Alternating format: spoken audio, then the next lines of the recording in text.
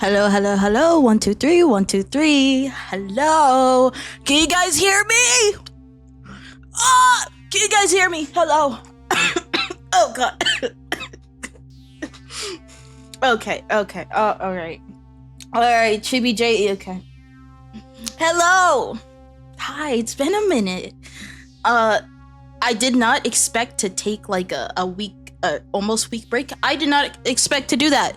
I did not mean to do that. But it happened, so I'm sorry. But my back doesn't hurt as much anymore. Oh my god. But no, I did actually miss you guys so much. I missed you. Like I did miss you guys. I did miss being on stream. So very glad that I'm back. I'm feeling better than ever. My mental is through the roof. I am feeling fantastic. So yeah, I'm very glad you're back. I'm very excited for this week. If you look at my schedule, I actually have date everything on it, and I'm so excited because besides it being like pretty cool and a lot of people playing it, I've been wanting to play like a dating sim on stream for a very long time. So the fact that dating everything or date everything conveniently just became popular is so sick, because I've been wanting to do like a romance game of some time, and it's so freaking perfect, right? I'm so freaking excited because I've seen some of the characters on TikTok, and all of them are just so, I'm so excited. Yeah, but I am feeling a lot better mentally, physically. But I got so much yapping. This stream is gonna be pure yapping. You see the title, the yap session of all time. It is the session of all time. Oh my god. I had so many things to talk about that I actually had to write it down so that it wouldn't take up space in my brain. Who do you want to date the most in the game? I haven't seen all the characters, but I've seen some. So I saw the character whose laundry, he can get it any day. I also saw the fact that you could date the shadows, and he was like a creature of the night, that like lanky creature, and I was like, immediately smash. Immediately, not even a question. Like, I'm not just into humans, if you know what I mean. Should I be taking notes? Honestly, I think this will be for you. I think this will actually be a very like, I actually might pay you extra just to clip this VOD, because we're gonna go over a lot, because I have a lot of things to talk about. Okay. Sorry, my brain is all over the place. I have so many things to say and not enough time to say it. Are you taking Japanese? Yes, I am. I am taking Japanese.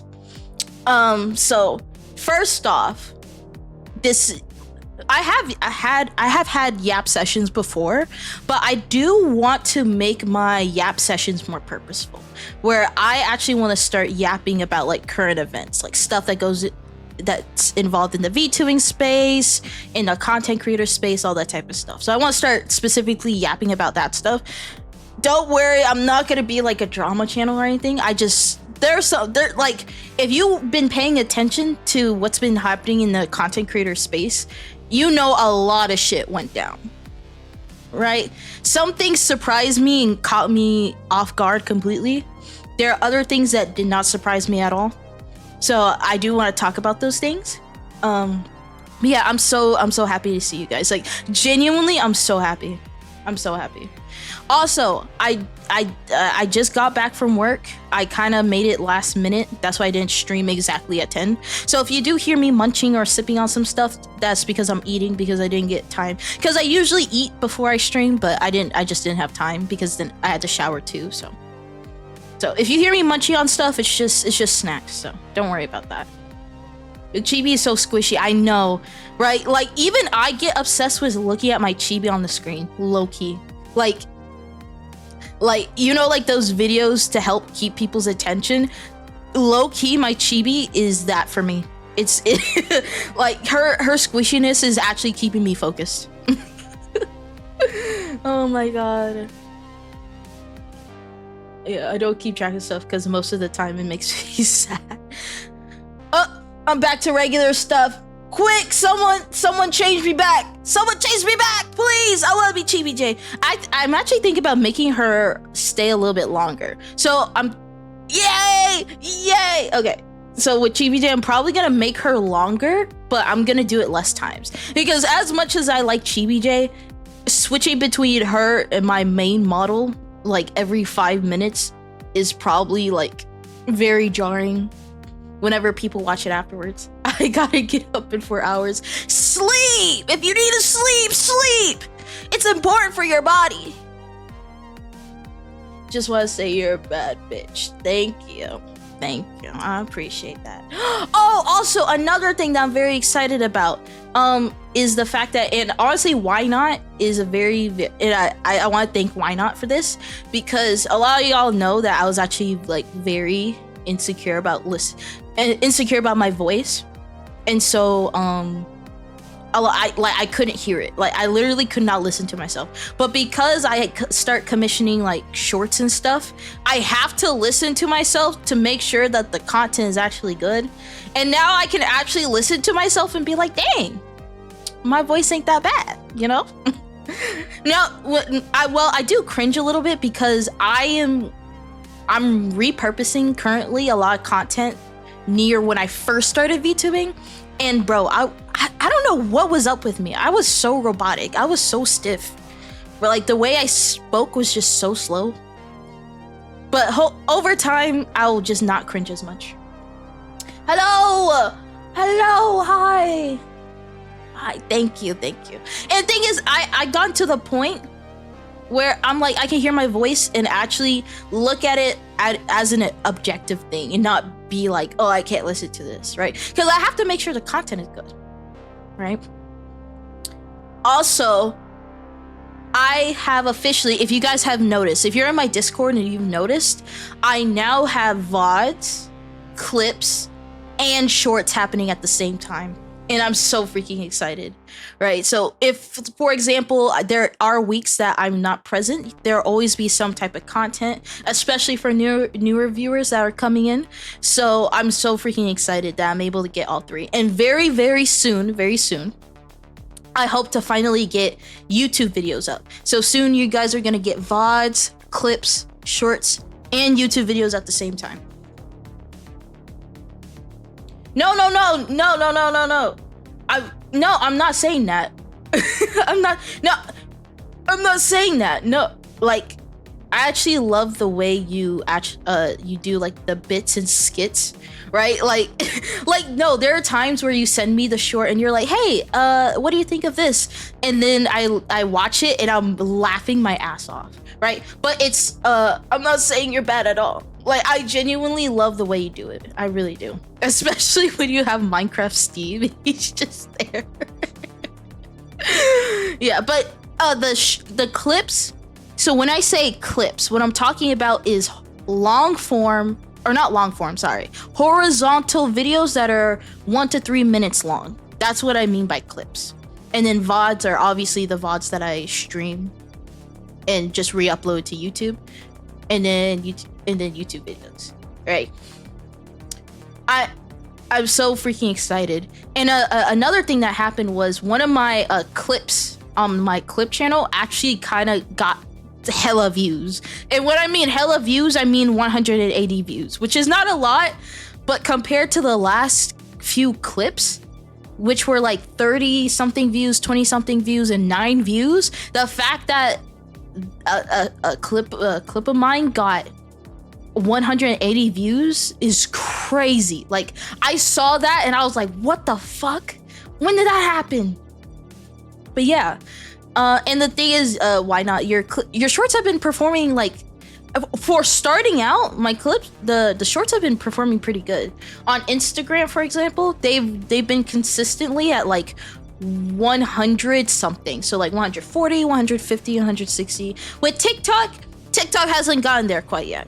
The first one popped off. It was like 400 views. But the recent ones haven't popped off. But I don't think that's you. That's just you, the TikTok algorithm not quite understanding what type of content I make.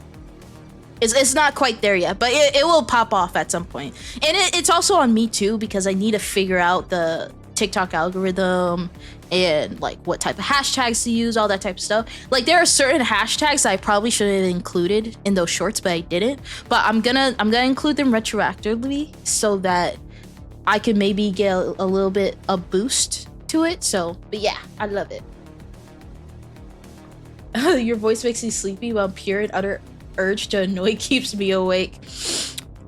Whatever keeps you going. Also, it's been a while since my last attendance for actual stream. This is while seeing the new editions. Yeah, it's so, bro. Like the community has slowly been growing, and it makes me so happy every time. Sometimes I get one new viewer, maybe like 2 more. In seeing all you together is just amazing. It really is. Oh, big girl got numbers. I know. I'm so excited. I'm so excited. Yeah, like scouts. Yes, it did. It was funny though. In the short, it was funny. So part of me wasn't surprised that it got the views that it did. Also, I did unfollow you. That's not because I don't like you. It's just because on my main profile, I just don't want to follow anyone. So if you're concerned about that, it's just I don't want to follow anyone. It's not because I dislike any. Yeah, by the way. You're still talking about my big ass forehead. I'm spilling my guts. I'm spilling my guts. And you're like, big ass forehead, big ass. Shut up. But yeah, no, I'm like, I feel like over the moon right now. Like that's how good I feel. But yeah, hold up. Let me pull up my list of things I wanted to yap about. Okay. Because we're gonna be going deep. We're gonna be going into the deep end, so. Here goes the 3 hour. You didn't even say yap, you said tap. Dummy. You're dumb. You're the dummiest of dum-dums. Yeah. Oh, you did. Yeah, on TikTok. Yeah, on TikTok. Again, it's not because I dislike anyone. It's just I don't want to follow people on my main account. That's why I have a... Some of you have already followed me on my art account. But we're gonna get to that. Right? Yeah, autocorrect. Bro, oh my god. Autocorrect has been pissing me off lately. Because for some reason... it hangs on. So there are times where you spell words incorrectly and then it kind of goes into your phone's dictionary. And so sometimes you have to delete the incorrect spellings and stuff. But the thing is, what my phone will do is that it will like hold on to the misspelled words like a motherfucker, right? Like whenever I try to type the word eyes, right?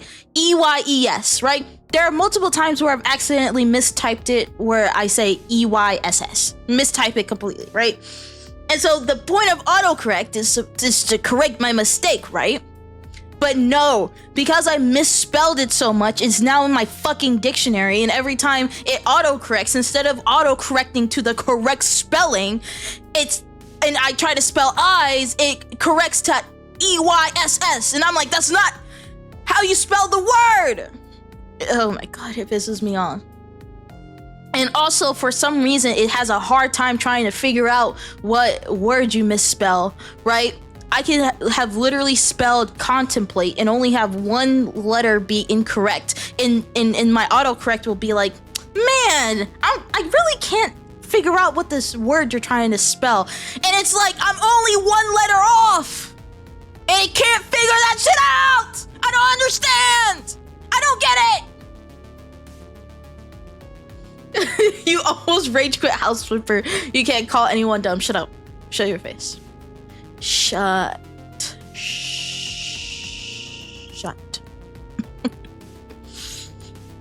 Autocorrect makes me want to choke out my phone. Exactly, right? And it always turns into N, so I can't have my character quote things. Oh my god, bro. So what happened to your back? Because that sounded really weird. Oh. So my back just... I don't really know what the issue was, but I think it has to be related to my job, because every time I work, that's when my back hurts the most. But whenever I'm relaxing, it's not as painful, but it did get to the point where it pinched even when I was sitting down or laying down. So it was like very uncomfortable for me to stream, and sometimes even painful. But now it doesn't hurt as much. It still does it a little bit, but only when I'm working again. So that's why I was complaining about my back so much. Yeah, honestly, my phone does the same whenever I type. Why not? It really wants to autocorrect to why not. Oh my god, I hate it so much. Autocorrect is such dookie. It's big dookie. Autocorrect is the definition of rage bait. It is. It really is. That should be pissing me off. Like, I like correct, bro. I'm like, correct yourself. Correct yourself! Do it properly! Ugh, it's so freaking stupid. It's so stupid.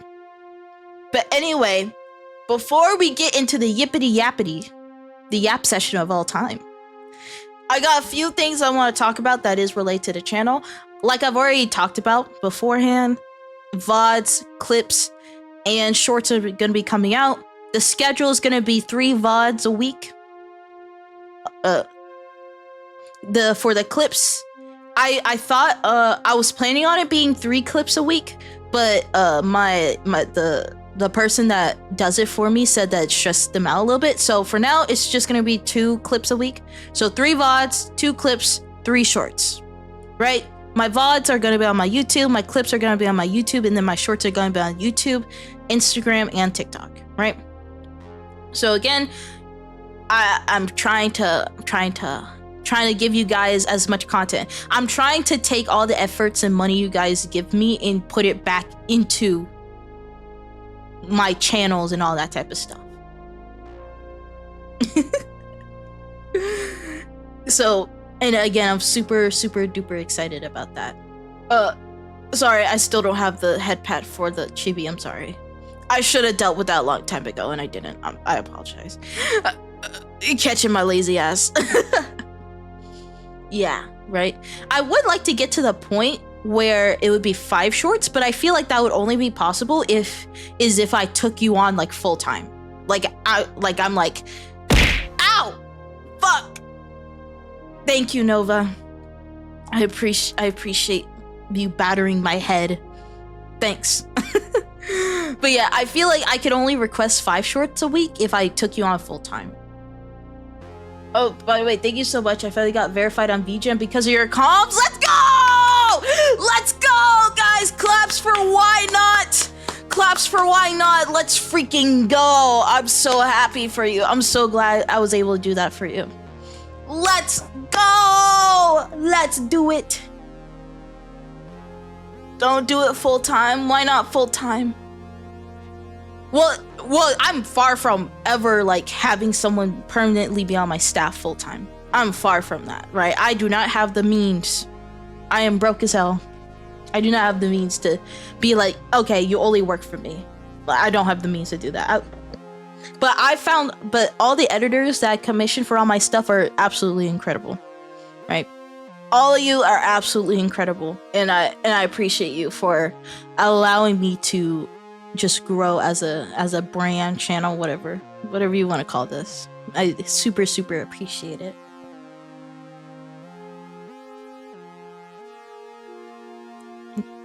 Yeah, 5 shorts is just not possible. Yeah. Just like I said, for my clips editor, they said that 3 clips a week isn't going to be doable, right? I'm not trying to stress anyone out, so I'm going to go at your pace. If 3 shorts is what we're going to have to do for the long run, it is what it is, right? Because your health and time and stuff comes first, always.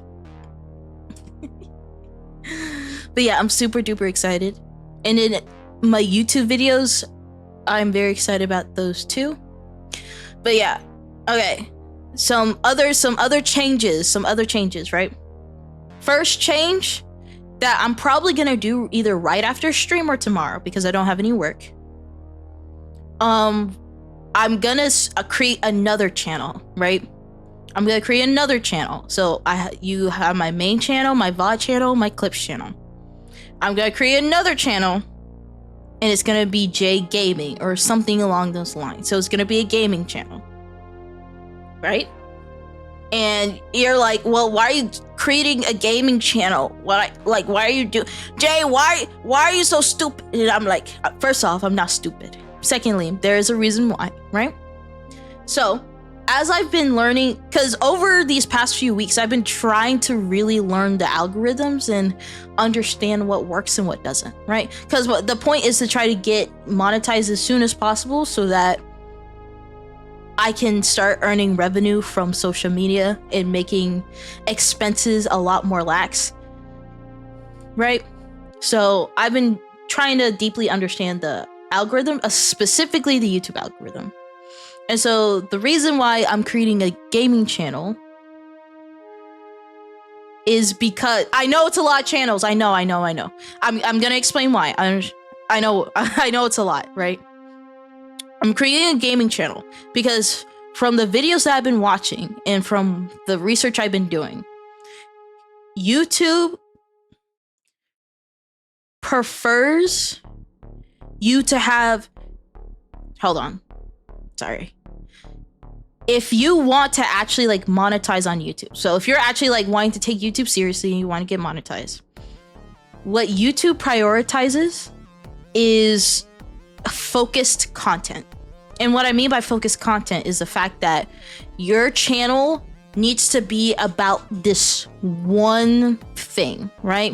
And it could be anything. It could be about fashion, it can be about business, all that type of stuff. But what YouTube really likes is the fact that you have a channel for a very specific niche, right? And so, like for example, if you create a video about business, right? YouTube is gonna recommend you people that are into business. Your audience is gonna like business stuff. But then if your next video is about fashion, then you're gonna pull a completely different audience, right?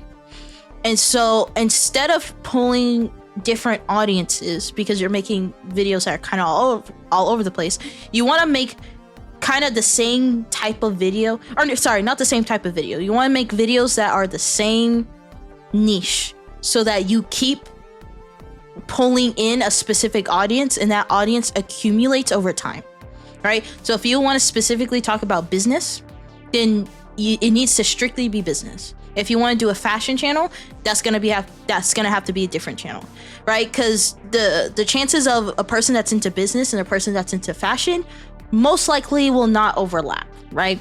Obviously, there are people that like both, but if you're talking about the different audiences, they probably don't overlap. And so what I'm trying to do is that I'm trying to focus my YouTube channels so that YouTube has a better understanding of what that channel is and will recommend it to the correct audience.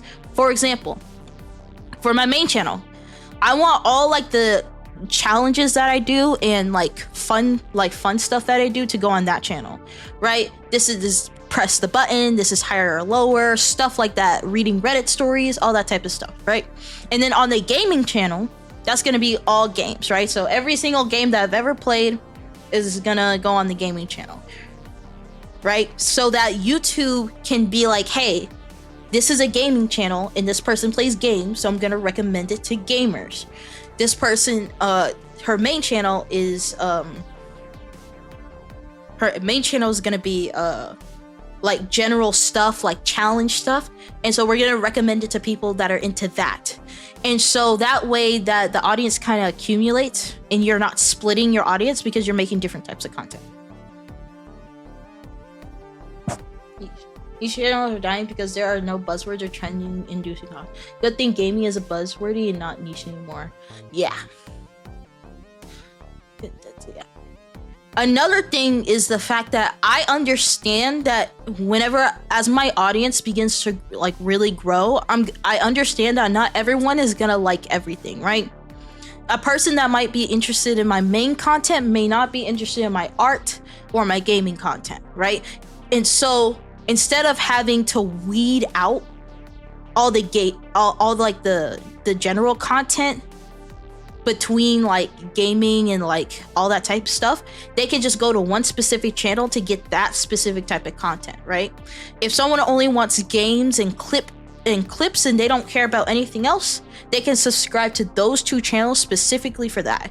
Now, of course, there's gonna be people that just like me for me and will subscribe to all channels, which I do appreciate, right? But that's very far and few in between, right? People that will subscribe to all the channels are very low. People have preferences, like me. Like a lot of times, like I love VTubers and I like, and honestly, I've been catching more streams because of VTubers. But I'm a YouTube frog. I'm a person that likes clips on YouTube, right? And so I subscribe to clip channels because that's what I like. I don't often watch the VOD or go to the streams. I like the clips. And so if they create a clip channel specifically for clips, I can just subscribe to that channel and just get exactly what I want. So that's why I'm splitting. I understand that it's a lot, right? So that's why I want you guys to choose the channels that you want specifically. If you're more interested in my clips and you don't care about anything else, just subscribe to the clip channel. I don't want you guys to feel obligated to subscribe to every channel, because I understand everyone has a preference. When you might like gaming and the general content, but you don't give a fuck about the clips. That's fine. Yeah. Because something that I've noticed within the VTuber niche specifically is the fact that a lot of VTubers, corpo and indie, tend to couple a lot of their content into one channel, right? So I see a lot of indies, for example, they have their music and their general content and their gaming content all on one channel, right? And they have a lot of subscribers on that channel, but if you actually look at their views and retention, it kind of fractures because you have different people that like different things. And so if you post a gaming channel, there are going to be a gaming video, there are some people that aren't going to watch it because they're not really interested in your gaming stuff. They like your music and they like your clips, but they don't really care about all that. So, but if the channels are more focused, you're more likely to have higher retention. So that's why everything's trying to be that's why everything is split up, right? Like if I was gonna start making music, that would also be a separate channel. Because then if people are only interested in my music, they can go to that channel and they don't have to weed through all the other videos. Wait, doesn't that mean that some channels won't be updates for weeks? What do you mean by that? Like some, well, thing is, I'm trying to build things up slowly, right? Because it took a while for me to go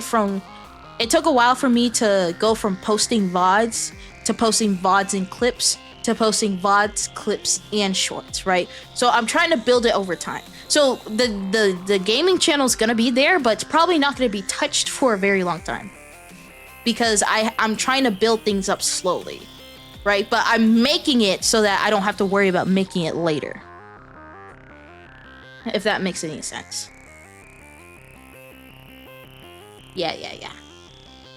Right? Because I don't want to make the next step until I know I can do it fully and not half-ass it. Because I don't want to commission someone and then find out that I'm over budget and then the updates stop, right? I want to be able that I am within my budget and I can make updates weekly before videos are posted, right? Because I have enough budget to cover the VODs and the clips and the shorts. But if I was to then add, like, as of right now, if I was to add YouTube videos, that would be over budget. But hopefully I can get monetized or just earn more money some way or another, and then make consistent YouTube videos viable. Make the channels and then think about it later. Yes. But yeah, that's the reason why, right? I'm trying to set myself up for success. I'm trying to do all the things I can because I'm very serious about this. I want to get monetized. I want to make this my full-time thing. I want to be able to pursue my creative stuff. I'm very, very dead ass about this. Very try hard, whatever you want to call it. I'm very serious. And so I will drive myself insane if it gets me closer to my goal. So, yeah. Thank you for the head pats, by the way. I deeply appreciate it. Oh my god. But yeah. Also, another update I want to do is the fact that you might see me not stream as much as I used to. So when I say that, there are going to be some times where I stream from Monday to Friday, but there might be some days where I only stream 4 days or 3 days, right? And there's a reason why for that. Is the fact that, like you guys mentioned, I have an art channel, right? And so I need to pull back. Hello, Lena, right? Hi, I hope you're doing well. Sorry, you caught me in the middle of yapping. I'm yapping about a lot of stuff. You're right in the middle, but that's okay. I'm very, very glad that you're here. Lena? Oh my god. Hello, Lena. Oh my god. Guys, please do not corrupt them. Please be normal. You're not yapping about anything. What if I just time you out? What if I just time you out? What if I just the button's right there, you know. The button is right. The button is right there. Oh, thank you for the head pat.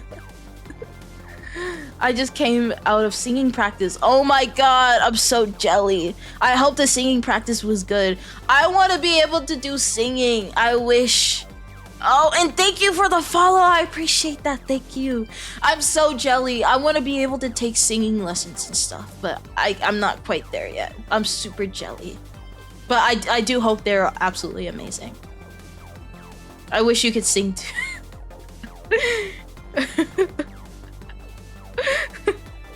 No, pretty sure you can sing with time. Yeah, but I do actually want to get a coach and stuff, right? Because again, I am completely clueless, and I've looked up YouTube videos, and I'm just clueless, and so when it comes to certain things, I'm probably just gonna get a coach.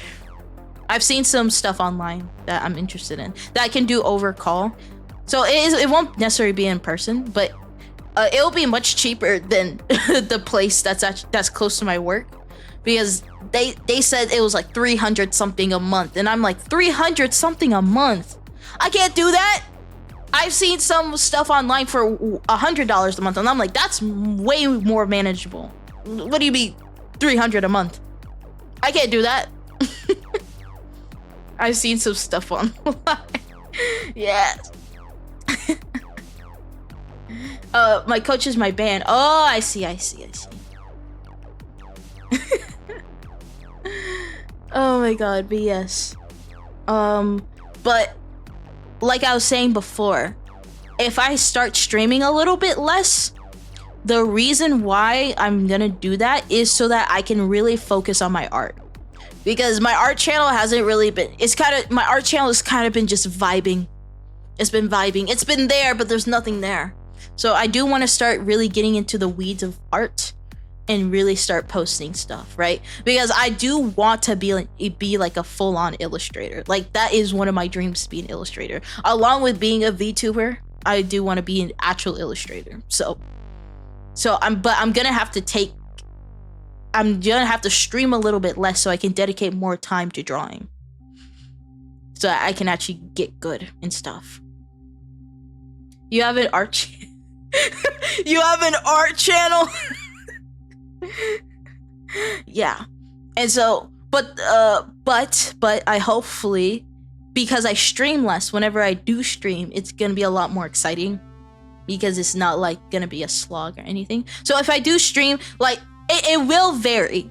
like there is no concrete, oh, I'm only gonna be streaming 3 days a week, 4 days a week, because it also depends on my work schedule, right? Like if my work schedule is very busy, I'm probably not gonna stream as much because I need that time to do the art. But if my my work schedule is more free, then I'm probably gonna stream more. So it could be 5 days, it could be 4 days, it could be 3 days. So I'm just letting y'all know so that y'all don't like panic or anything. Chat, she never streams, still rely on this information to be accurate. Yeah, like I want to hate on you, but I can't. It's okay, it's not gonna be 1 day a month. But yeah, but I can't even hate you for that. So yeah, so I do really want to sit down, and hopefully as well is that I'll be posting some stuff in the actual art channel. Ow! Nova, you already gave me 3 bits. Why are you giving me another 3 bits?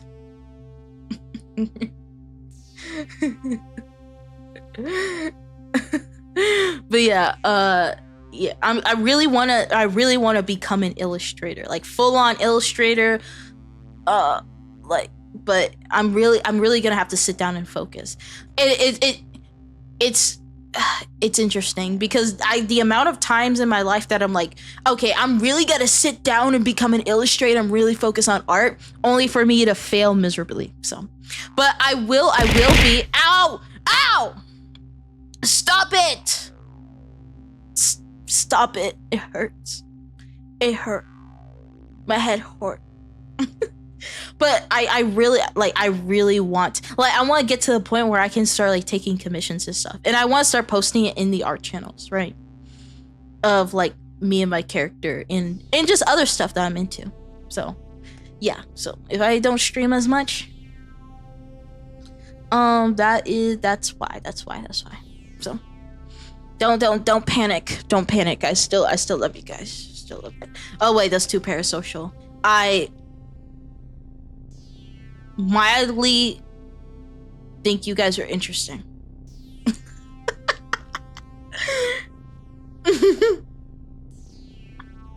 Drawing it is hard. It is. It's so, like, for me, I love it and I love art, but sometimes it's just so frustrating. But I just haven't drawn in months, and I wanna get back into it. Like, I'm also gonna be like paying for courses or subscribing to people's Patreons and getting feedback. Because I think that's the thing, the thing that I need the most is objective feedback, right? Because a lot of times whenever you work on something, you're very harsh on yourself, right? To an unrealistic degree. So having a third party see my art objectively without like all the emotions and stuff will actually be very helpful for me. I've seen some art mentorship and stuff like that. So I'm probably gonna be taking some courses and subscribing to Patreons and getting feedback from like stuff like that.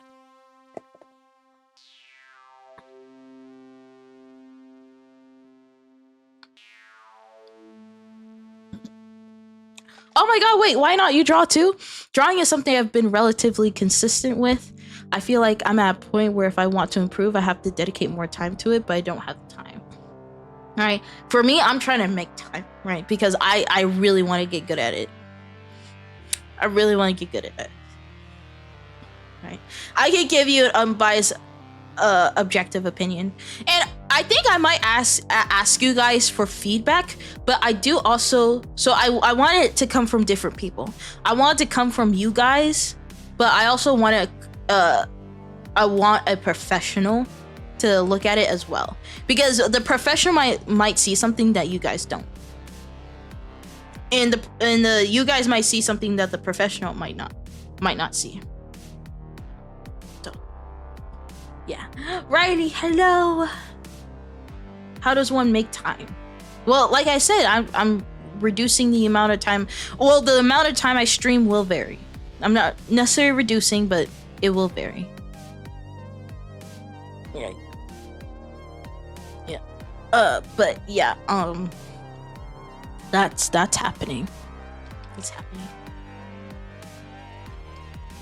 Time is relative. Your theory is incorrect. Oh my god. You sound like the nerd emoji right now. Actually, the time is relative, and your theory is incorrect. Shut your bitch ass up. Shut up. I don't give a fuck. Keep your time relative theory to yourself. I don't give a fuck. I don't care. Oh my god, I'm so hungry. You sound like you're cracked.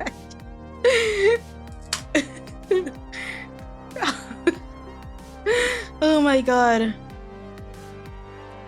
But yeah, no, we got some topics, y'all. We got some topics.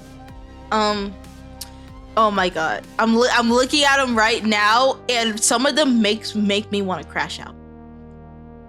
The Discord verification is crazy. It is crazy. I know we pat you down. We gotta check your ass a little bit. We gotta check inside. We gotta check, we gotta check everywhere, right? Gotta make sure no minors. No minors. No. So if we gotta pat down the booty, we will. We will.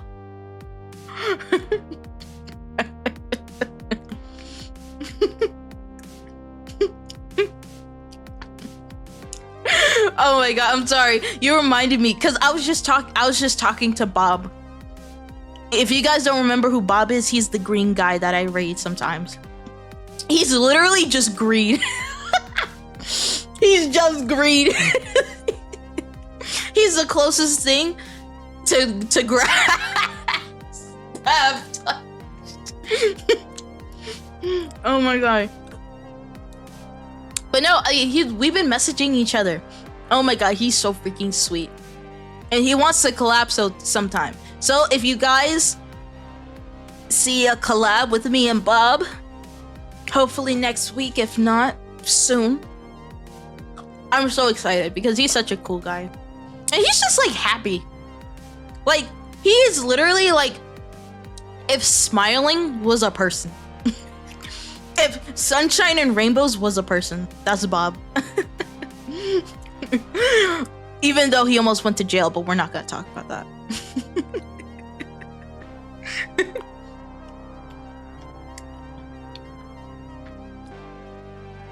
When's our 1v1? Right now, I'll beat your ass. I'll beat your ass right now. Oh my god. Wait, what do you mean dox your face? Oh. What do you mean dox your face? You don't need to dox yourself to get verified. If you look at the example of verification, you don't need to dox yourself to do that.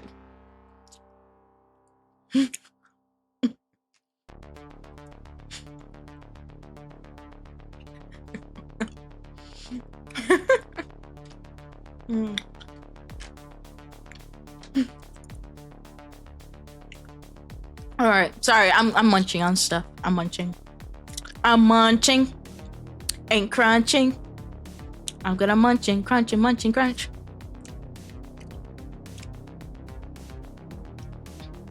But I really want to send my bank info and SSN to random people online. You probably shouldn't do that. Probably shouldn't do that. Instructions unclear. Don't dox your face. That's unnecessary. Just show your birth. Your birth. Show your birth. Show us a video of your mom giving birth to you.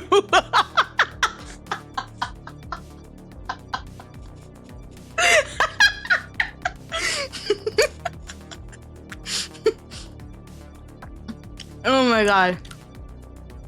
My bad. But no, you only have to show your date of birth. That's it. You don't have to show any other information. Romeo, I love you sometimes because you're like in the chat and I know you're there and hanging out, but sometimes you're just like you're like the disappointed, like you're like disappointed. You're in the back corner and you're just disappointed. I show fish on my birth from my stats of VHD. Yeah. Make sure we can zoom in on that shit.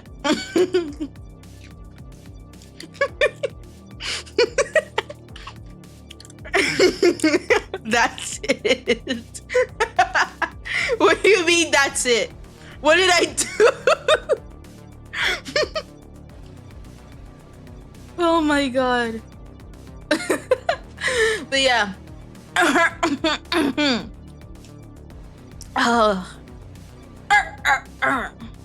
I hear you chewing. Yes, because I said before that I was gonna be eating because I didn't get a chance to eat before stream. So I am gonna be eating stuff. Yes. I did mention that. I mean, no proof. Sorry, no proof. What do you mean munching? I don't know that. I was gone. Oh, my bad. No, there isn't. No. Pixar didn't happen. Trust. Exactly. Exactly. It didn't happen. It's all. It's your delusions. All right. Okay. Clipped on YouTube. No, I don't know what you're talking about. I don't even know what the definition of chewing means. All right, let's start. Let's start with this, right? First off, and if you guys are VTuber, like actual like VTuber fans, and you don't just watch me, you already know what I'm gonna say. First topic. Fuck! How do you say no? V-Shoujo. What's happening? What's happening? V-Shoujo. What's happening? Alright. Right. So if you guys don't know V-Shoujo, I was expecting Niji. Oh, we're gonna get there. We're gonna get there. We're gonna get there. That's on the list. Don't rush. Shh, shh, shh. Sweet summer child, don't rush me. We're gonna get there. A lot of things have happened. We're gonna get there. All right, first up, V-Shoujo. What is happening?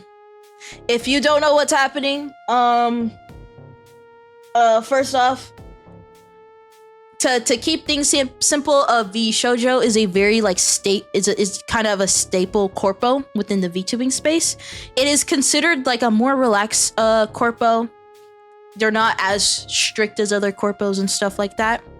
But oh, excuse me, sorry. If you guys don't know, Giga and Zentreya left V-Shoujo. Wait, wasn't there another member too, or was it just those two? Because a part of my brain kept saying there's a third member, but I only remember Zentreya and Giga. Hold on. Sweet summer child, more like distorted winter adult. That shouldn't be that shouldn't be funny.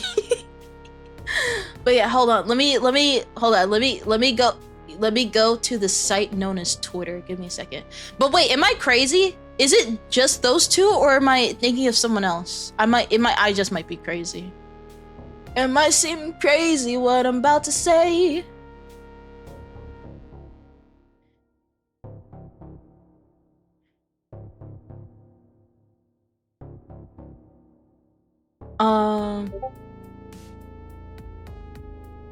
Oh, and yeah, we're gonna get there too. We're gonna get there too.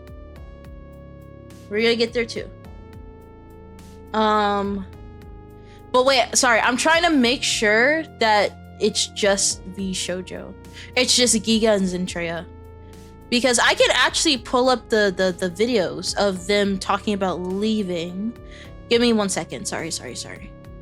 Give me 1 second. Oh, titties. Oh, my bad. Sorry. They looked at me first. Guys, it's just Twitter. You know what I mean? But I'm double checking just to make sure that it's just those two. If there is someone else, please let me know, because I feel like there is someone else. Okay, that's Zendrea. And that's Giga. Was there someone else?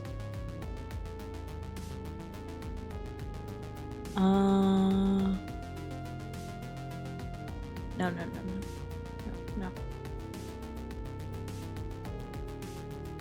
Okay, I don't see anyone else, so I'm just gonna say Zendrea and Giga.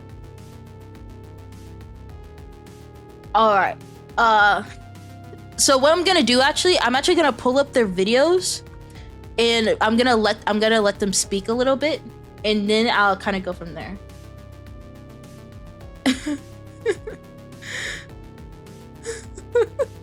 Jay, I'm here from VShojo. Glad you became indie, but can you work on your singing? It's been 4 years on this journey. You're still mid at best. Bro. Hold on, I have to...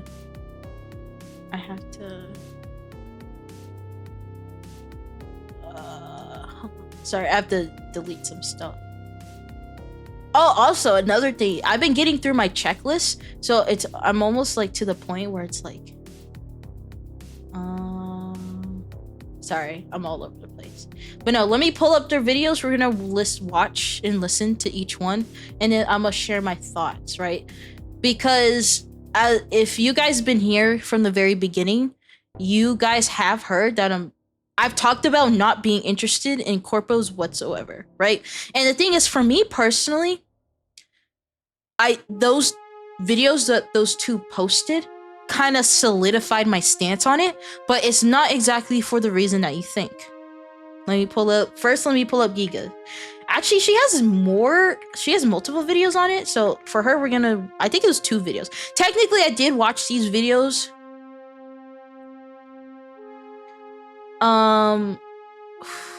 Okay, actually no, I'm gonna do Zendrea first because hers is shorter, but Giga has 2 videos specifically. She has a video that's 10 minutes, and she has another video that's 27 minutes. And so let me do Zendrea first, and then we'll do Giga, because she had a lot to say.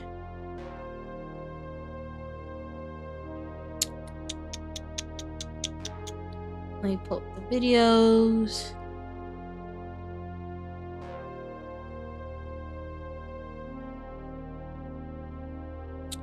Hold on, give me a second.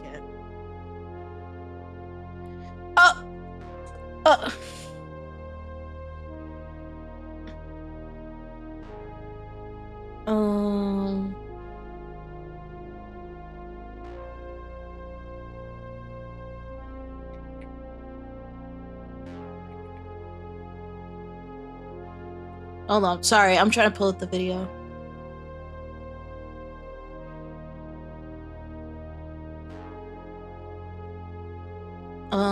When you get that window capture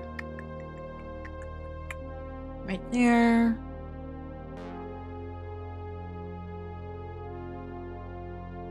Okay.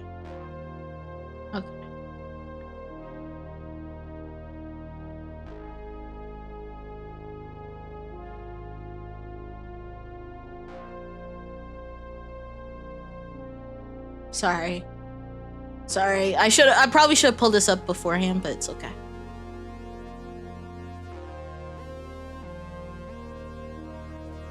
All right, let me cut the music for a second.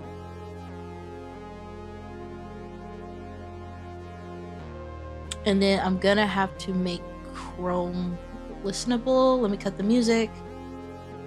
And then let me go to my desktop. Give me a second.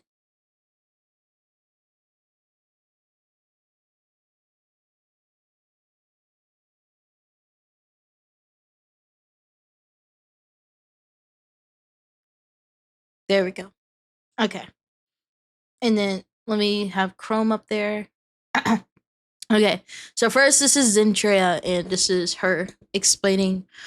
Zen explains her reasons for leaving VShojo and what it means for the future. Okay. Let me know if the video's too. So let me turn up the volume. Just let me know if the video's too loud or anything, or if it's too quiet. But yeah, we're gonna react to this very quickly. Yeah. But yo, Giga and Zentreya leaving Vishojo, I didn't expect, but then once they gave their reasonings why, it made a lot of sense for me. Okay. Let's see. I would just like to let you guys know, I will be leaving. Could you guys hear that? Uh, uh, uh, uh, uh. Sorry, I'm just making sure you guys can hear that. Da, da, da.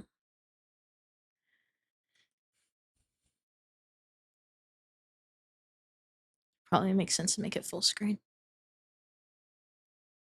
Okay, let me put on the video.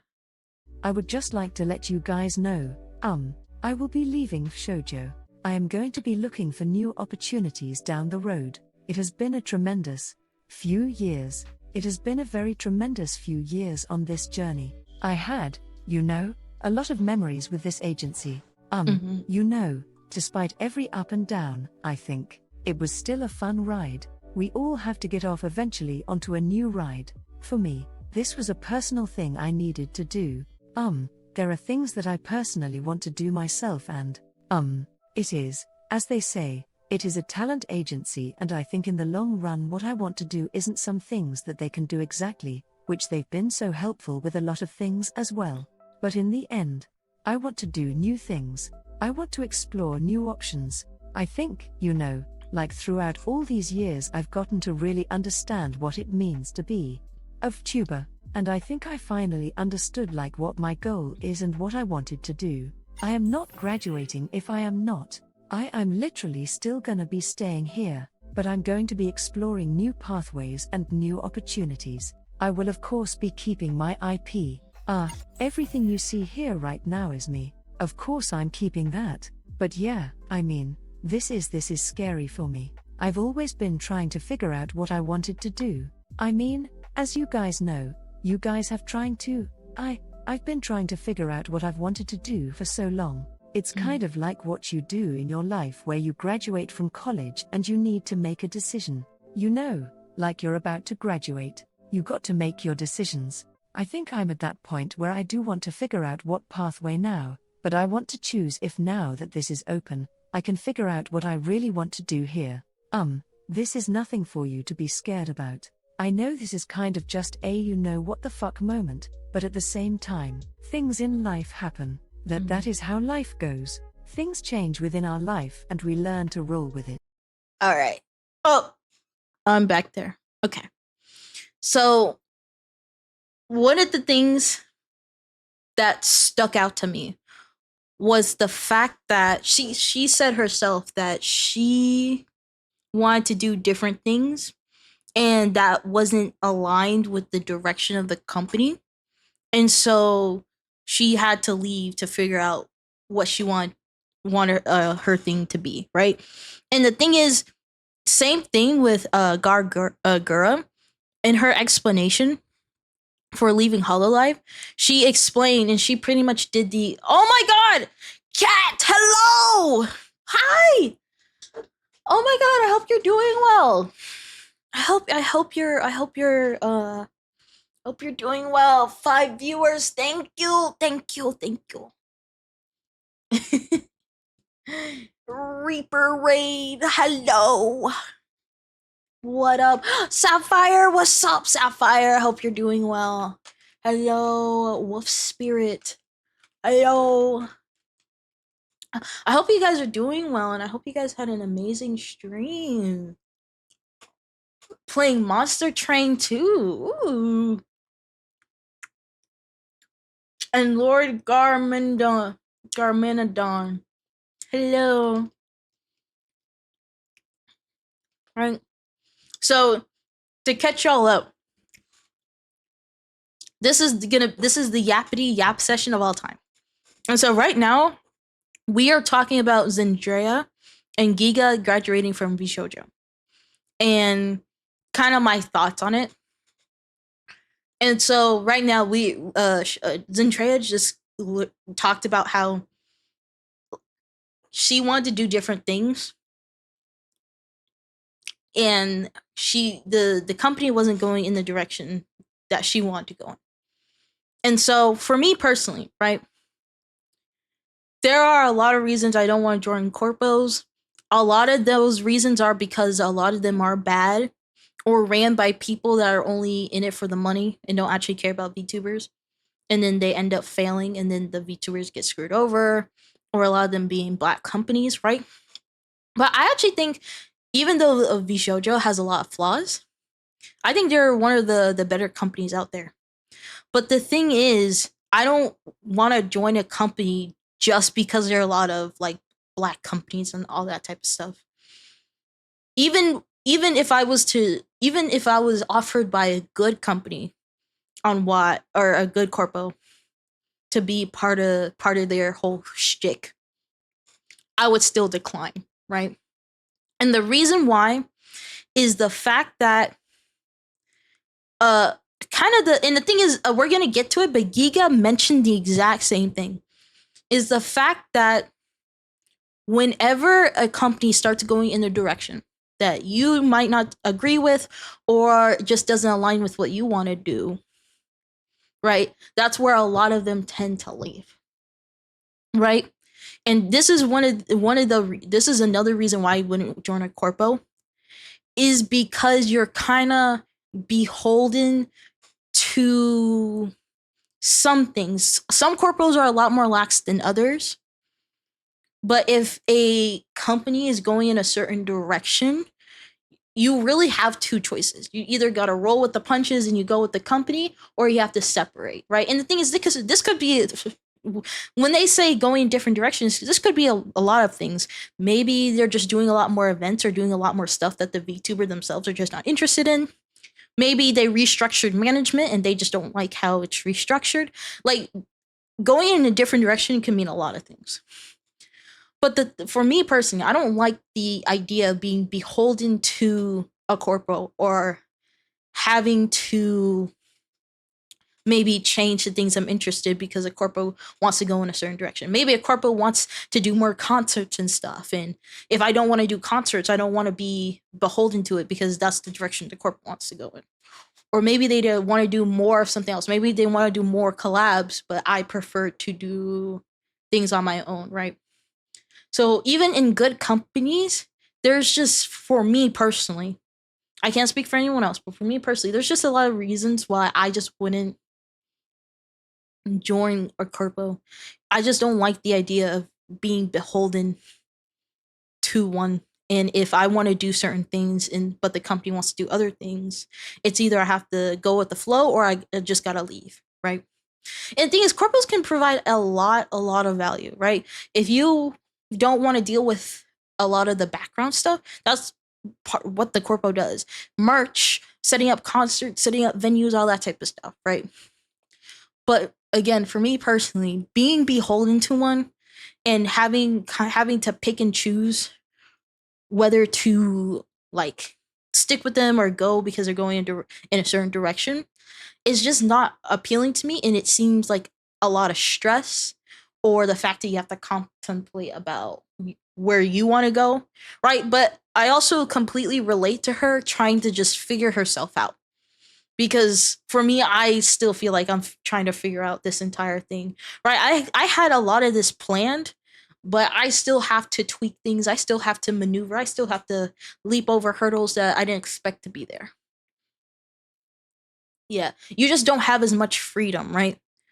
And for me personally, one of the things that I personally value is personal freedom, is being able to express whatever opinions you like, being able to pursue any creative projects you want to do, all that type of stuff. Simplicity and freedom, exactly. Right? And the thing is, people are different. For me personally, I am very like nitpicky and stuff like that. Like, if I want to create a project of any kind, I want to have my hand in the cookie jar. I want to have my hand in multiple cookie jars, right? I want to be involved in the big picture. I want to be involved in many of the details, right? That's the type of person that I am. But I understand not everyone wants that. There are a lot of people that just want it simple. The corporation deals with a lot of the more boring stuff. and then they get to stream, right? It really depends on who you are. For me, I take liberty in my creativity and freedom. And so the idea that I might not be able to do things because the corporation said so is not appealing to me. It's not. And again, this is for good and bad corpos. It does not matter if you're in a good corpo, you're still gonna have to be beholden by them in some way, right? I think V Shoujo and Giga mentioned this is a lot more lax from what I've heard when it comes to things. They encourage them to do things, but they don't. If you don't want to do it, you don't have to at the end of the day. But the thing is, that's V Shoujo. I wouldn't be surprised if a lot of other corporations like Hololive, again, we're gonna get there, is a lot more strict about certain things. I genuinely wouldn't be surprised. Right, let's keep going with the video. And I mean, from my perspective, it's such a blessed opportunity that I get to still be here keeping my EP keep. I get to explore the landscaping. It's so cool that she still gets to keep my her identity. I get to still explore IP, this landscape with because you guys. Unfortunately not all of them do that. It's almost like nothing's gonna change at all. I'm not going anywhere. I am going to still be here today. I will be here tomorrow. I will be here for the rest of the year and the year after that until I can't keep going anymore. That's the journey. You keep going till you can't go anymore, you know. Thus is the journey of life. We just go out and we explore new opportunities for ourselves. I can't say that I was fucking terrified. I dreaded it. Not exactly something to. Not an easy decision because you know you grow with something you never want to leave. It's like being at home.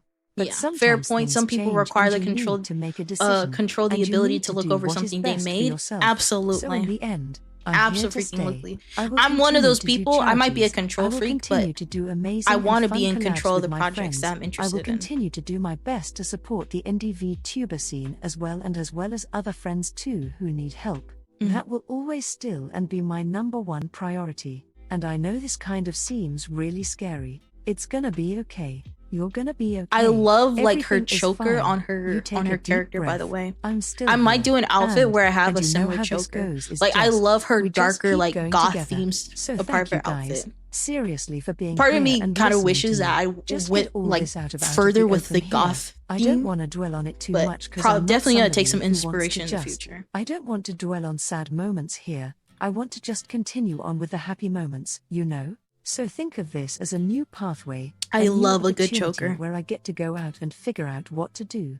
We're leaving the house and we're going to go out exploring now. Thank you, Shoujo. But it is time for me to spread my wings and fly, as they would say. And I am very excited for what the future holds. Okay, so that was Zendrea. Again, hers is a lot shorter. I would just... Oh, whoops, I didn't mean to do that. Hers is a lot shorter. But Giga, she has 2 distinct videos about this. Right.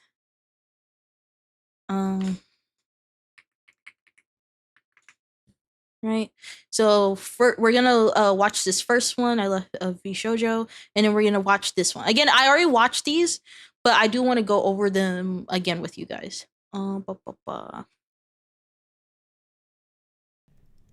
I am leaving VShojo. I'm leaving VShojo. Sorry if this was a surprise, however, there's literally no way for this to not be a surprise, so, I mean, what can you do? This is a choice I made. This is a choice I had been considering for quite some time. This is a choice I had been thinking about a lot. This was not a quick decision or anything like that. This is something that was a lot of thought. And I want to say I announced this Wednesday, 2 days before the actual leaving date. I want to make sure you know this wasn't announced because it was just decided then or anything like that. This is something that was decided a while back, and then this is just our announcement date and our departure date. There were a few people that saw the... It's easier to gather your thoughts after you've already seen something. Oh my god. Let me ask this real quick because I'm very interested, right? I want to know if you guys are like this too. I'm the type of person that I need, after I watch a particular like media, where it's a movie or a TV show, I need a few days to think about what I just watched before I form an opinion on it, right? Because a lot of people like watch something And then after they watch it, they immediately form an opinion. For me personally, I'm the type that needs to watch something, let it marinate, and then I can give my opinion on something. Right? Sometimes I have to watch it multiple times, right? Bro, right? Because there are some people that watch something and they have their opinions, boom, boom, boom, boom, boom, boom, boom. Sometimes I will say I do have like initial reactions to it. Like I might watch a movie and think, in my initial reaction, like after the movie ends, is like, oh my God, that was like amazing, or I like this part, all this. Like I have that initial reaction. But for me, it takes a minute for my brain to like marinate the media in my mind for me to form like a complete opinion about something. Like I need to let that shit marinate. Like sometimes it can even take a week before I'm like, ooh, this plot point, and like what about this and the conflict of this character and that character and their relationship and how this was emphasized. Maybe this part of the show slash movie could have been better, all that type of stuff. It takes me a while to process everything. Exactly. And sometimes I do have to watch it multiple times to have like a solid opinion on it. I'm not gonna lie, I thought it was just me, but knowing other people operate like that is pretty cool. All right, sorry. Let's keep going. The announcement, and we're like, oh my God, this is such short notice. You decided and then you're leaving in 2 days. But no, it was a longer process than that. Okay, this is a very sad and upsetting thing for me. At the same time, it's bittersweet because there are a lot of good things that are coming out of this, which is why I made this decision. And I'll talk about, you know, the future and what I can do and etc., so that you understand that. But the way I'm speaking about this is going to be really matter of fact. There's a lot of stuff that I cannot say. Again, going to bed. Good night. Have a good night. Why not? Contract. Have a good and night. I am always going to be under NDA, you know, things like that. And there are a lot of legal reasons. Get out of my head! Get out of my head! Never. Your brain is very cozy. You have a very cozy brain. What pin? I see the pin. I see it. Hope you have a lovely sleep. Why not? Hey!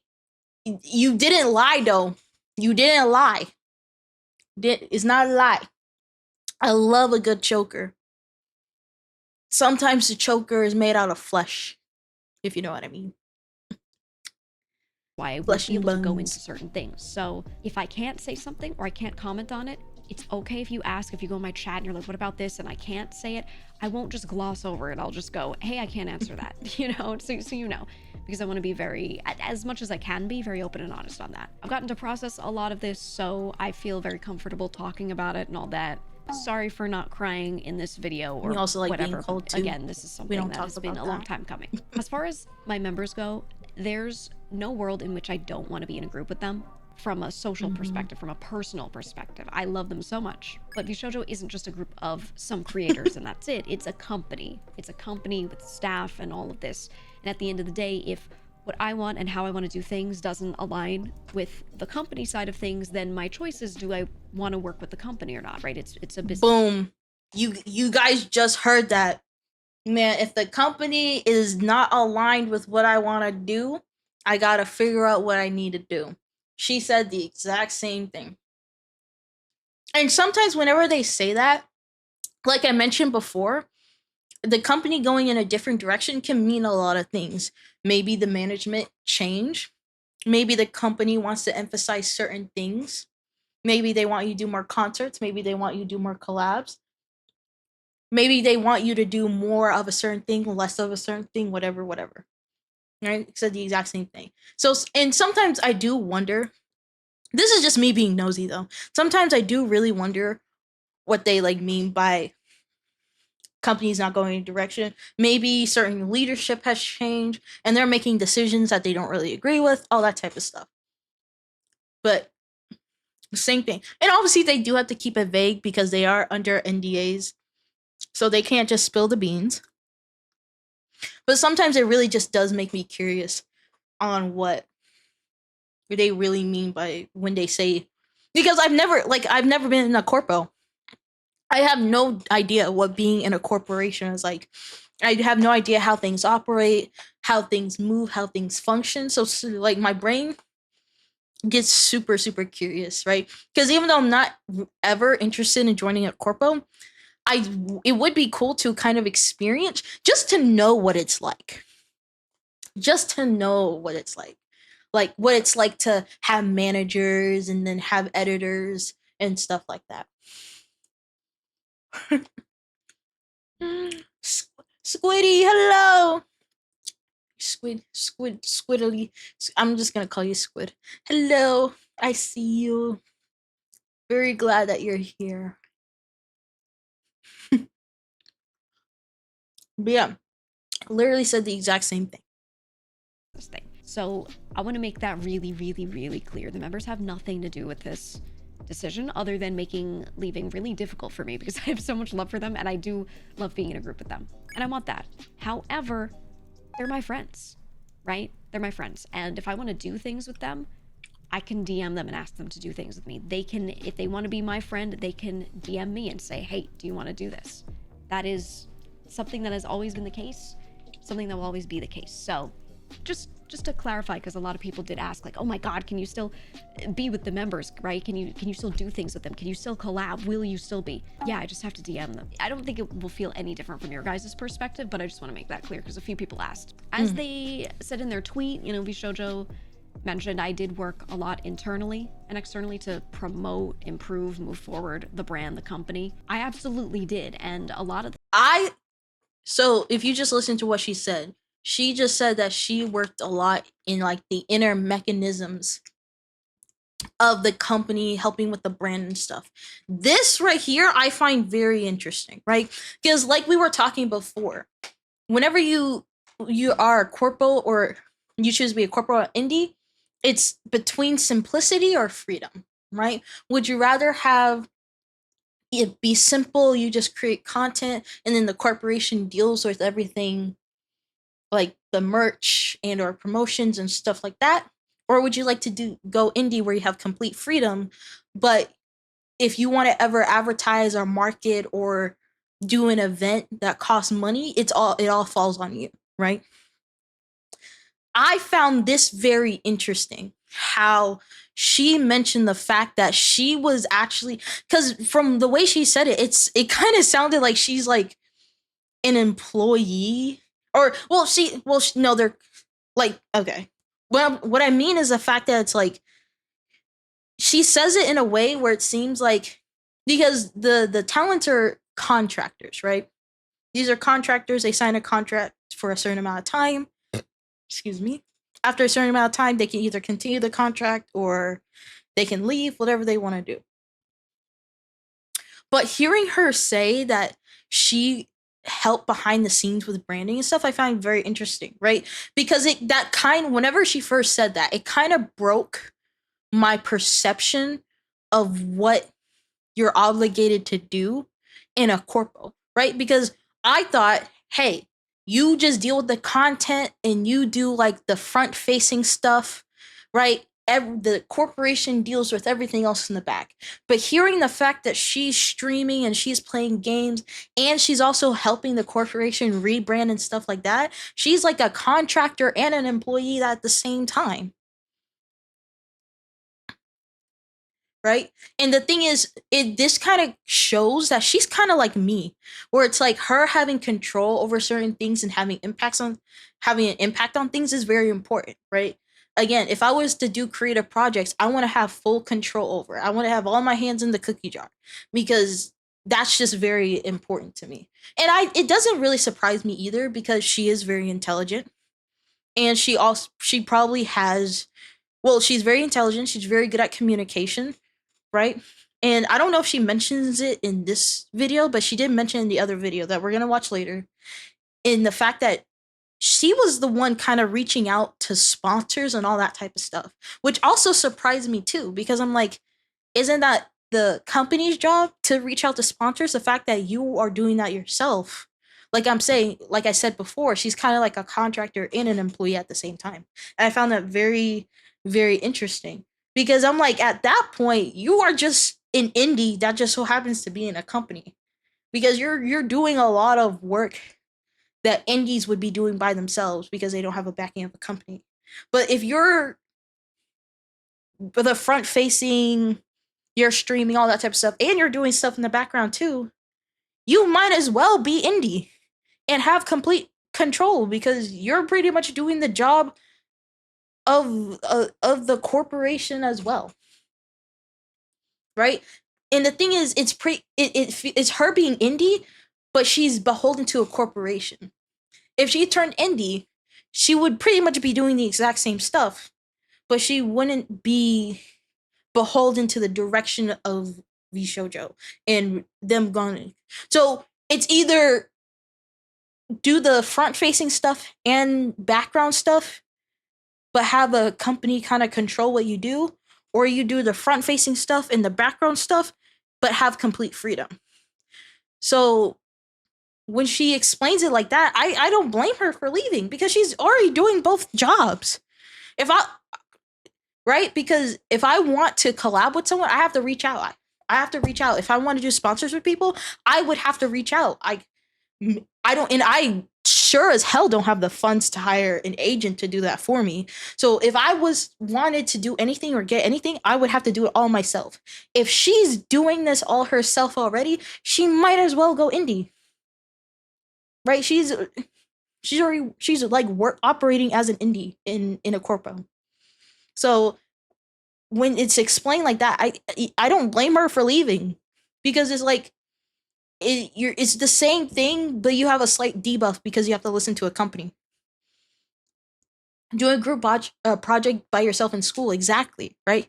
And again, I don't know her. Maybe she like had a very good time doing that type of stuff. But if I found myself in a situation where I was pretty much operating like an indie, but I was still beholden to the rules of the corpo, I probably would have left too.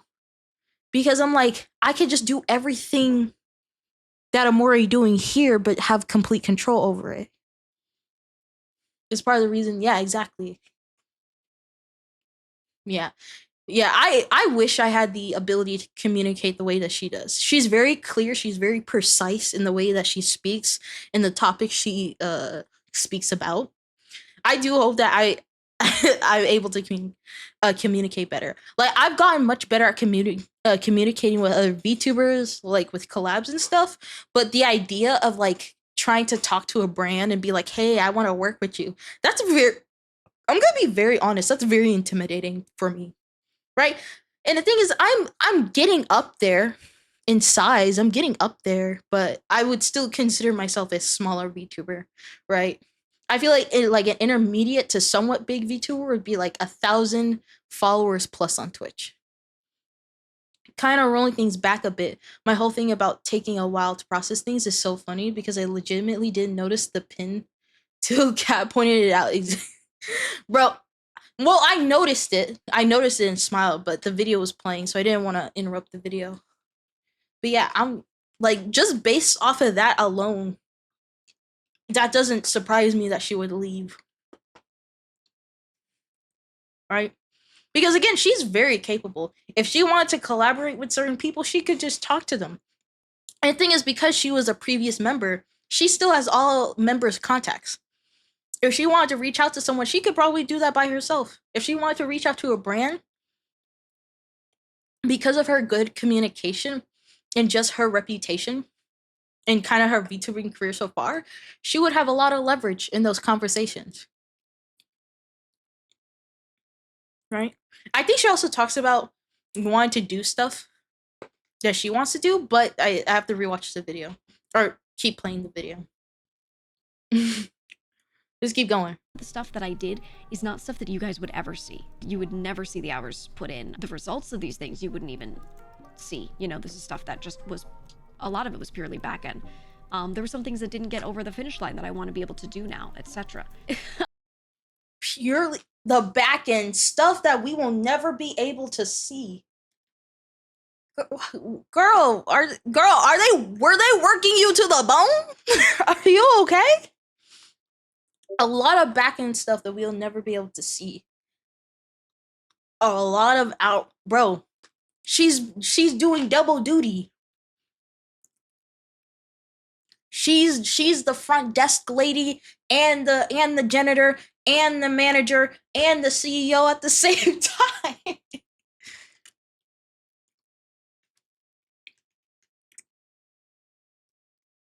Right? I'm like, damn. Like, I hope she didn't overwork herself. My goodness. Just keep going. I don't know how to say this other than like, hey man, I put a lot of time in. Sorry it wasn't stuff that you could see, but I really, really, really did. And the good thing that comes out of this with me being independent is a lot of that time that I spent working on something internal is now just my own time that I reclaim, right? It's There just you my go. own time that She I gets to use reclaim for, her own for time. example, YouTube videos that I want to do. There were a lot of stream ideas. Bro, I'm gonna be honest. If I put in a lot of hours into something, but part of me knew that probably no one in my audience would be able to see it, bro. Part of me would be pissed. Because I'm putting in all these hours into doing something, and a lot of the people that care about you will never see it. And so I'm very glad that she's able to reclaim that time and put that more for herself and not into the company. Again, I find that very interesting. Now, I don't necessarily think I wouldn't be surprised if this was an only like Giga thing, just because of like her personality and just her background, right? Because like for example, like Kuro, I'm not sure if he would be doing this type of stuff, but when it comes to Giga, it pretty much tracks. To be honest, like it really doesn't surprise me.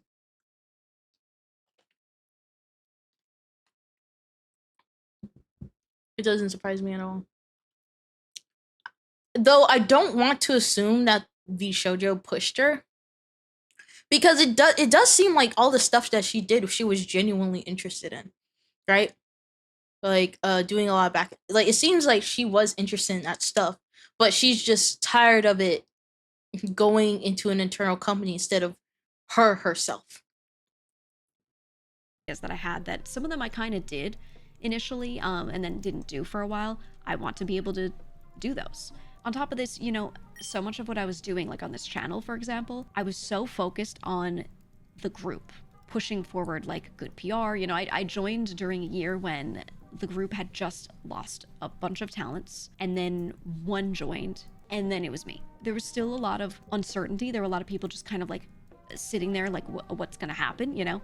And so my goal was to do positive, good PR realistically, right? And just talk about my experience and talk about a lot of things. And I ended up doing so much of that on my own channel that I felt like, looking back, I went, you know, I really didn't go over a lot of the topical stuff that I wanted to initially before I started, you know, doing a lot of these videos. I don't know. I feel like we still hit some of it, and a lot of people really loved a lot of that stuff.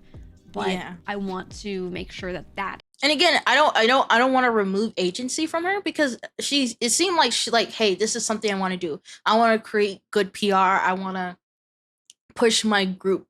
But again, it's the emphasis on the company, not the talent themselves. Like the feeling the need to have to focus on what the company wants and not what you want to do. That is the lion's share of what's being done. So in the future, a lot of the topics that I had, a lot of the ideas for video formats that I had, all of these things, those are all moving forward, which is going to be really nice. I'm excited for that.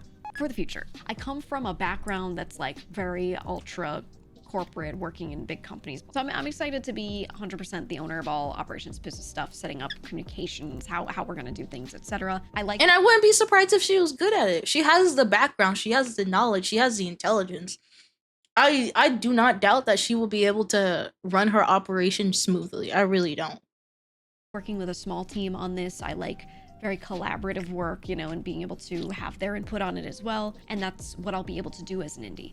I feel like that suits me really well. I can genuinely see her being like a really good boss. Bigger structures necessarily. I don't hate that. It just, for sure, for right now, I think this is what I think is that's where I hope to be eventually too.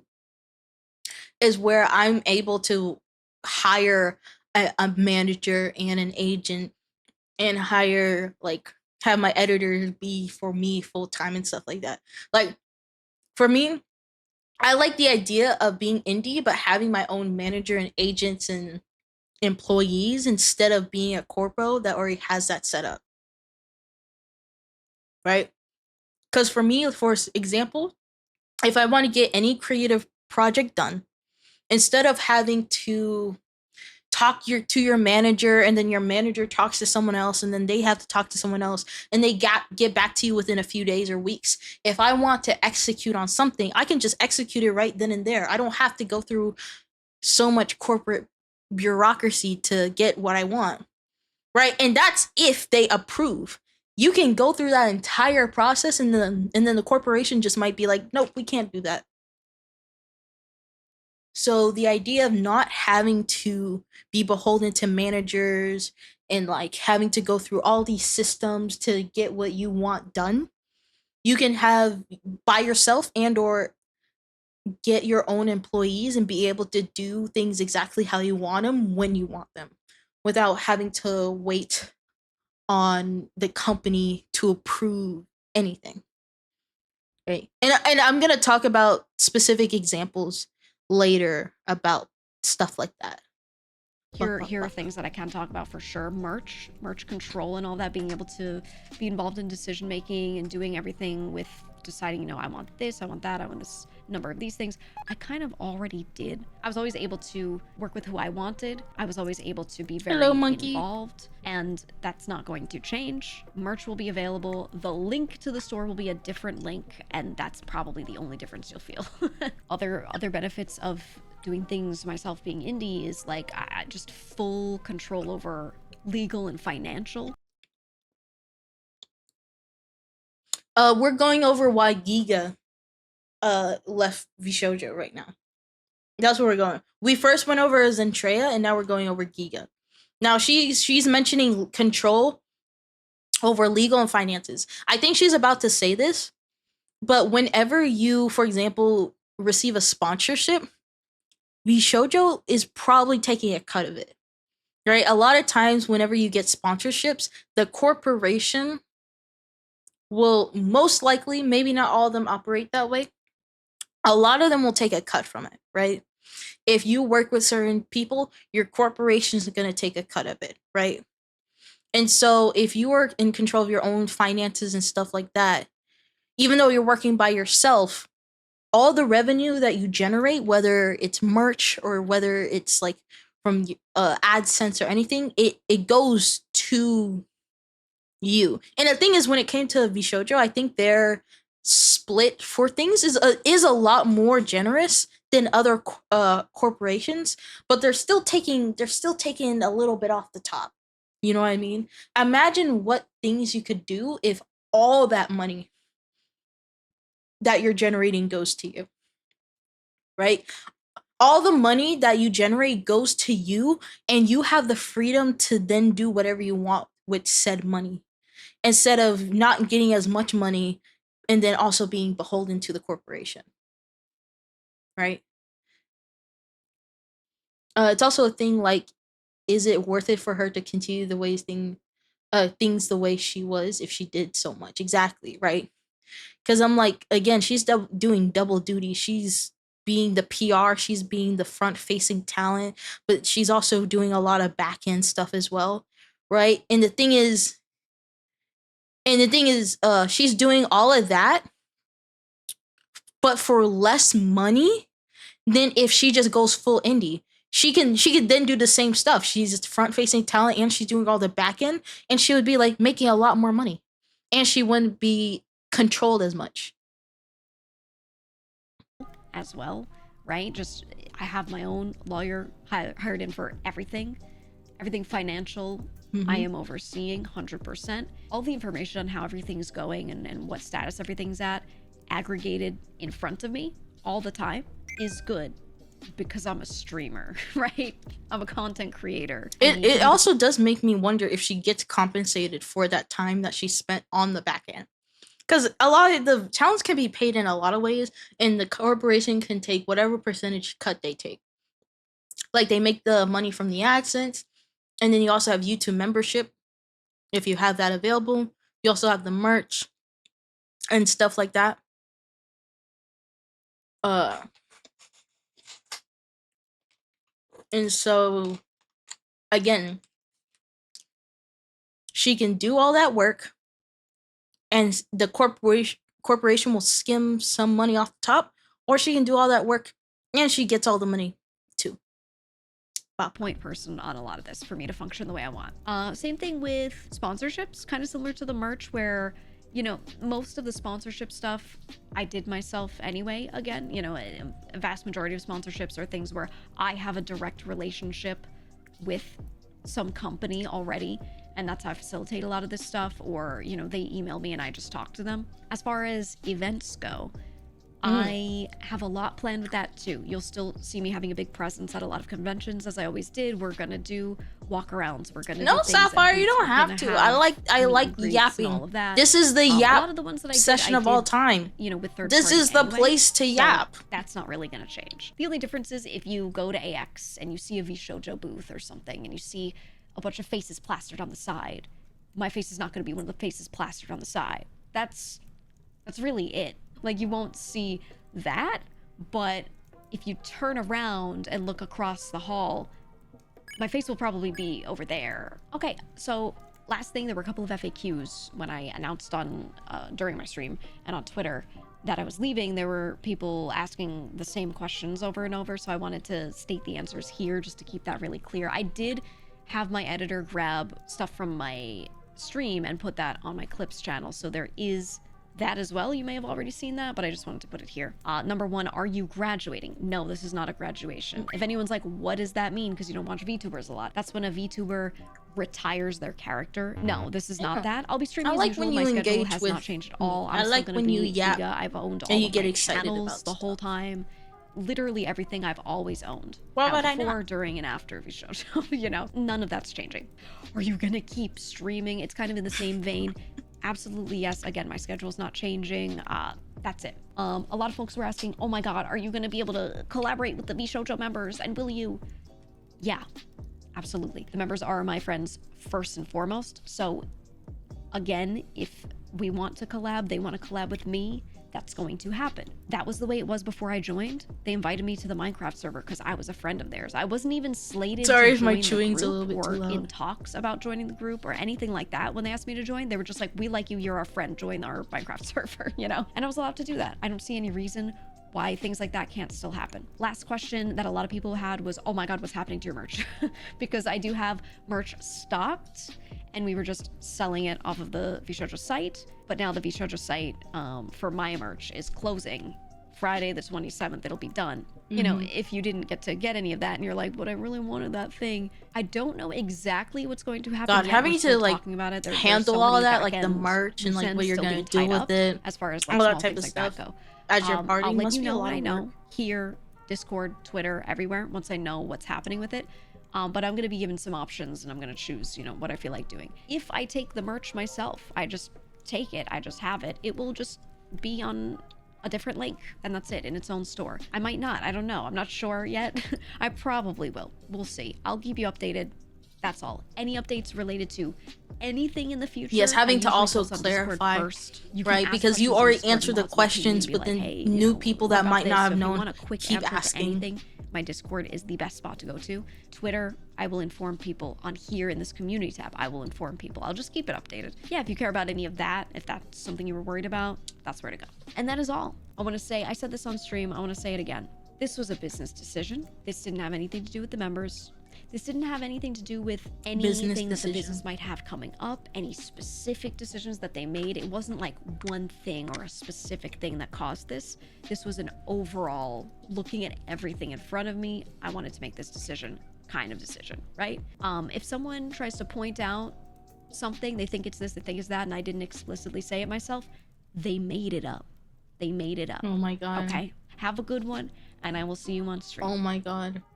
I find those people so annoying where a person might not clarify what they say and then they just make up fan fiction about it. Right? Obviously we're speculating here, but I'm not trying to like figure out every single thing that happened and what led up to this. You know what I mean? Right? There's probably some people saying like, "Oh my god, she was like a very bad," like even though she clearly just said that it's a business decision. I wouldn't be surprised if there was someone out there being like, "Oh my god, she left because the corporation didn't like her," or like just spreading some complete bullshit that if they would have just watched her videos, they would know why she left. Hello, Puff with a Hammer. First time cheddar. Hello. I'm still trying to figure out what's going on. Hello.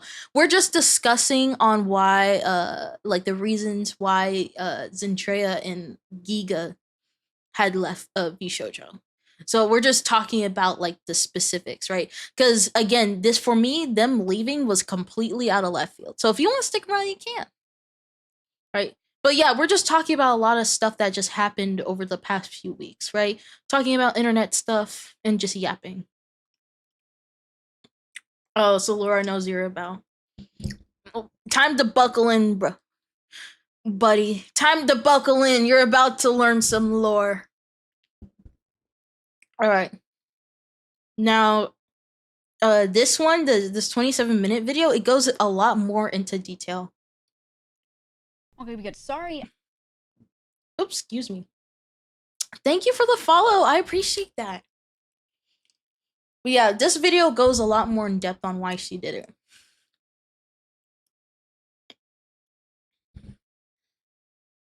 Could or could not overlap. Yeah, exactly. Right? Thank you for the head pats. Thank you. So there is something I want to go deeper on, right? Because companies having like control, like for me, like if it would feel like a prison, not necessarily because the company is bad, but because you just have someone telling you what to do. And I really learned about myself that I don't like when people tell me what to do. Yeah, but there are scenarios that I've came up with that I know would be an issue for me if I joined a company. For example, right? Let's say like there are some employees, there are some talents. Like let's say you're a new talent, you join the corporation, you have your V2 model, you have your themes, all that type of stuff. The one first thing that I would probably have trouble with is having like, so whenever you join a workplace, you're not going to like everyone. And that's very natural. It's very natural to not like everyone. There might be some people you just greatly dislike and you keep it purely professional. But the thing is, when it comes to like talents, especially talents within the same wave where they're revealed at the same time, you have to be front facing and you have to pretend to like them. Gotta go, I'm 19, bye. Right, bye. Thank you for respecting my rules. Thank you. Sorry. Anyway, I don't like the idea that if I don't like someone, I have to pretend that I like them for good PR. I don't like that idea. That's a big reason why I would stay indie. Because with indie, I get to communicate and talk to whoever I want. If I don't want to talk to you, I don't want to talk to you. Like there are VTubers indie space that I don't want any association with. Right? But the thing is I get to choose that, right? I get to choose who I talk to and who I don't want to talk to. Right? But the thing is, if you don't like someone like in your wave, you're gonna have to pretend to like them in front of your viewers so that you can keep up that image of like your wave. Right? Because there are some waves that are themed after something and you guys are kind of like a package.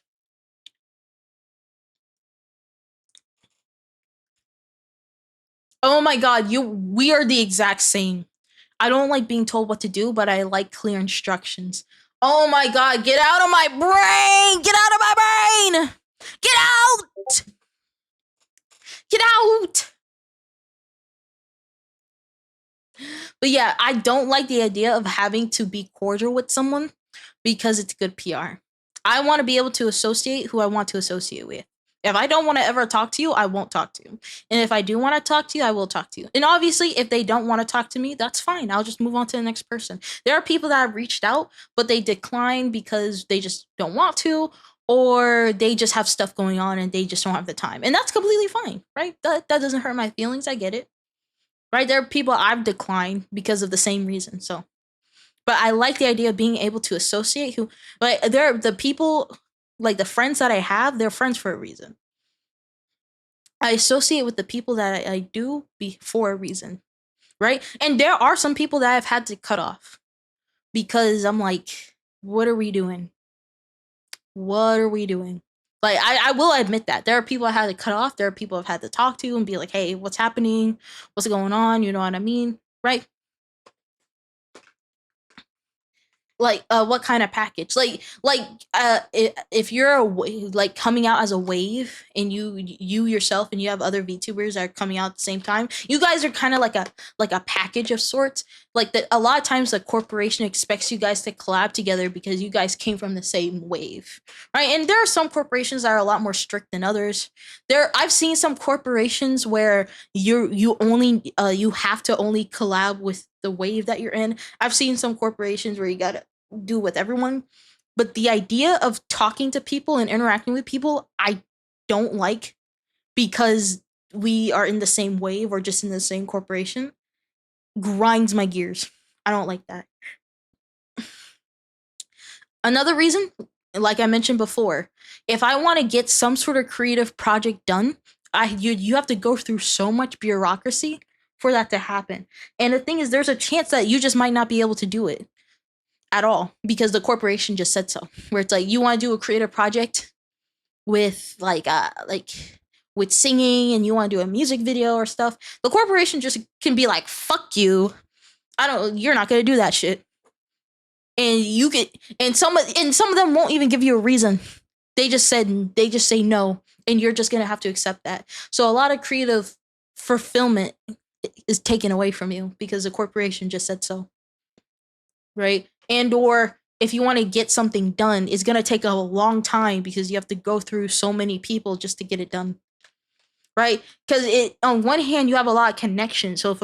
So corporations can reach out to certain people and get them connected with you, but at the same time, you have to go through so many systems just for that to happen, right? Let's say like a project can take, like, you can do a project by yourself within 1 month with like a team, but if you're in a corporation, it could take months just to get everything verified. Or like the fact that in corporations, you can't play certain games because video game companies don't want you to play games while you're in that corporation, right? When you're indie, you're pretty much free. You can play any game you want, no issue, right? With some exceptions, of course, right? But in the corporation, you can't even play certain games because you're in the corporation. Like, that's very, very constricting. Very, very constricting. And I don't like the idea of it at all. Like, yeah, exactly. Are you sure you didn't take my missing brain cell? I'm not sure if I took your brain cell because I only have one brain cell. It's the communal brain cell, you know? Chat gets half of it, I get the other half. Usually doesn't end well. Yeah. Yeah. And again, when I want to emphasize the fact that this can apply to good corporations too. This is not just a bad corporation thing. This is something that even good corporations, you're gonna have to deal with. Right? Whether the corporation is good or bad, you're gonna have to deal with coworkers that you don't like. You're gonna have to deal with bureaucracy because certain checks have to be checked off to make sure this is okay and that is okay. All that type of stuff. I couldn't do it. If I want to do something and I want to do it right then and there, I want to be able to have the freedom to do that. Again, another thing, like these two, like Giga and Zentrea mentioned, is the fact that a corporation can go in a direction you don't like. If I don't like doing concerts and the corporation wants us to start doing more concerts because it's good PR or whatever, I'm probably going to struggle with that, right? Because I want to do more of what I want to do, and not necessarily what the corporation wants to do. Right? If I like streaming by myself, but the corporation really wants me to stream with the others for good PR, that's gonna be hard for me, right? Because I like streaming by myself. It's not, no offense to the other talents, that's just might be what I prefer, right? Maybe they're taking their merch in a certain direction that you don't want to do. Maybe there's certain merch that are releasing that you don't want to do, but you have to.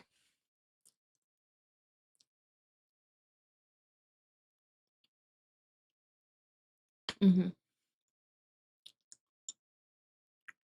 You make it, man, piss legs. You're making a lot of good points today. Thank you. I appreciate that. I really appreciate that. Yeah, I just couldn't do it. Another reason I couldn't join a corporation is the fact that if the company starts fucking up, then I'm going down with it. Right? That if a company starts making bad decisions, that shit's gonna be the Titanic, where it's gonna start sinking, and I'm gonna be sinking with it. At least for me, I have complete control over my PR. I have complete control over my branding and how people perceive me. Right? I modeled my VTuber model in a certain way so that I'm perceived in a certain way. I speak about things and talk about certain things because I want to be perceived in a certain way. I have complete control over my branding, right? And even though there is a potential, actually no, there's probably a good chance I'm gonna fuck up because everyone fucks up. I have the control to take that back. But if the freaking company starts fucking up over and over and over again, that bad PR automatically gets attached to me. I might not have done anything, but because the company's fucking up, there might be negative connotations placed onto me. Right? Just like a certain company, Niji. You know what I mean? Right? Because I don't doubt that there are a lot of people in that company that haven't done anything wrong, but because of how bad the PR is, their names are automatically slandered because they're associated with the company, right? I like the idea of being in complete control of my branding. Express my opinions, be perceived in a certain way, right? Because if I was a part of a company that was fucking up and I couldn't do anything about it, and I have to deal with the harassment of like certain fans and stuff like that, because the company is fucking up, that would fuck up my mental really badly. It would. Because you feel helpless. You feel like you can't do anything. Even if you yourself haven't done anything wrong, the company can bring you down. Even your associates can bring you down. Right? Your associate might fuck up and make multiple mistakes, and then a lot of people might start thinking that you might be the same way. Right? And it is not because you actually did anything, but it's purely through association.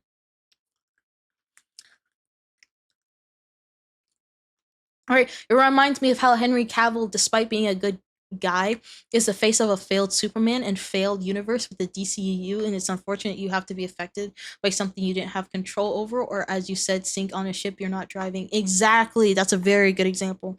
I love Henry Cavill, right? But the Superman that he portrayed wasn't the good. And the thing is, I don't necessarily blame him, because at the end of the day, it's like the directors, right? Because if they wanted a more gritty Superman out of him, that's the role he's gonna have to play, right? If they want a gritty Superman and they want him to say certain things, that's just what he's gonna do. I have heard of cases where actors do have some input on the character and stuff, but we don't know how much input he had. Maybe he just took everything at face value and did what they wanted. Maybe he added some input or whatever, right? But that's exactly right. Even though he himself just did his job and he's a good guy overall, his face is associated with a failed franchise. Now, I will say the new Superman movie that's coming up, I saw some edits of it. It actually looks pretty good. Like I'm actually interested in watching it. And the thing is, my mom's a big fan of Superman, so there's a good chance me and her are gonna watch it. I like it for a few reasons, right? First off, I liked how it's more lighthearted. Like even though serious stuff happens, it's more lighthearted, and I feel like that's a better representation of Superman, right? He's a good guy. He's a hero. He wants to do good things all the time. Not saying that you can't explore a gritty Superman, but a lot of fans just want a true representation of what Superman is, right? I also kind of like the guy who's acting as him because he has a very handsome face, but it's also slightly rounded to make him friendly, right? Because Henry Cavill, he has a very like sharp jawline, very like gritty, very attractive look. But the new Superman, he has a more rounded look. He's a lot more friendly, and I feel like that's better reflects what Superman would look like. I feel like even though he's very handsome, he would seem very approachable, right? He's a hero for the entire planet. Right, and I also like how it also had more comedic moments because again, Superman is a lot more lighthearted and stuff like that. Yeah, I'm very excited for it. And I'm very excited about what the new guy has in store. For sure, for sure. It's harder to hide behind a pair of glasses. Yeah, exactly, right? But yeah, those are just a multitude of examples of just corporation. Not want to be like those are specific examples of why I just want to be a part of the corporation. Right? If I fuck up, I want to be able to take accountability for it and then be able to change my perception. Because it's kind of like how a lot of YouTubers might have fucked up, but then they redeem themselves by becoming better people, right? If you fuck up, you have the ability to apologize and redeem yourself. But with a company making mistakes over and over and over again, you have no power. You could be the nicest person in the company, but because the company's fucking up, you can get people harassing you, giving you death threats, all that type of stuff.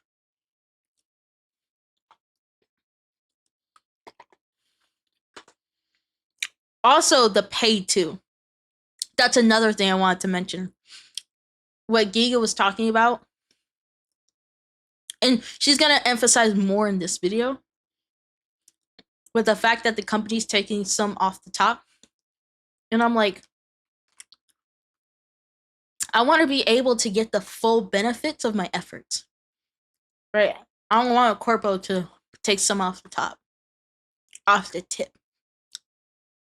I want to be able to reap the benefits of my efforts and not having to send a percentage of that to a corpo. I don't want to do that. Right? It's really hard as an indie, but once you get going, you really get going. All right. So anyway, let's start the video. Haven't even started the video. It's 30 minutes long.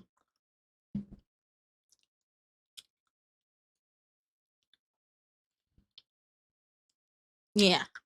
Again, Henry, he's a good actor. I just don't think that he was the right actor. Marcus, hello, hi. Very glad to see you. Yeah, no, I love Henry Cavill. I really do. I love him. And I love how much of a nerd he is.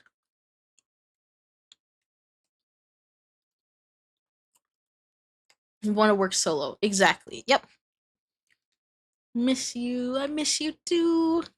Very glad. Again, I'm so sorry for being gone for so long, but I'm back now.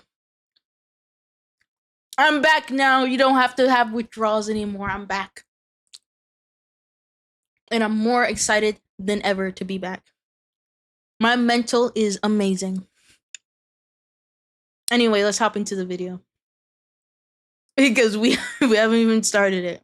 Ahead of time because I know love her beginning beginning stream. You're like woo animation, by the way. You know, and I did say, oh yeah, announcement. I think the last stream I was like, hey, you should come by Wednesday. There was even someone in my tweet earlier. I was like, oh yeah, I've a stream at 2 hug and emote. announcement at 3. New emotes are coming out soon. I'm not sure if there's a hug emote. She's finally joining me, Shoujo. And I was but I'm just waiting on a few other I found it emotes. really funny. And then once I get those, I'm gonna commission a lot more. That poor person.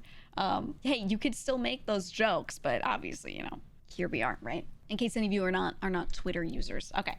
So Vishojo tweeted out, dear community members, we would like to share that Giga will be parting ways with Vishojo as of June 27th, 2025. That's this Friday. So I'm still in the group right now, and then my last day will be Friday. So as of Saturday Ew, onward. Twitter. I know. Vishojo since she joined in 2023. I know. This is true. Her humor and collaborative spark have changed, or shaped rather, Vishojo's culture. Again, if you hear we're excited to keep cheering crunching on and next sipping chapter. sounds, I'm is just true. eating. The impact that because she's had on I'm Vishojo will not be hangry. forgotten on stream and behind the scenes. That's very true. Giga will keep her IP, and we wish her the best on this journey moving forward. Any merch on the website will still be available for purchase until June 27th. You still have like 48-ish hours to get anything on there. Thank you for your understanding and continued support. Sincerely, Vishojo team. Time for Giga's rejoining jokes. Oh, it's... Yeah, no, it's definitely gonna happen. Okay, here's mine. I said, as of June 27th, that's this Friday, I'm terminating my contract with Vishojo and will be an independent I creator refuse once to again. call the Decision took a fucking long website time to come X. to terms with, That's but a it's definitely the stupid best ass choice name, for my future. and I love my members in refuse Vishojo to use more it. than I could ever say. It will I'll forever always be their friend and Twitter, support. because There's that's no world in which actually I like want to a be without decent them, both as a name. creator and as a person, and that's something that does not require a contract with an agency to still hold true. I'm wishing all the remaining girls and our dog success always. I'd especially like to thank my manager at Vishojo, Kenzo, for always doing his absolute best for me and making the most of our time working together. Love you lots. This is true. As far as my streaming goes, nothing will change from this. As an indie, I handled pretty much everything myself, can easily do so again. Nothing changed when I joined, and nothing's changing as I leave. I have a lot of cool projects coming up very soon. I'd appreciate everybody's This is support. okay. I'm And then I gonna wrote, pause "Okay, right let's here. stream." And she's about to talk about it, but it says right here that nothing changed when I joined. So it tells you that she went into Vishojo expecting something to be different, but nothing really changed, right? So for me personally, like we talked about earlier, it seemed like she's doing front end and back end stuff. She's doing PR and she's also doing rebranding stuff in the background. So if she was doing that before, if she joined Vishojo and she's doing the exact same shit, again, I understand why she became an indie, because nothing changed. She's still doing the same amount of work, but she's just under a corporation that's taking some money, off the top. I found that very very very very interesting.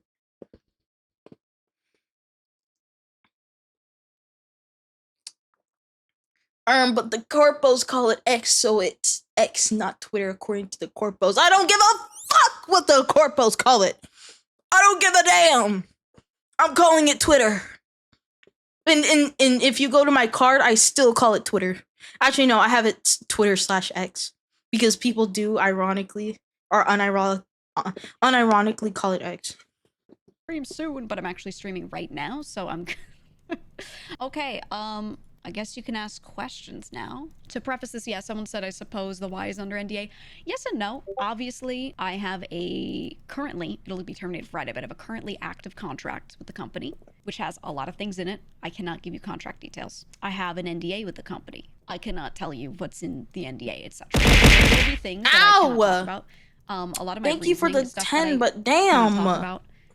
There will be some things that I can, or there will be a lot of things that maybe I can speak about a bit vaguely, but I can't actually give you real detailed information. I'm not going to give you any like timelines that I can't, stuff like that, you know? So yes, if there's anything that you hear someone say that I did not explicitly say myself, they saw it in a dream and made it the fuck up, is what I'm saying. Okay? So if I talk about something, it's real. If I don't talk about it, somebody wrote a fanfic on Twitter. Yeah, Giga has a very nice voice. Again, So we talked about it before. what Her benefits voice. do you have as an indie? Like, why leave? That's Before she has a very nice voice. Again, she's very concise in the way that she speaks, and I actually do hope that I can actually speak more like her, because she's able to formulate her thoughts very well. And I'm actually trying to like speak more like her. Like, obviously still be myself, but I want to be able to express myself and express my thoughts and not be a rambling mess.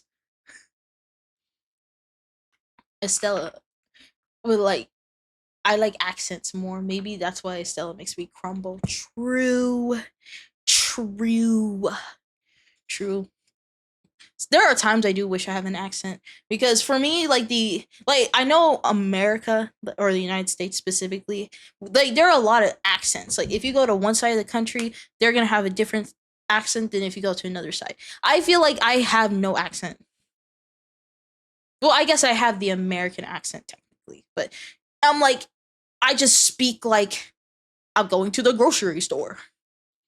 I'm gonna pull out my credit card. Like that's how I feel like I sound. But then you have like the British accent and you have the Russian accent, and I'm just like, bro, those are so much cooler.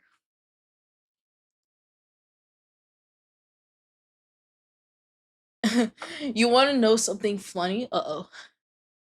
German accent. German accent too. You know what's funny, Jay? My friends talk to me saying I'd probably be down bad for you, which is fair because I've acted thirstier than a fish in a desert sometimes, but our actual interaction is just us yapping back and forth for two like two creatures with one brain cell between them, and I just find that funny. That honestly, I like that. I like the idea that we're all just tiny little creatures passing around a brain cell. Like that's really how it feels. Like you can tell who has the brain cell and who doesn't. You can tell whose turn it is.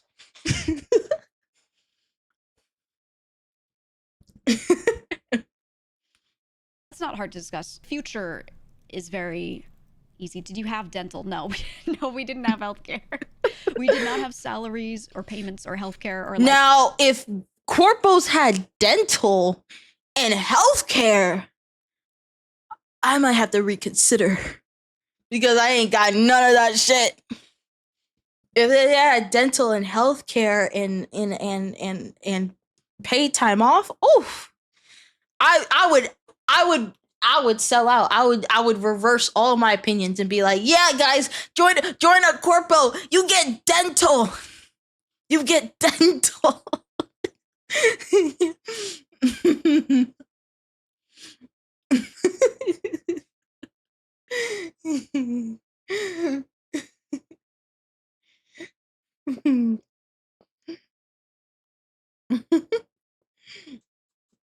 Oh my god. Bro, I would do a 180 on all my opinions if they had dental. Bro, I haven't had my teeth checked in years. Like 2 years. And the thing is, every time I have to use like any type of health insurance, I have to fly out to another state to do it. Right? I can't even do it in the state that I'm in. I have to do it in another state. It's so annoying. Like, why do I have to take a plane ticket to be able to use health insurance? What are the big corpos you would not want to fall into? I don't want to fall into any. I don't care how good or bad the corpo is. I'm not interested in any. Like now, if you presented the question, like if you had to join a corpo, it'd probably be VShojo. But I'm not interested in any of it. I don't care how good they are. I don't care how bad they are. I really don't. Because there are just compromises that I'm just not willing to make. that. No. Benefits as an indie. So basically I can do all the same things as I could do, but I get to do them myself. There are fewer layers of people in between me and the Fewer layers of people. Bro, that's exactly what I've been talking about. Fewer layers of people. Don't have to go through so much bullshit just to get one thing done. She doesn't need it. I donate enough. True. True. Bro, you've been the backbone of my freaking career. Like, I'm being so dead ass when I say it. You've been the backbone. I would not have gotten this far. Uh-oh. What do you mean, speaking of which? Ah! Ow. Again, right in the face. I'm trying to keep myself looking pretty. You're making me you're bruising me up. Which ones are the worst? Now, I'm gonna be honest. When it comes to corpos, because there are big corpos, there are small corpos, and there are corpos in between.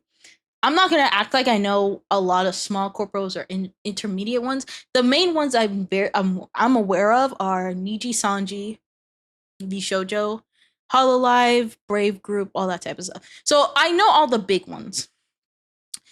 I don't know any small ones or corpos that are come somewhere in the middle. I'm gonna be honest, I really don't. I really don't. But even though I do think some are worse than others, every corpo has its issues. Right? I don't think there's a corpo that's perfectly amazing. Like all of them have their own issues, but I definitely do think some have more issues than others. Niji, you know.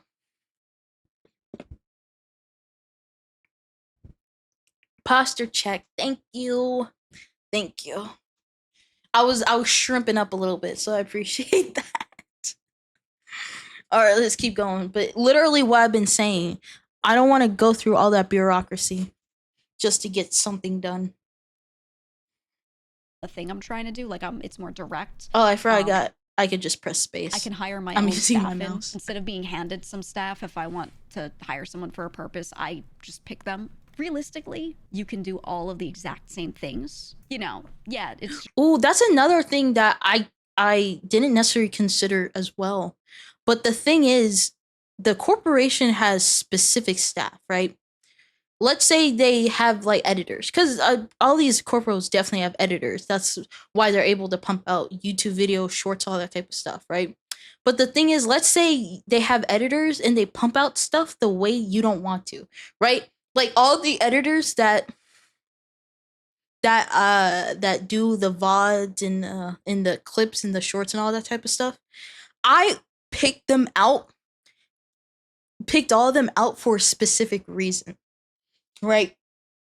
Again, when it comes to who I commission, I'm very picky.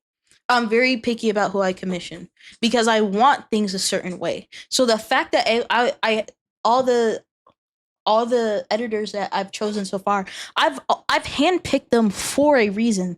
They do things in a way that I like it. Right? But if you're in a corporation and they have editors and they edit in a way that you might not really like, thank you for the head pats, then you kind of have to deal with it. Now, I like to a lot of times, like with, now this is where I might not know because I've never been in a corpo, but when you come to like freelancing or commissioning a editor on VGen, for an example, you describe to them exactly how you want your content, right? If you want to use a certain font for the captions, if you want to add certain things, all that type of stuff, right? Right? You could be as precise as possible. Now, a lot of times in my experience, editors are flexible. If you want them to use this font and not use a certain font, they'll change it for you, right? But maybe in the corporation, maybe this is just speculating, I don't know. Maybe they have it done in a certain way and you don't want it to be done in that way, but it's kind of like, or what if y'all's videos, like you are in a VTuber group and your videos are edited the same to kind of keep consistency. You know what I mean? Yeah, Gargar. We're gonna talk about that one right after this one. Right, because again, she gave similar reasons that the company was just going in a direction that she didn't agree with. But yeah, but the thing is, I like the idea of hiring specific people because they do things the way I want them to be done. Right? I get to handpick these specific people because they do it in the way that I want it. They're good at following instructions, and if I need something to be changed, they know how to change it. But when you're in a corporation, they probably have editors that you're stuck with, right? Those are the editors that you have to talk to get stuff done. And if you want it changed, then sucks to suck.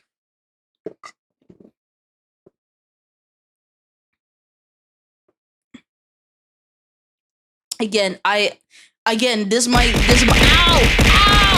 ow! Thank you for the 35. God damn. This might be showing y'all that I'm a little bit of a control freak, but I don't know. You guys might be learning a lot about me right now.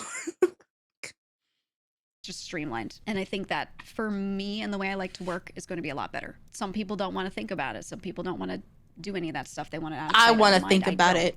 I want to think about 24/7 anymore when a new member joins me. You can make whatever jokes you want. If nothing changed when you joined and nothing's changing now that you're leaving, why did you join? That's a good question. I'm a control freak. I like being controlled. I don't think that's what was that part of it. Sweetheart. I don't think that's what that means. I don't think that's what that means. Same difference. Oh my god, I say the exact same shit. Oh my god. I say the exact same thing. Every time my mom's like, oh, this, and I'm like, oh, that, and I'm like, same difference. She's like, that doesn't make any sense. And I'm like, same difference. Oh my god. I say it too, but my mom hates it because it's like, no, it's not the same difference. It is different. Oh my god. It makes perfect sense. I get it. I say the exact same things. Okay. Sorry, let me go back. You can make whatever jokes you want. If nothing changed when you joined and nothing's changing now that you're leaving, why did you join? That's a good question. No, you are not the only one. I say the exact same thing. I'm like, same difference. I love the annoyed face my mom gives every time I say it. It's so funny. Question. I thought more would change. Was part of it. Oh, sorry. Let me go back. You can make whatever jokes you want. If nothing changed when you joined and nothing's changing now that you're leaving, why did you join? That's a good question. I thought more would change. Boom. She joined thinking shit was gonna change and it didn't.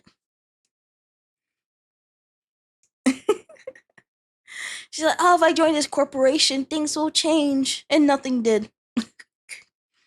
Bro, I'd probably be annoyed too, where it's like you go into this thing expecting to have like a different experience and things like that, but it is just the same. Was part of it, but then you don't really know until you work in the environment. But as I was in there more, I was like, oh, it's the same. And part of that is because of me, because I'm the type who wants to have my hands in things. I want a lot of control of everything I do. I don't need to have control of every little thing. There was still stuff that they did for me, absolutely, but yeah, I'm a doer, right? I'm a doer. So because of that, I was not the type to be like, hey, you handle this. Don't tell me about anything until it's done. Like, just hand me a finished project. No, I have to know every single detail. So I have to know every single detail. I have to. They also got a cut of some stuff because I want it done in a certain way. And I was like, but I do it myself a lot of the time, so it just didn't make sense for me. That's at least a part that I can talk about, because you already know what that arrangement is. We've already talked about this stuff before, like, oh, this is what they do and this is what they get. Can we hold a funeral for you like that one time with How to Car? I do that for models if I'm retiring one. So I guess there's a ton of behind the scenes stuff that changes. Yeah, there is.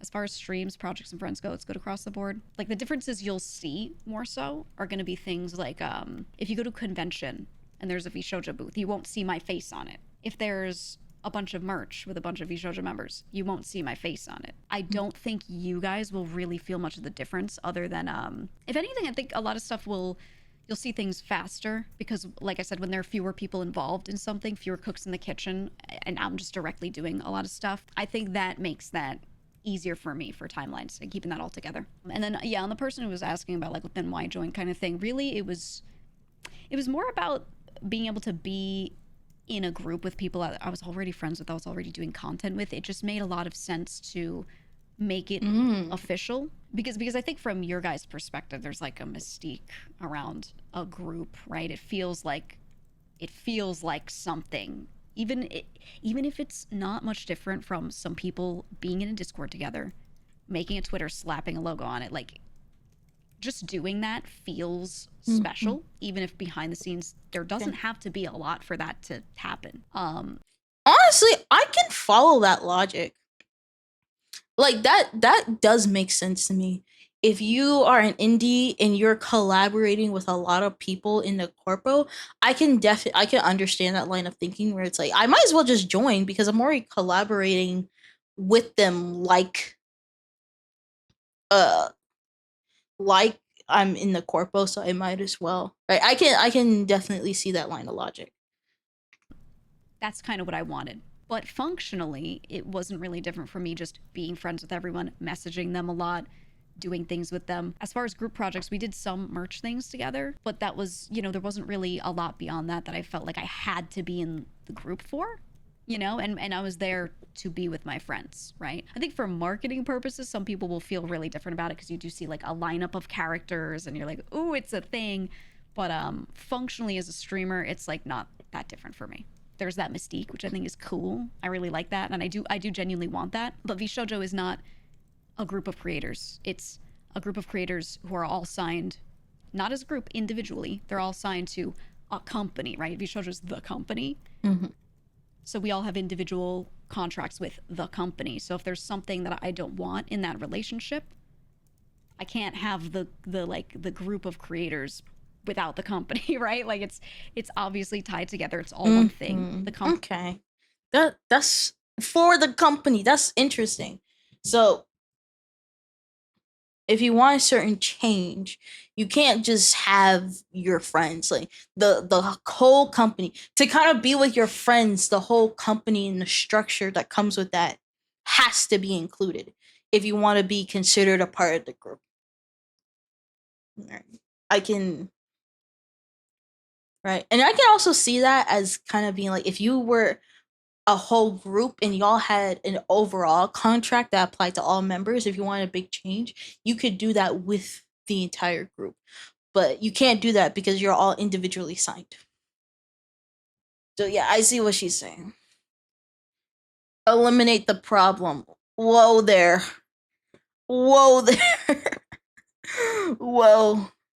Company is owned by people who are not talents. It's owned by people, and then they have individual contracts with us. That's all. So if I don't want that part, you can't have one and not the other. So that's really what that comes down to. That's kind of why I specified in my tweet, like, hey, I really love the members, because it's completely not about them, this decision. Like they have nothing to do with the decision other than making it really hard for me to leave. Like, because even when you do a thing, you're like, oh, it's just a business thing. I don't want that part. No, not at all. But like I said, you have to have both, right?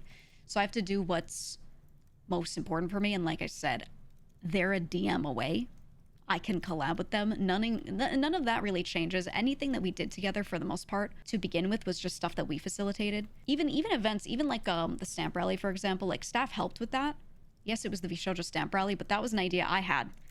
I wrote up what I wanted to happen. I came up with everything. I introduced it to everyone in a meeting. And I said, I think we should do this as though I haven't to promote more one-on-one collabs because people would love to see it. And then what staff did was after I wrote up everything, I handed it to them and they just did like the scheduling and made some graphics to post on Twitter. But that was like my project. And that's how our song covers members have talked about this. It's a member saying, I want to do this. And then they work on that project. So a lot of the stuff that we did together as a group was just our own projects that like we feel like we owned, we did on the back end. So, I don't really feel like I can't do that still with them, So that was really a big part of it. Was I was like, the contract and the piece of paper doesn't really affect our ability to just do that or want to do that. So, okay, said, is this similar at all to Matara leaving? Yes and no. I can't really give detail. I will say, for me personally, I chose to leave. I went to them. Yo, when Matara left, that was especially out of left field, right? I saw it was a while ago. I saw the announcement and I was like, Matara? Of all, and the thing is, her termination wasn't quite the same as theirs, right? Because for them, they left because they just didn't agree with the company, and or it wasn't exactly what they expected. I think Matara, she was just straight up fired, and I was like, Matar, like the mom of all VTubers, like the mom of VTubers, like that Matara got straight up just booted, bro. That should have been the first sign. Cause I'm like, damn, like it, and again, I'm not trying to speculate or anything, but I do wonder how that went down. Sometimes I'm like, holy shit. Only watch you, so who's that? It's Giga, former Vishojo member. And I said, hello, it's me. I am invoking this. I'm gonna leave by X date. Oh, okay. Oh my god, okay, so that's why I felt like there was a third member. So it was Matara that left, and then it was Giga, and then it was Zendrea, right? I thought there was like a third person that came after Giga and Zendrea, but it was actually the first member, which was Matara. That okay, because before I was like, there's a third member. It's like, oh, it was Matara, but she did it a while ago. By the way, her new model is so pretty. It's so freaking pretty.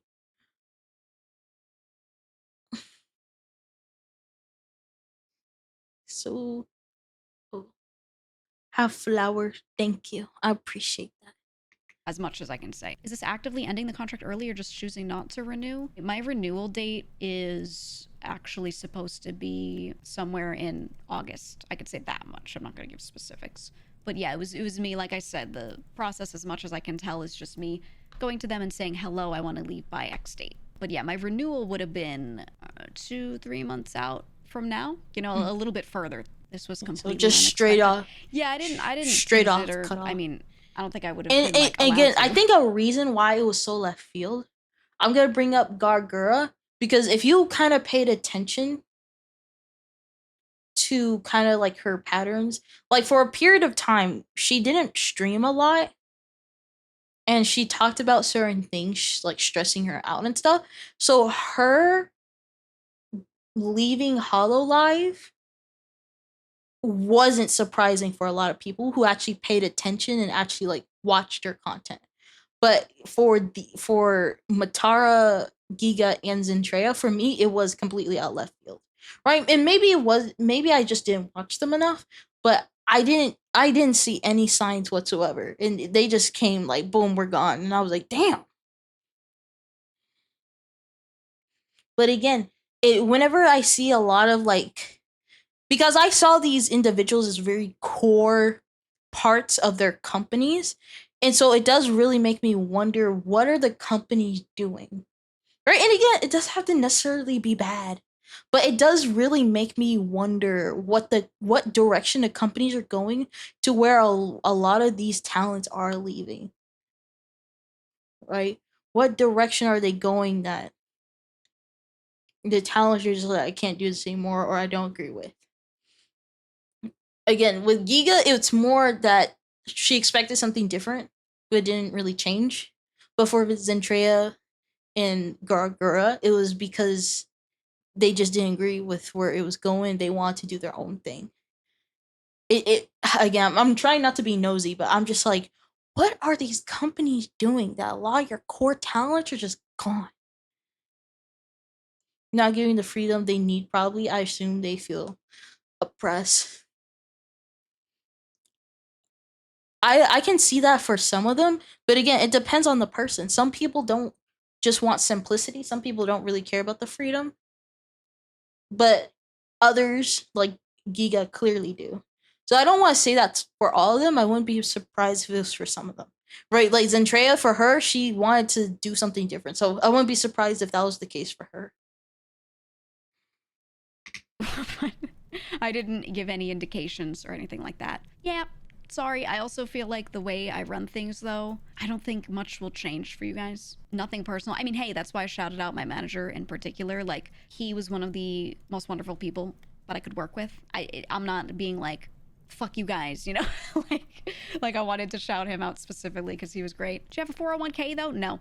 Again, there was no salary. There was never me just getting 401k. handed money. There was Again, never. if these companies gave out, excuse me, if these companies gave out like 401ks and dental and healthcare, I would turn around so freaking fast. So fast. I'd be like, man, these are the best. Corpos are the best thing ever. Join a corpo, guys. Join a corpo, guys. They give you dental. They give you 401ks. Hold on. I gotta go real quick. I need to go take a piece. I'll be right back. I just gotta go to the bathroom.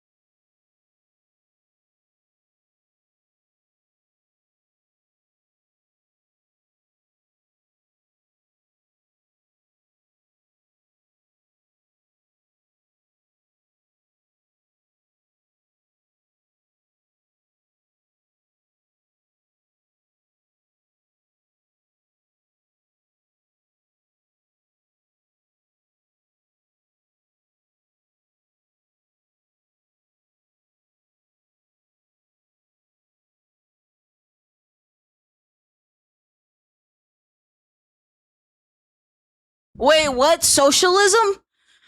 Can I get some? Can I get can I get some? Can I get some socialism, please? Obama fried chicken. Hi. Oh my god. No, you can't misbehave. I'm fucking watching you two. Obama fried chicken. That's such a stupid name. Why?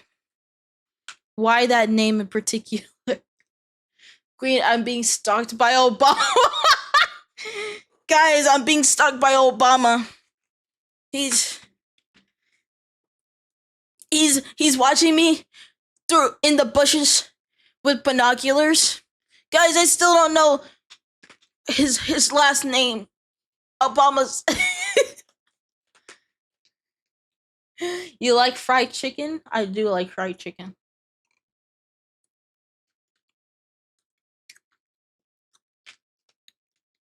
I do like fried chicken. Glad you're here though.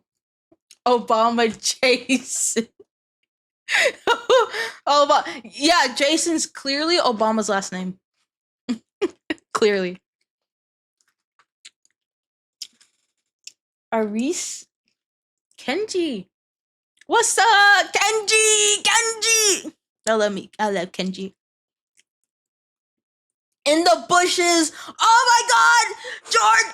George Bush. Oh my god! Obama's in the bushes because of George Bush. I'm a fucking genius. I'm a genius. I know everything. I see all. Obama mama. I'm very glad you guys are here. We're just vibing. We're listening to Giga and her explanation as to why she left Bishojo. George Bush with a bush.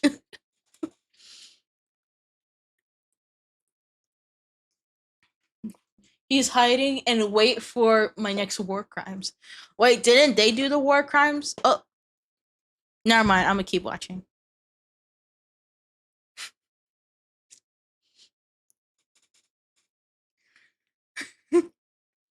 Any benefits. We were not W-2'd. Sometimes I see people say that actually in like YouTube comments or on Twitter. People will say like, oh man, something that Shoujo bank. And I'm like, we pay them. What do you mean? They don't like pay. I don't know. People say some crazy stuff sometimes, and I'm like, that's not how that works, man. We've talked about that before. Why not wait for renewal to leave? Yes, America is a totally, totally free and innocent country, and America has never fucked over any other country ever. Ever. America is completely innocent in everything it does.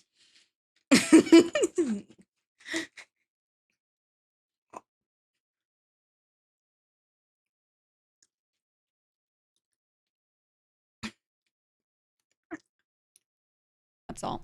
Said, I don't know much about this. Does this change who you can collab with? No. The company has never, ever done anything to restrict what we can do with whom. There might be the occasional, like, recommendation, suggestion. That is the most. At the end of the day, anything we choose How to was do your is Monday? what we choose to My personally Monday's do. been good. Never I had hope you're having a control good of Monday. that, so that is no different from if I was in India or not. If anything, there might be times where people are like, "Ooh, it'd be fun to do a thing with just us, with just Shoujo." That's a thing that happens, but it's only in a positive direction of more happening between members. There's no negative, like, "Oh, don't do things with so-and-so, don't do things with people out of the group." That never was the case. So yeah, so me being independent, it just means like I DM them the same way as I always did. Hey, do you want to play Peak? You know? Will this affect sponsorship opportunities? Yes and no. I think it'll actually affect it positively for me. So they always took a chunk of all sponsorships. Now they won't. However, when it comes to getting sponsorships, I almost always did that myself or with another agent anyway. Again, she does everything. She does everything. What the fuck does she need the company for? She did everything. Sent to the Shadow Realm? Absolutely. To the Shadow Realm you go! Boop. My Monday has been pretty interesting. Don't worry, guys. He'll be back. An interesting Monday. Is it a good interesting or is it a bad interesting?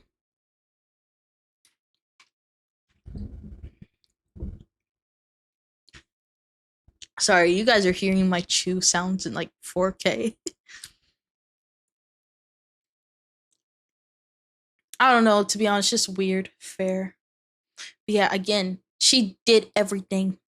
Why the fuck did she need the company?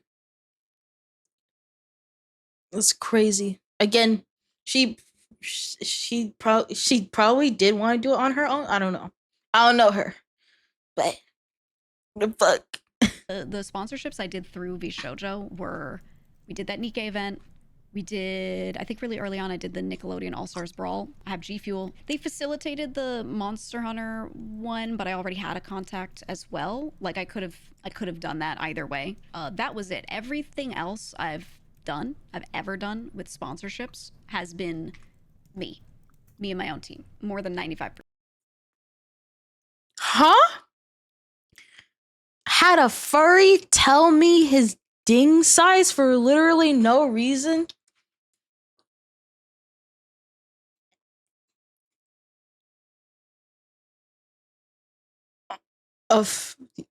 You had a furry tell you you had a furry tell you their ding dong size?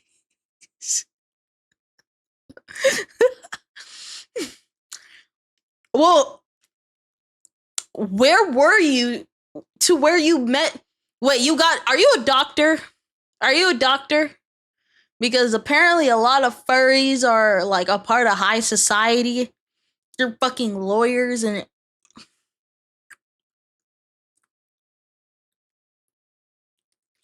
like Were they like in the suit, or did they self-proclaim themselves as a furry before telling you their size? Also, what was the size, bro? Like, are we talking like 4, 5, 6? What are we talking about? Did they also explain the girth? I'm sorry.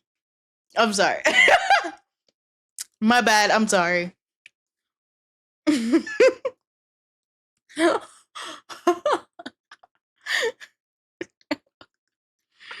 Never mind. I don't want you to relive your trauma. Was it in real? Hopped on VR chat. Oh, VR chat. Okay, that makes sense. Because I'm like, did you just encounter a furry at like the grocery store? And then they just told you their size and they just walked away. Okay, VR chat, that tracks. For the first time in like a year, and got told that when trying to fix my controller. There are just some things that should be kept to yourself.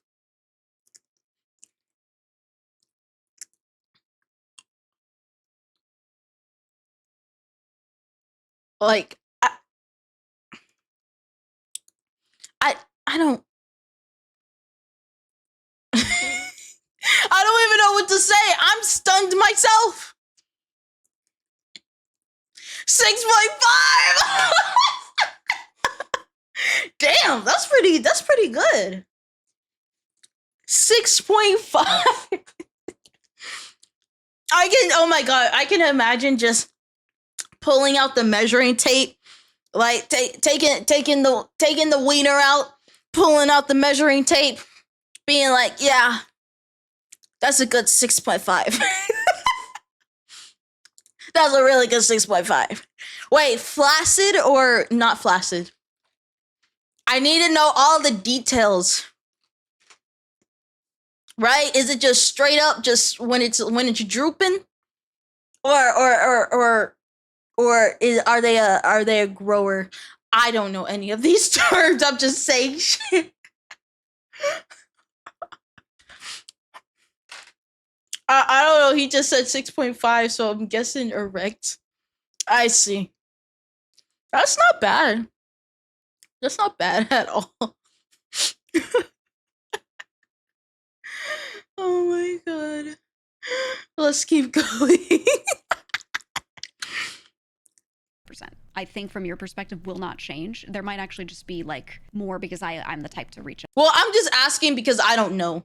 Like, I am not a ding dong size expert. I don't really know what's considered normal or not. I don't really know. So I'm just saying shit. Out a lot, and I'll probably be doing more of that easily. Cheeky ain't going anywhere. Yeah, my best sponsor, Cheeky, will always be here. Cheeky soap, please wash yourself. 5 to 5.5 is average. I see. And you guys know, if you've watched the more you learn. I have like a couple of sponsorships back to back. I'm like, oh man, there's been so much work. I have so many sponsors coming up. I've been messaging so many people. Like, it's always been clear, if you listen, that like I was doing a lot on the back end for a lot of that stuff myself, arranging those things with myself, or having like one member on my own staff that I've hired in to like work on that with me and to be contacting people, etc. So that workload is what it is still, right? And you know, I'm not a small creator, but I'm not so huge of a creator that cuts of things being taken out, like little bits of profit being moved around and not going to me, like is something to just sneeze at, right? Mm-hmm. Like, it is a big deal to me, so I have to really consider that. I think if I made crazy fuck you money, it might not matter as much, but I don't. Like I was talking about before, they take some. So yeah, it's very important. And you don't get everything. Make sure I'm thinking about that stuff and not just being like, oh, it's fine. So no networking benefits. I mean, it's if you are in a larger group that has like a lot of staff, because we had a lot of staff, it is maybe easier sometimes because one person might be like, oh, I have connected that thing if you wanted to talk to that person. But at this point in my career, I already have those, or I already have a guy who knows a guy in a lot of situations, so it doesn't really change that much for me. Not really for me, maybe for some people, but I'm good. What? I'm really- just walked up to me, said femboys got small ones? Then turn that shit right back off. Oh my god, I could see the image in my mind. You're in VR chat, you're fixing your controller. A big old furry approaches you. You're like, hey, you know my dick size is 6.5, right? Also, femboys have small wee-wees. And then he just scurries away. That's the imagery that I want to, that's what I want to believe happened. What compels people to do that? What I again, I'm speechless myself. I wouldn't know how to react. I'd be like, okay, thanks for the information. I appreciate that. He was more enthusiastic. Oh, sorry. Hey there, kiddo. My dick size is 6.5. And femboys have small wee-wees. Scurries away.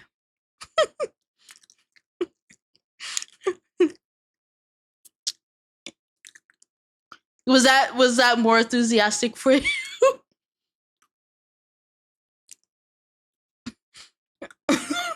Yeah. Oh my god. I'm not gonna lie, if that happened to me, I probably wouldn't touch a VR chat for a while. I would be scarred.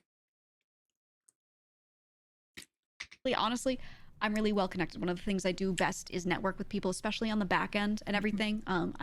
I'm social. I like to talk to people. I like to build connections and see, oh, how can I help you? How can you help me? Let's work together. Why do you think I haven't played it a year? A lot of really good I get it now. Like, will this affect the G Fuel sponsorship? Yes and no. I can't comment on anything that's going on with that until some things are figured out. That's one of the things that we're still figuring out. There's a lot of small things to still be tied up, loose ends still going. When I have something to say on that, I'll let you know. So this is a congrats and not a damn I'm sorry. Yeah, I mean, obviously it's bittersweet. I'm not gonna seem, hey, sorry for not crying on stream. I'm not gonna seem really emotional because I've known this was gonna happen for quite some time. I've already processed it. So I'm like, I'm good.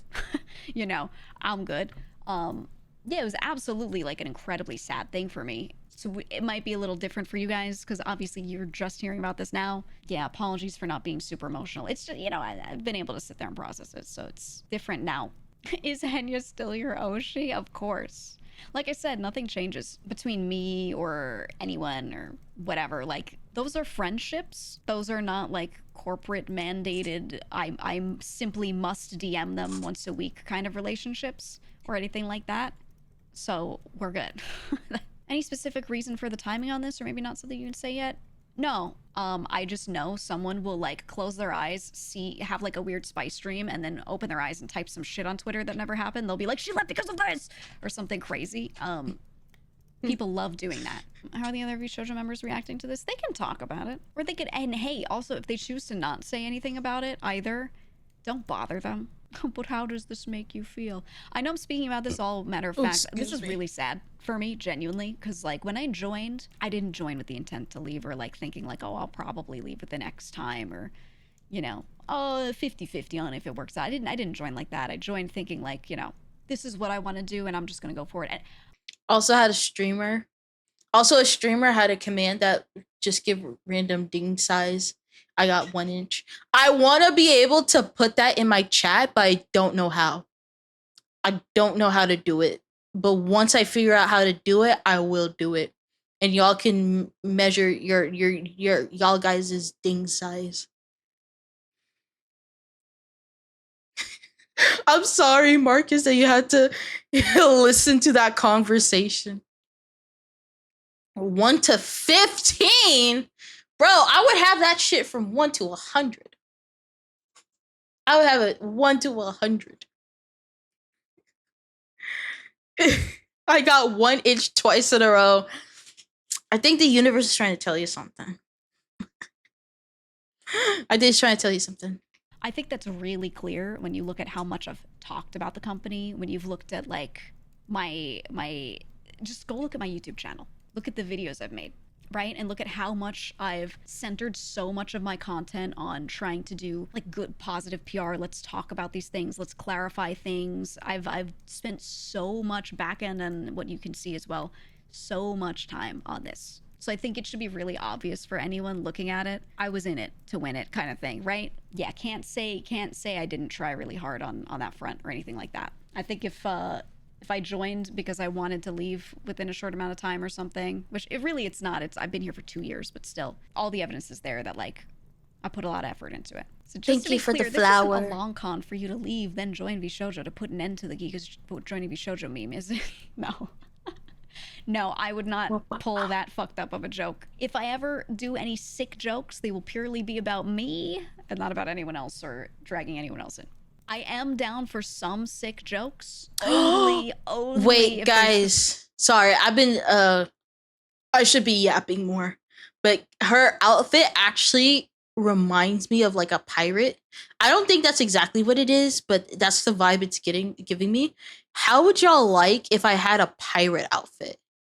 Oh my god, I think a pirate outfit would go so hard with robotic legs. Vampire pirate, even better. Wait, I never considered a vampire either, but like a vampire, like a mixture of like cyberpunk, but also like Victorian era. Cyberpunk pirate. Oh my god, that would be so freaking sick. I'm gonna someone write that down.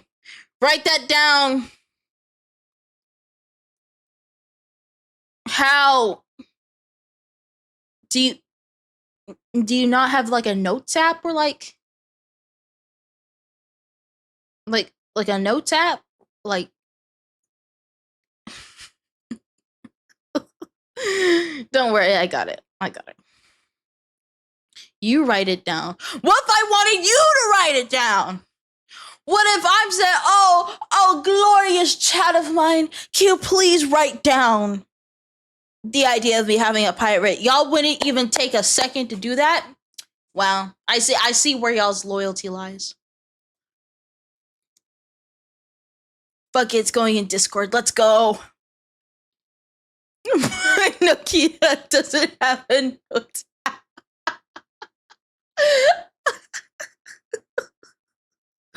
Oh my god. Oh my god. I ain't get that update yet. Maybe eventually you'll get the update. Soon you'll catch up with the rest of us.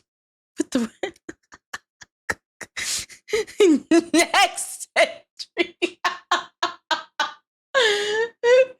I like the idea that like in the future we all have like smart glasses and we can do everything with our glasses or like headsets, and you're still using your Nokia and you finally get the notes feature. It's like, guys, I'm catching up, guys. I finally got the notes app feature. I got the update, guys. Soon I'll be able to play music. And then I'll be able to plug in my headphones in it. And I can search the web. Sorry, millennia. Wow. He just got the calculator, y'all. I just got the Play Store. I can now install any apps. Guys, I just got the filters on the camera so I can make myself look moody or I can make myself super bright. Like, guys, I just got the camera and everyone has like smart glasses on and a chip in their brain.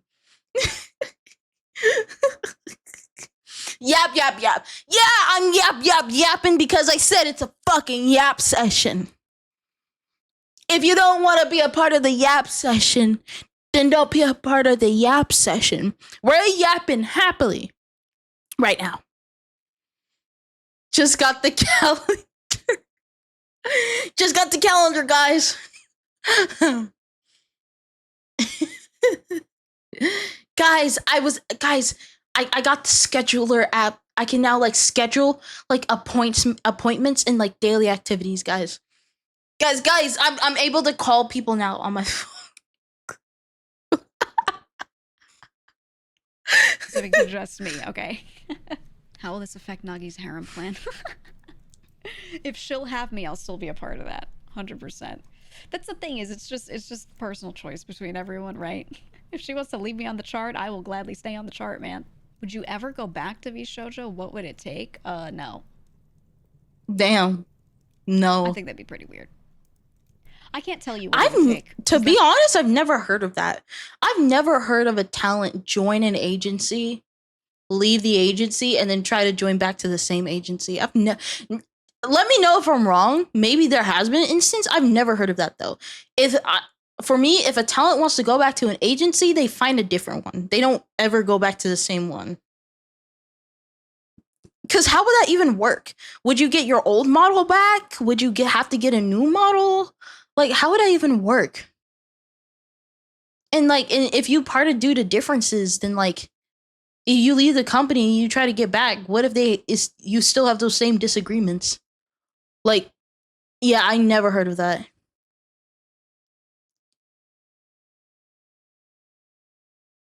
Then again, I'd start getting into like all details and semantics that I shouldn't talk about. And you know me, I love talking about business. I love talking about details and stuff. But like, it's stuff that's like NDA, you know, like I can't.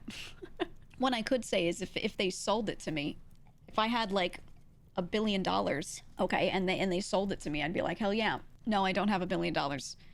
For those asking, thank you for asking. No, I do not have $1 billion. I do not have $1 million, unfortunately. Wish I had $1 million. We already talked about this. If I had crazy money, my number one idea is I want to buy a bunch of wild land and keep it for conservation and not let anyone touch it. That's my dream. So, you know, oh, that's sick. That. I don't remember her saying that. I don't have anything to say about you leaving VShojo. I'm just gonna keep on watching. Hey, thanks. You watch streamers for the streamer, not the org. Yeah, and even as someone who's been a part of a corpo for a long time, I have always been a proponent of that. I've always said people should do. I'm gonna be honest. I don't understand. Guess what? What? I'm exhaustion chatting. This is dangerous. Uh-oh. Uh-oh, SpaghettiOs. Chicken butt. What if I just time you out? What if I just click the button and time you out? You were about to say the same shit. What if I just time both of you out? Wait, chill.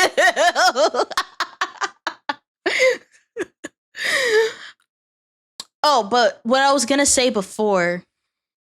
Well, I know you don't care. But Kenji doesn't quite understand how we operate yet.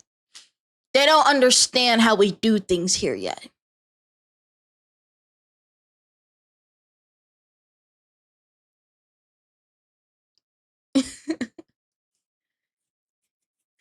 What if we time you out?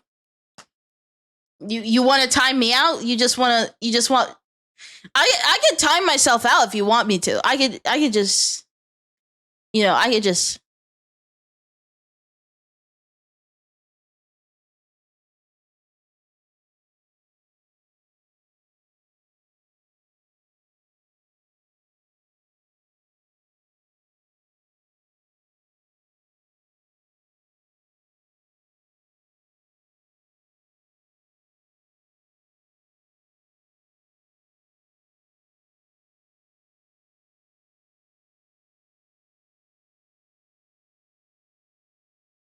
I'm back, bitches. Fuck you. I'm back. Fuck,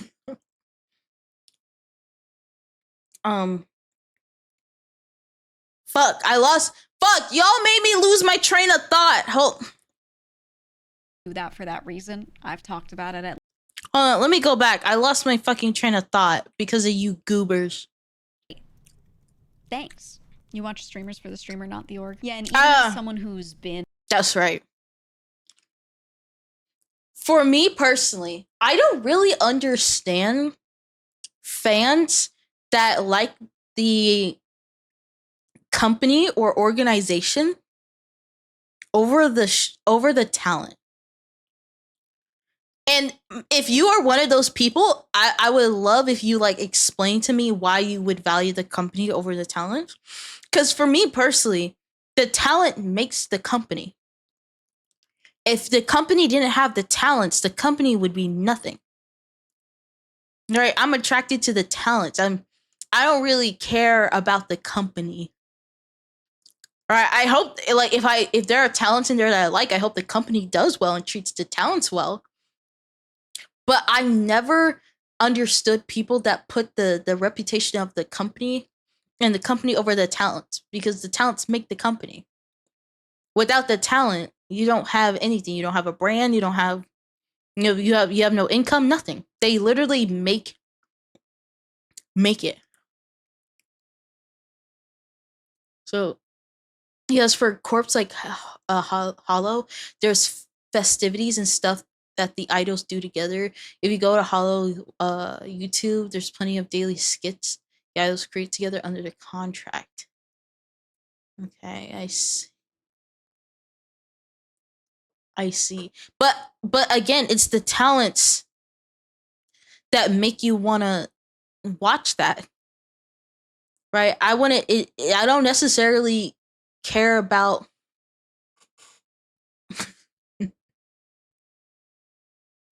I don't necessarily care that they throw the events, because the talents are in the events. That's what makes me interested.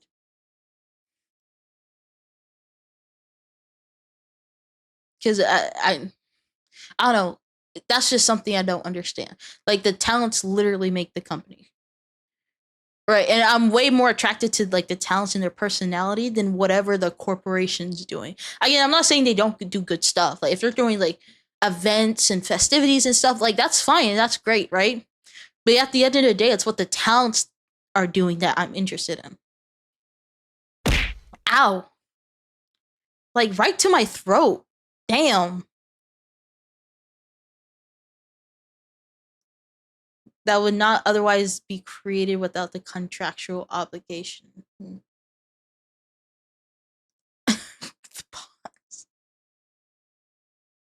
Sent that like 4 minutes ago. You sent that one bit to my throat 4 minutes ago. Maybe there's a delay. That's weird. I mean, the other part is that the company's marketing is what blows up a VTuber. Yes, appeal is a thing, but most VTubers see success due to marketing, not because of something they did randomly on stream.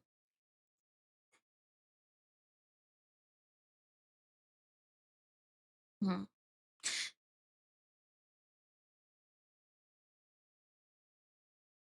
Well, okay, this is how I see it.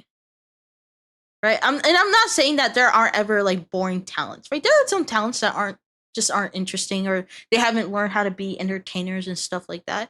Like I see it like this, right? It's kind of like when you're meeting someone for the first time and you're interested in them romantically, right? The looks are what bring you in, but the personality is what makes you stay, right? For me personally, you can have the best marketing in the world, but if the talents are not interesting, then it does nothing for you.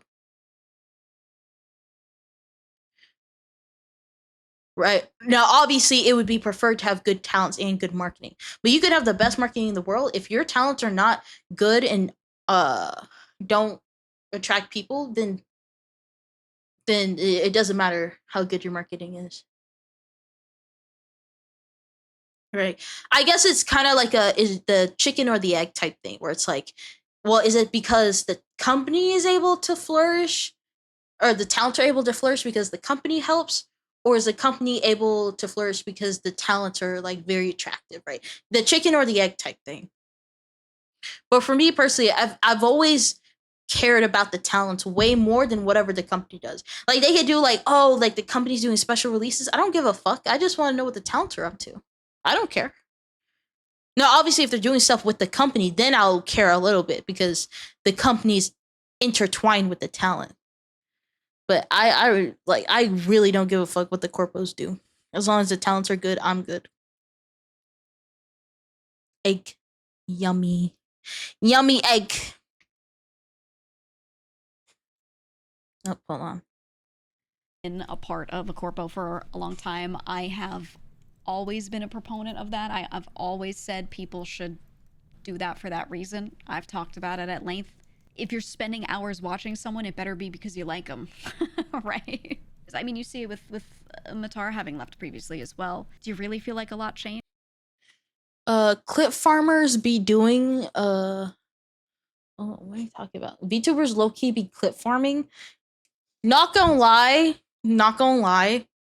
I might be clip farming a little bit. Well, I guess I wouldn't call it clip farming. I'm just learning how to create attractive titles and interesting and stuff like that. Has some yummy eggs. The fuck? Stay away from my fucking eggs. They're fucking expensive in this economy. Have you been eating my eggs? That shit's expensive. Stay away from my fucking eggs. God damn. Stay out of my goddamn fridge. Again, I don't trust y'all with fridges. I already said this. Y'all don't have fridges for a reason. Me West. All right, hold on there. All right there, bucko. All right there, bucko. Let's slow down a little bit. You're not even gonna fry the egg. You're just gonna swallow the egg whole with the yolk in the egg and the just straight up hard egg.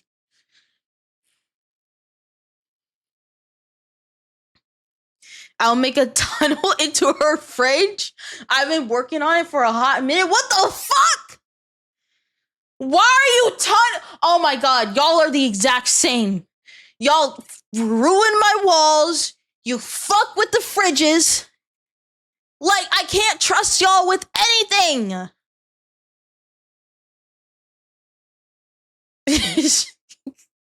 I can't trust y'all with a goddamn thing. None of you. Let's keep going. I really don't. I like this one. You just considered us as like VShojo alumni that can still participate in selected college activities.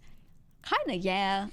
I mean, before I joined, let's be real. I've been a good demon. I haven't eaten a wall. Just also in the VShojo Minecraft server, right? I was just in that shit. In months. And it wasn't even a teaser about me joining. I had not been asked to join or anything. I was just there as a friend. Okay, VShojo's always been like that. It's a lot of people are like, yeah, we want this.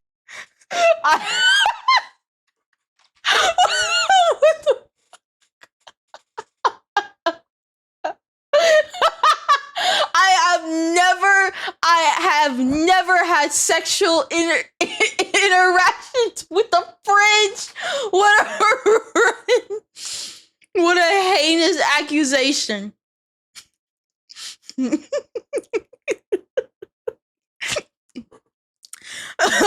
Sir, I have no relations with that fridge. I have no relations with that fridge. Right? People are dogpiling me online. They're like, oh, I fucked the fridge. I fucked with the fridge. I have had no sexual intercourse with the fridge.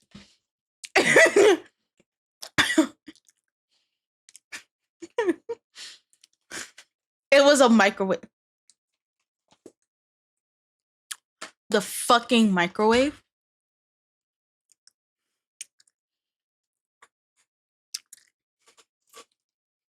Now the microwave? Explain yourselves. The fuck have you been doing to the microwave? Fucking microwave, exactly. Yo! Stop fucking appliances. We're not playing Date Everything yet. We're not playing the game yet. I'm gonna play it tomorrow. We're not playing it yet. Can you hold on to fucking the appliances until we start playing Date Everything, please? We haven't even played. Like,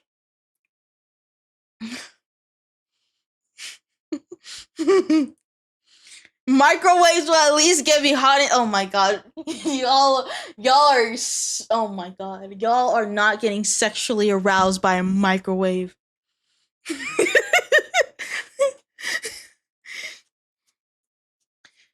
On Wednesday, I prefer the freezer part of the fridge.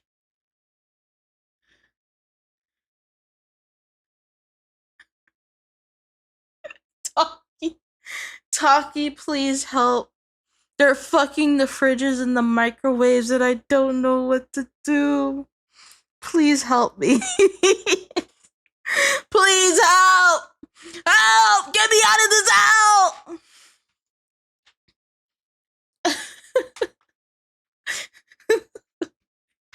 No. First off, that shit won't even fit inside of a toaster.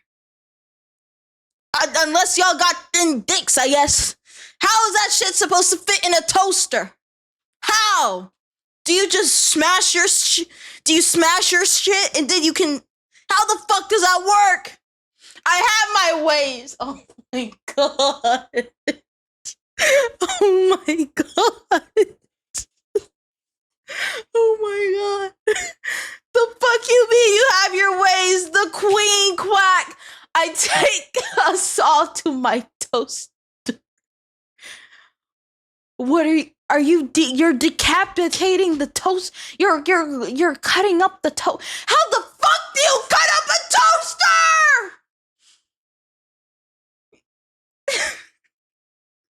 I'm going insane. I'm going fucking insane. Please save me from... You save me! My toaster gonna be...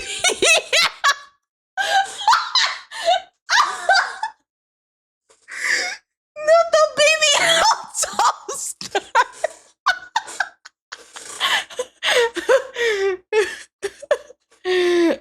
BBL toaster. BBL toaster. BBL toaster.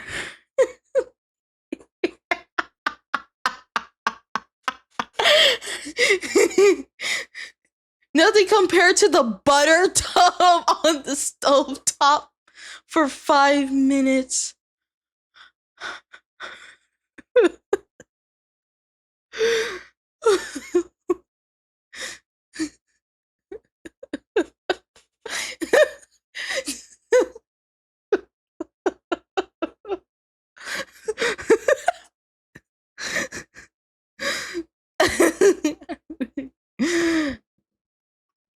Bro, I can imagine you approach the toaster.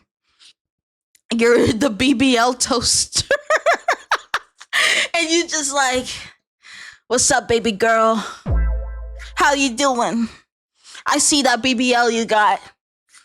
Can I get a taste? I heard that your shit's a little burnt. Right? Let me make it crispy for you.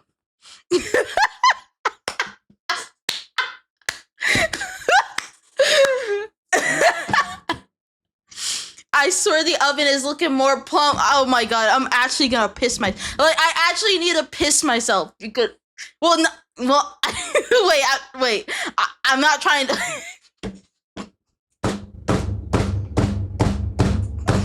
I'm not trying...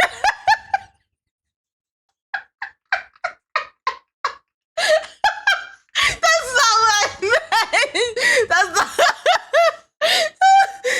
That's not what I... Gotta put the beans on the toast, you instantly ruined the mood. You fucked up the mood. Why the fuck would you say that? You know how I feel about beans on toast. Good. I'm gonna take a piss. I'm not gonna piss on myself. I need to go. Okay, I'm gonna just go. I'm gonna just go.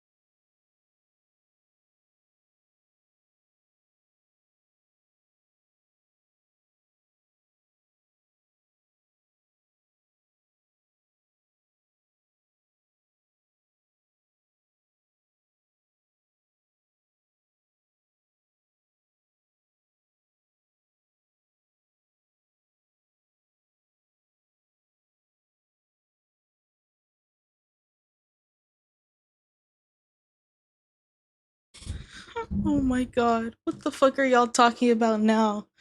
No, but low key, if I'm bored, then I go for that dishwasher.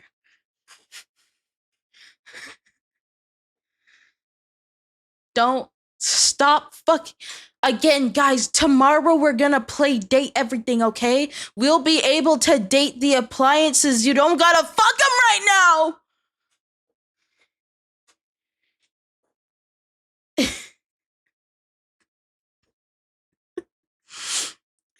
I can't, y'all. Y'all are too fucking funny. Y'all got me fucked up right now. JD, what art of you having a lesbian interaction with a BBL toaster? First, it was the stepladder. And now you want to make art of me having a lesbian interaction with a BBL toaster.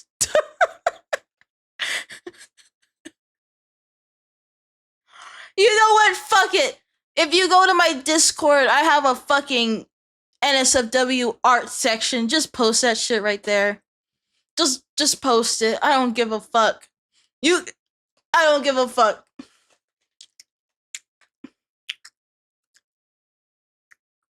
Will I date everything?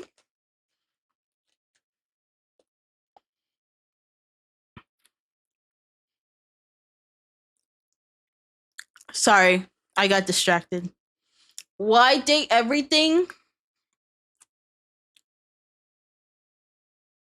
When I can just date you, Jay. Oh, brother, this guy stinks! Yuck! Yuck! Get that shit away from me. Get that shit away from me. Yuck! Don't write that shit down. Don't write it down.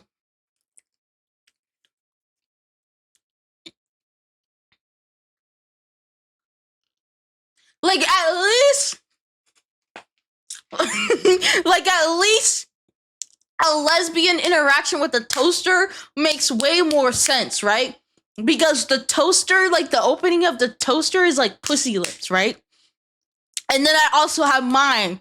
And so I can just kind of move my two fingers between the two, right? Right? I can just move it back and forth. And then I can move the lever up and down and up and down. That's how you really get this.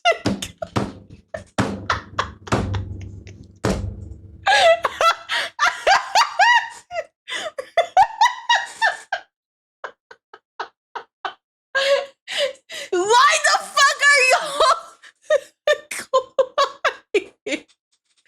Oh, so y'all are able to say some weird shit, but when I say weird shit, all of a sudden I'm the bad guy.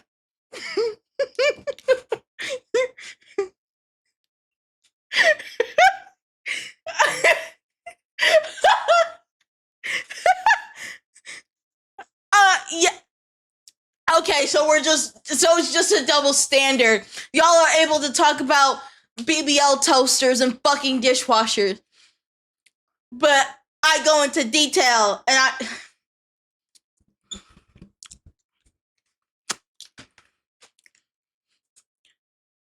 whatever. Y'all are stupid as fuck.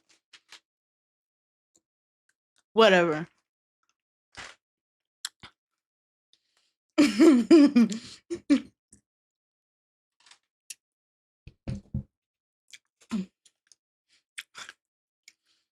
Twitch chat always wins. Oh my god.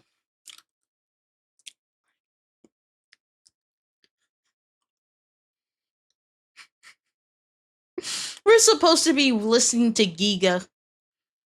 This is what this stream is about right now. We're supposed to be listening to Giga.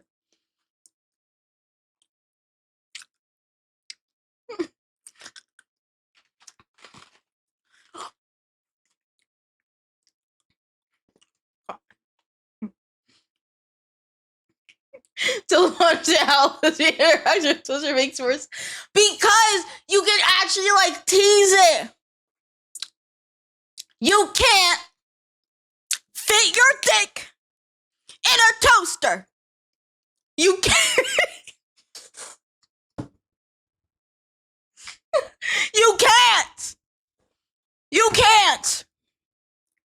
Says who? Says me! Says me! It's my opinion!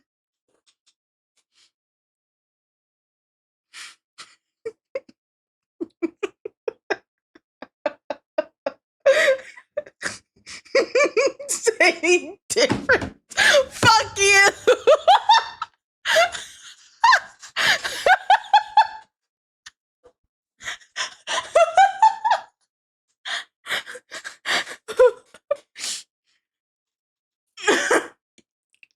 I'd let you. Okay. All right, buddy.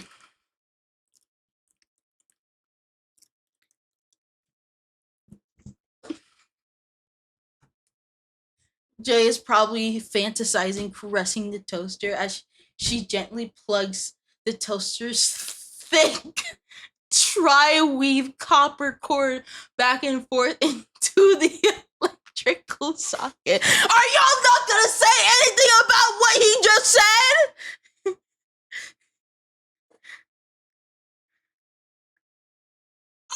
Are y'all not gonna say anything?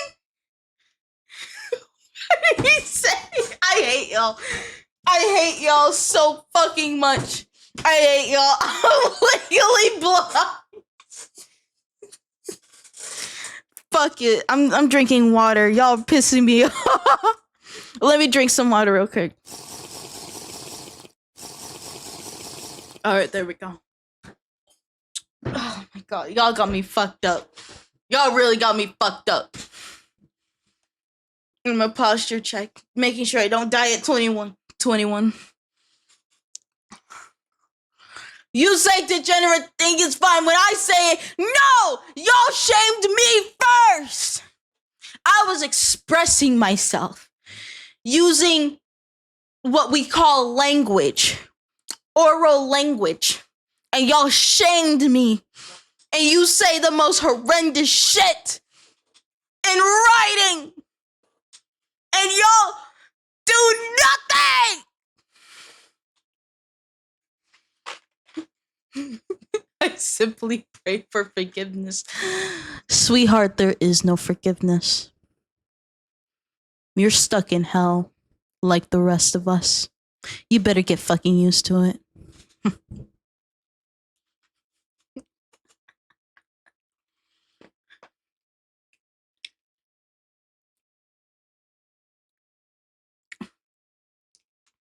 I know a thing or two about oral language. Oh my god.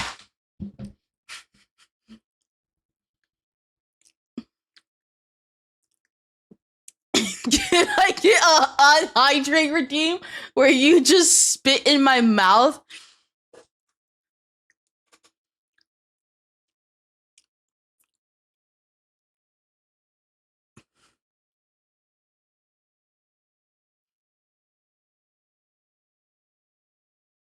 You want to retype that? Do you want to retype that? I want you to use your little tiny fingers. And I want you to retype that word or fucking letter for letter. You got the posture of a shrimp straighten up. The fuck? Are you in my fucking walls, bitch? Damn.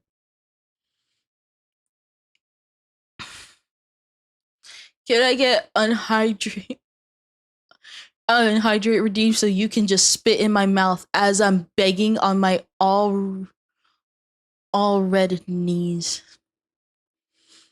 At least you retyped it. I respect you for that. I respect you for that. No. You oh. If you want me to spit in your mouth, you're gonna have to pay like $1 million. And then once you pay me $1 million, then I'll do it.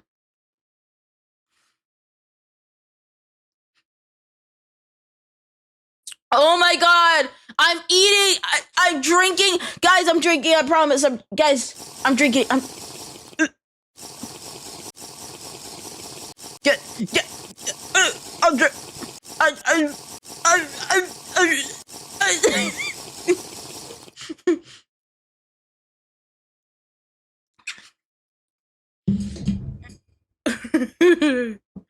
Oh, that spit better than...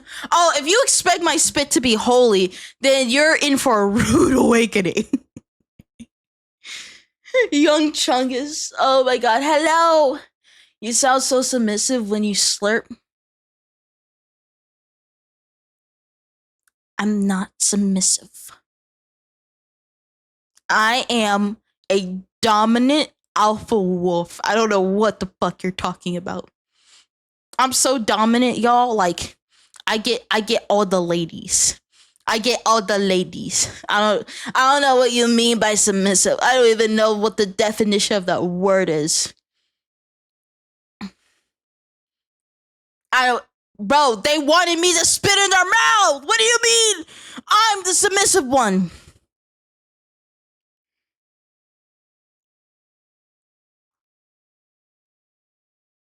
If you're an alpha, why do you not make me bow to you, Pookie?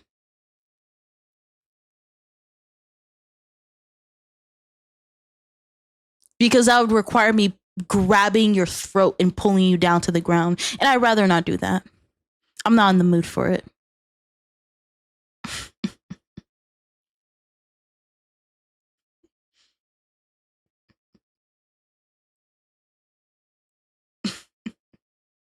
Bruh.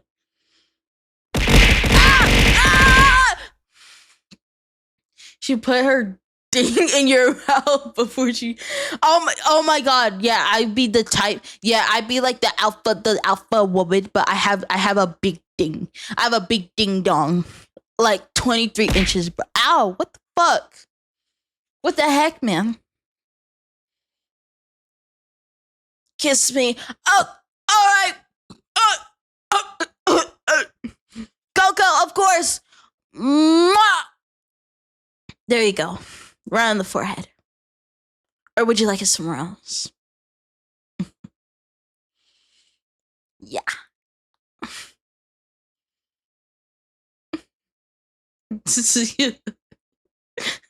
Your ding dong's like 3 inches. Well, that's still longer than yours, so like... Who's really talking? Oh my god, it's good to see you guys. It's been a minute, Coco. I hope you're doing well. We definitely need to talk more. I've just been so, like, life has been lifing. Bro, sometimes life grabs me by the throat. And it fucks me from behind.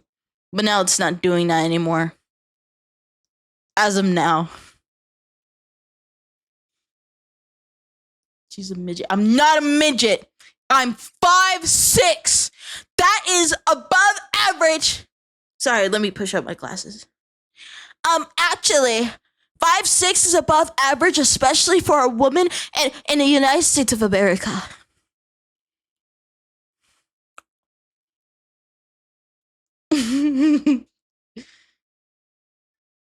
When life gives you lemons, make submissive. That doesn't even make fucking sense. Like, sometimes life forces me to jork my shit. I know, right? It just forces you to jork your shit. You know, just wow, wow, wow, wow. I don't know why that was the first sound I thought of. Wow, wow, wow. Oh, wow, wow, wow, wow.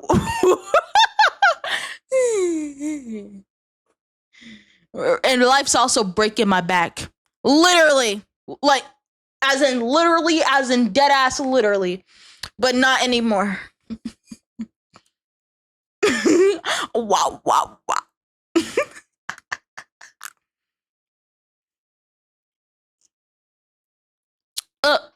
I'm back. I'm back. Oh, wow, wow, wow. Anyway, we're supposed to be listening to Giga. Y'all are being rude. Y'all are speaking over Giga. She's explaining things and y'all are being very, very, very rude.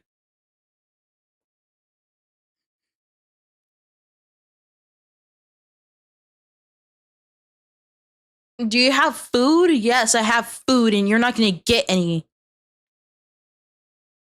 His friend to join this thing, they'll be like, okay.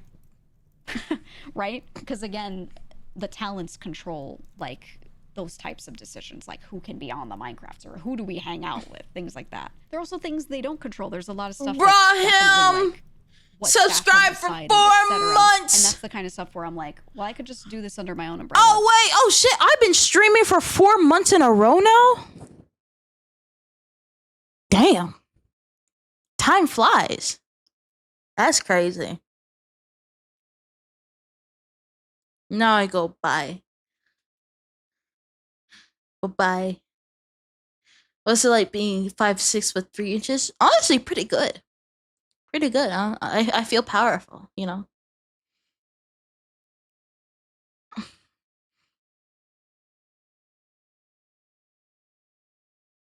Goodbye, flower. Thank you for the flower. Thank you.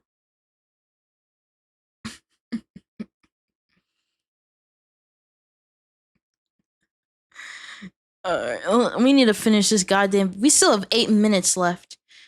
Thank you. You feel power with a little 3-inch daily. Hey! I might start out with a little, but it will soon grow. If you know what I mean.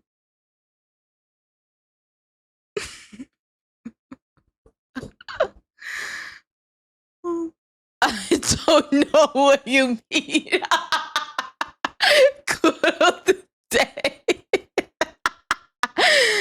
Hope you get some well-deserved rest while you were gone. I did. Thank you so much. I'm sorry. Quote of the day is so fucking funny to me. Okay, let's finish this video because we still have 8 minutes. Remember people being surprised you weren't already in Bishojo when you joined? Yeah. Yeah, there were a lot of people that were like, oh, I thought she was in the group. But I'm like, you know, when I announced that I was joining, they were like, oh. Like, you know, I always thought it was weird you didn't have it in your Twitter name. I think more people will hear about me leaving than like the number that heard about me joining. Complete honesty. It's a headline, Giga assassinated. I can't believe she's gone, dude. God, I can still hear her voice, guys. Is outside of like a general corpo streamer thing. Honestly, I'm sort of fine not knowing. It's a brand. He said it'll be clipped and shipped before the stream ends, and the comments will be standard issue YouTube comments. Oh yeah, oh yeah. People just claim stuff always. I remember the other day, I was looking through a comments section, and someone just like said definitively, like she was born in this country, and I was like, I've never stated where I was born, but someone with full confidence was like, I am certain, I know which country she was born in. It was a really good guess. It's one most people would guess. But they said it with their whole chest like it was knowledge, and I was like, people really just type stuff, huh? Yeah. Also, it sounds like it was. Oh, you think you're so high and mighty with your 1 inch. All I've said is that we had differences. If anyone asks if they try to personify something as good, as bad, as whatever, all I want you to say is there were differences. That's all. A few people I saw you ask like, oh my God, is your workload going to go up? I really don't think my workload will go up. I think it'll shift in what I'm putting the time into. It'll be similar, but it'll be focused on better stuff. Like looking forward to the more YouTube stuff because that's mainly where I watch you. Yeah, I mean, my clips channel is really active. I want to do more frequent posts of normal ass videos on my normal ass channels and like my main and my highlights channel. We're gonna be doing that 100%. I don't know if it'll be my next video or within the next couple, but I'm gonna record a thing with Matara that I have being worked on. I have a bunch of stuff that I completely got the plans together, and all I had to do was grab some people to film it. But then I put it aside because I was trying to see, oh, could I do this, but it's Bishojo? Could I do this, but, you know, like that sort of thing. So I'll kind of like wipe the dust off of those and just do them. And a lot of that stuff, like, hello, a lot of these. First time traveler, the galactic traveler. Hi, nice to meet ya. What are y'all up to in this corner of the galaxy? Very glad you're here. I recommend that you don't scroll back to the previous chat. I would suggest that you don't scroll up, you don't scroll down, you don't scroll to the previous chats. Just stay where you are. I'm very glad that you're here. We're just watching a video of Giga explaining why she left Bishojo. Well, now I'm. Oh, don't. I warned you. You can't say you're traumatized because I warned you. But yeah, very happy you're here. We're almost done with this video. And then bro, I've been almost streaming for 4 hours and I still have 5 other talking points that I can yap about. The yap session of all time. Videos and projects is done basically, right? I just have to film it. Yippee, right, Mata? Yippee. Ruffs, you asked. My only question is, will the VShojo channel in the Mob Army Discord disappear? I don't know what I'm gonna do with it yet. I used to have a channel in my Discord that was like just VTubers. You could talk about any VTubers. However, it was the channel that my mod team, I felt so bad for them. They had to moderate the emotes. They had to prune so much shit. They had 1 inch on a great day when it's warm and fully not flaccid, you can't compete. Whose ding dong are they talking about? I told you not to scroll up. Depends which convo. I warned you. Whole discussion and stop people from getting too crazy about things constantly. So I closed it down entirely. I just got rid of it. And I was like, you know what? This is my Discord. You can talk about me. If I do a thing with a friend you want to talk about, that's okay. But like, I just closed it because it was like, well, who though? I'm just curious. For my mods, I'm telling you not to worry about it. I don't want to overload them. You will be traumatized. The chat took more time to moderate than the entire rest of the Discord combined. I know. We kept track of this, and I was like, I'm not doing this to my mods. Then when I joined, I was like, I think it's okay to open a channel for this because it's specific. Oh my god, not the furry one. We're not talking about the furry ding dong. We're talking about our own ding dongs. Talk about a small group of my friends. But when I have a general VTuber channel, it's gonna be that like thing again where it becomes crazy for the mods to moderate it. So I'll think about it. People get so passionate about their guesses and assumptions. Passionate's a good way to put it. Passionate is a very nice way to put it. That's really what it is, though. People would get like overexcited and pop off in those types of chats. So, you know, are you starting your own agency with Madara? What? What makes you think that? I genuinely, like, I'm not like anti-corpo. I'm not anti-agency or anything like that. I know some people are going to say weird shit and be like, oh, people that were corpo went indie. Indie's the only way. I still think that groups and things can exist and work and function. I just don't want to do it unless I'm more so, I don't want to say... Okay. I find this take very interesting. And I'm actually very interested in y'all's opinions about this. Because I am not necessarily I'm not necessarily anti-corpo necessarily, but I feel like there is definitely a shift within the VTuber community related to corpos. Because what I see a lot of the time is people joining a corpo. They're in the corpo for however many years, and then they realize either the corpo's going in a direction that they don't like, or they realize that the things that they want to do, when they finally have clarity on what they truly want to do, and then they leave the corpo. And so for me personally, even I'm not anti-corpo, even though I don't like a lot of them, I do think there is a shift. And it could be just me.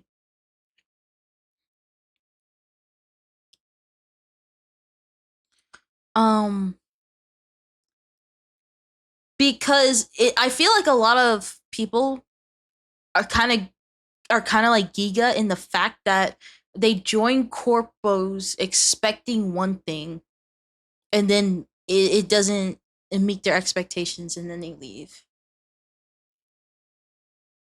Right. There are also people that have the strategy where they join a corpo, they gain their fame, their fan base, and then they leave and stuff like that. But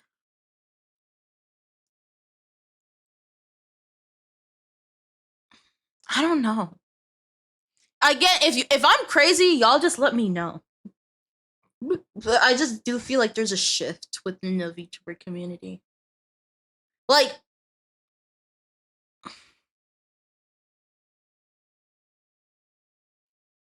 Well, y'all are still talking about ding dongs.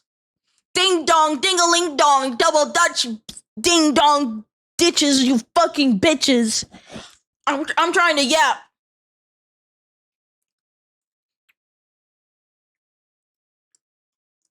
Can you woo walk? What the fuck is a woo walk?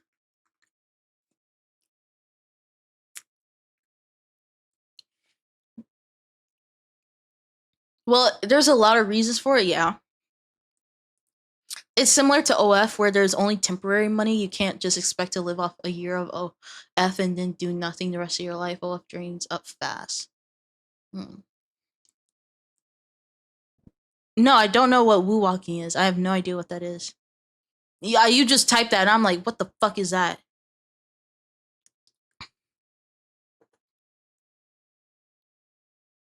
Pop Smoke? A dance from Pop Smoke. Oh. Yeah, I have no idea what that is.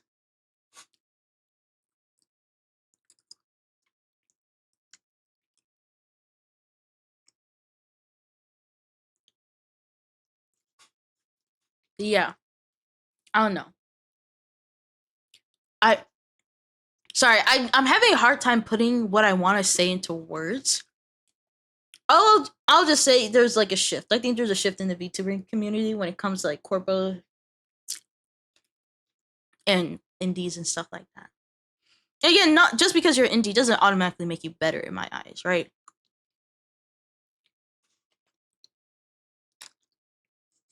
Your avatar looks kind of cyberpunky, so I got confused when you said corpo. Oh, we're talking about like corpos in the VTubing space. Yeah, no, my character hates corpos. I hate corpos in real life too. I don't hate cyberpunk. He's lying to you. But yes, I am a cyberpunk motorcyclist, sorry, not motorist. Corpo is just corporation. So when we talk about corpos, we're talking about specifically VTuber corporations. Sorry for not clarifying.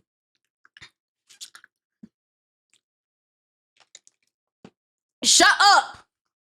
Why are you bringing that shit up again?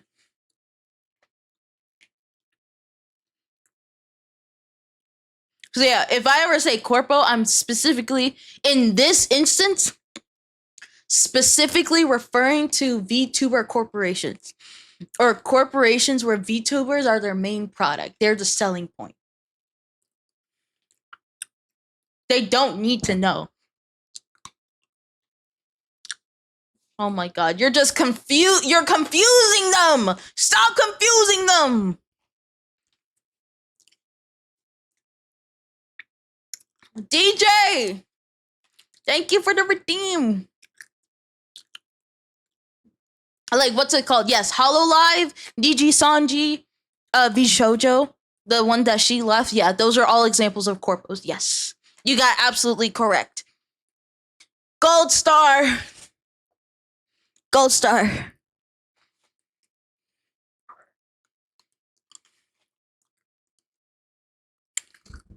Oh wait, I have a ding sound effect. You got absolutely correct. Ding. Don't know much about VTubers. Well, let me be your introduction, baby. If you have any questions about VTubers, just ask and I'll answer to the best of my ability. Because I don't mind y'all asking questions at all. Fix your shrimp posture again. Fuck you. Stop living in my goddamn malls. But the fried rice. I literally only knew about Gura and Fillion like a week ago. Got it. Yeah, those are some of the bigger VTubers. Yeah, again, if you have any questions, just ask them and I'll answer them.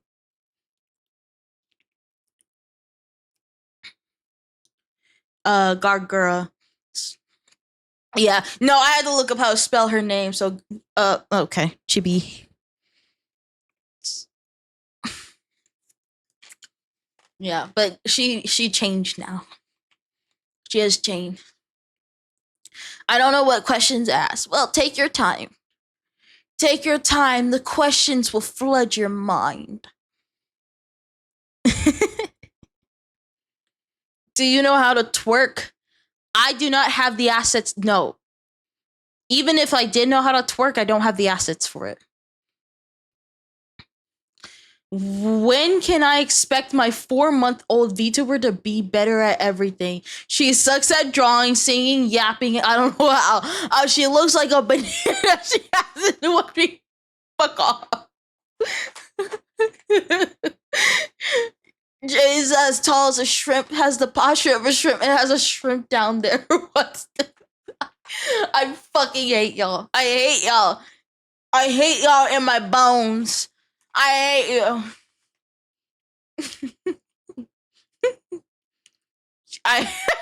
She loves us. She, in fact, does not love them. Are there different types of VTubers? Well, yes. So, what we're talking about are corpo. So you have corpo VTubers, and then you have indie VTubers, right? A corpo VTuber is a VTuber who is signed to a corporation, right? There's a company, and they're signed as a talent, and they perform their talent, whether it's singing, dancing, just yapping about whatever. That's a corpo VTuber. A corpo VTuber is a VTuber part of a company. An indie VTuber is a VTuber who operates by themselves, such as myself. I don't have any employees to help me. I don't have anything like that. I operate on my own. Everything that I create is facilitated and funded by me myself. Now, in terms of like mediums, you also have 2D VTubers, right? So that's me right now. So it's where you have a drawing, and then you have people that rig it so that it reacts to my movement. So if I move my head to the left or to the right, moves to the right. If I move to the left, moves to the left, right?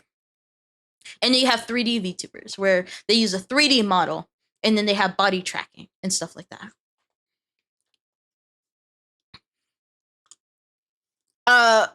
Yeah, Miku is a Vocaloid.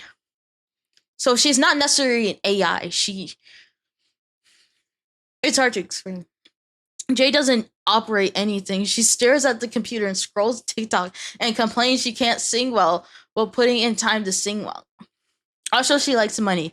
Yes, I am also very money hungry. Very much so. Oh, I'm like Mr. Krabs up in this bitch. I'm like, money, money, money, you know. I said it first. I said that shit first. Fuck you. She's like a little troll in her chair streaming. Honestly, that is an accurate description of me right now. No, you did. Yes, I did. I said it before you typed it. Yes, I did. I still think the concept of someone guitar being more popular than them is funny. Yeah, I can see why. Yes, I did. Yeah.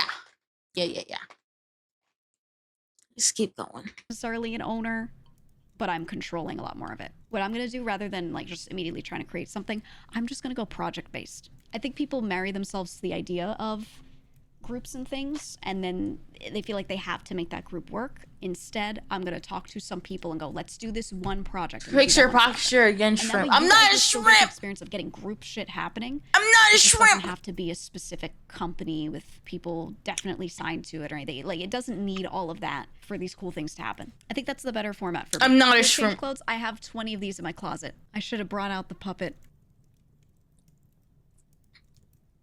There we go. Does that lighten the mood? You can ask the puppet any questions if you're struggling. You feel emotionally supported now? Good. Are you leaving because of us? You sound like a child in a divorce. Is the Was it puppet because of serving me?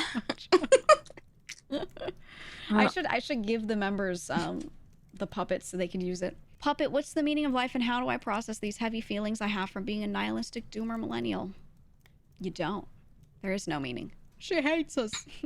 Exactly. Grr. Grr. That's why nothing's Who's changing, this and you can also come here white-haired to James stream Bond whenever you side want. villain? You turn off the This mouse is buttons on your mouse, Giga. like your She's vote a for very Mama. like she's a I'm pretty not a ventriloquist, popular okay? What's your VTuber birthday, within the by the way? space. Yeah, take that. I changed my answer, guys. I picked that date because it's that guy's birthday. Specifically wanted my end date to be on that guy's birthday. That's why it's happening on Friday. If anyone says it's for any other reason or tries to make some shit up, they made it up, okay? I'm doing it because I love the that sock guy's puppet. birthday. Don't forget. It's such a Believe good in Jam, asset. That was a short book of journey. It was like 2 years. How long did you Excuse think me. you were going to be Shoujo initially? Forever. As long as my career lasted, probably. I did figure like maybe nothing lasts forever, so I was like maybe, I don't know, like 10 years or some shit. Like eventually, what if things just kind of Why peter don't you out, have a know? It's puppet? Really, things like this last as long I as don't people have in the I don't market have last, money so. for a puppet I don't know. asset, I didn't unfortunately. have like a thought in my mind. But If I could, I would. I was just like, I'll just be there until it dies, right? That was the initial plan for sure. She broke. Wait, I'll do it like this. You ready? Yeah, I'm broke Okay, as hell. I looked at everything and I said, the best fit for me is me as far as working on stuff goes. I want to do things in the way I want to do them. I want to work with whomever I want to work I'm with. Just hire broke! people in for certain I don't things. got money Don't for really a have puppet written bullet points. asset. As far as like financial stuff too, no one will take a cut of things. Or not no one, but like no company will take a cut I of ain't got things. money for that The shit. way I work, I always did a lot of stuff myself anyway, so it makes sense for me to do. How expensive is this type of stuff anyway? Very expensive. For example, my VTube model that you're seeing on screen right now, $2,700. I would have said $2,500, but I recently have my riggers working on me getting V-Bridger, so I'm able to express myself better. But the model you're seeing on screen, $2,700. Very expensive. Right, and because of how expensive it is, I don't have any special toggles of any kind. Right, I can't like cross my arms or stuff. I'm working on that, by the way. I'm working on it. But it can be very expensive. Now, the barrier of entry. Oh, I forgot I followed Pirate Software and I'm too lazy to unfollow. Oh, we're gonna be talking about that man very soon. It's on my list of things to yap about. We're gonna be talking about that man very soon. Don't you worry. Hold on to your butts, because I got a lot to yap about that. But yeah, I'm not gonna get into it right now. I need to save my energy. Are you eating gum? Oh, I'm just eating some candy. I'm sorry. I ain't holding on to my arse. My arse. But yeah, we're gonna be talking about that man very soon. I thought his shorts were kind of funny, and like a month later, everything happened. That's exactly what happened to me. I first came across his shorts on TikTok, and I'm like, man, this guy seems pretty cool. And then everything fell apart, and I'm like, okay, never mind. Never mind. Again, we're gonna get into that soon. I think that's gonna be the last topic I talk about, but it's on the list. This is the yap session of all time, so we're gonna get there.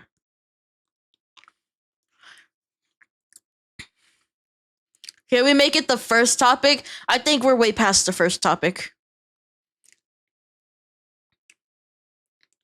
He had the South Park connection, everything exactly.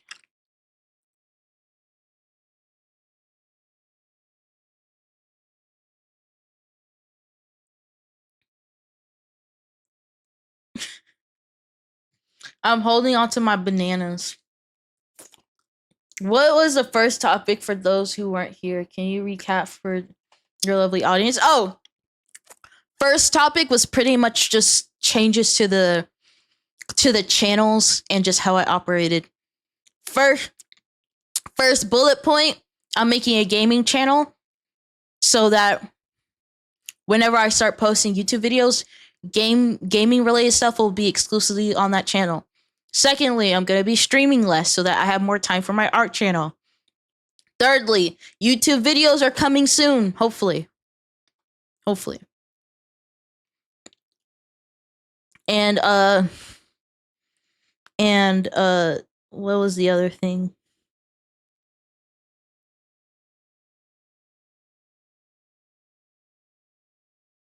No, that was it.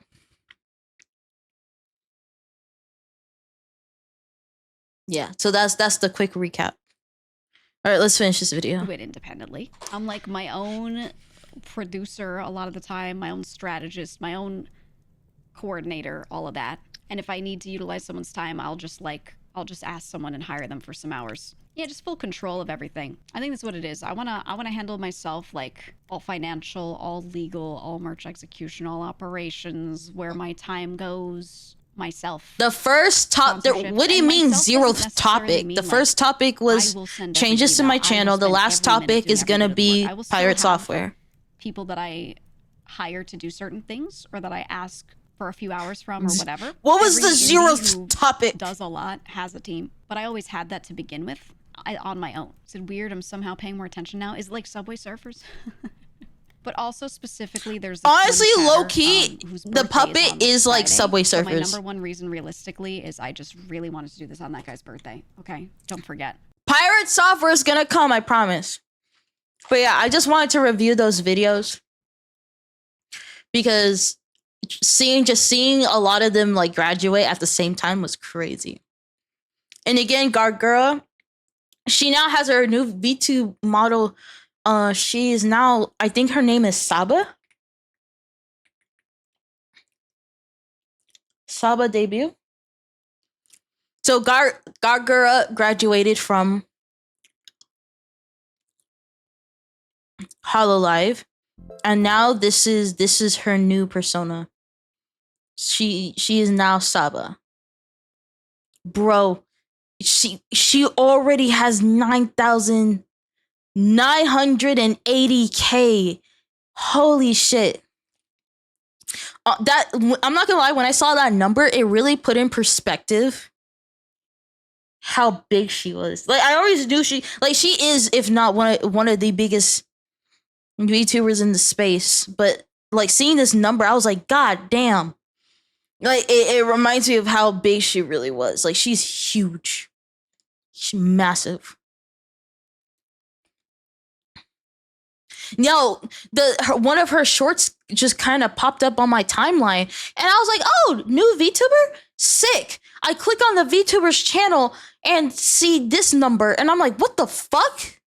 And then I put two and two together, and I'm like, but yeah.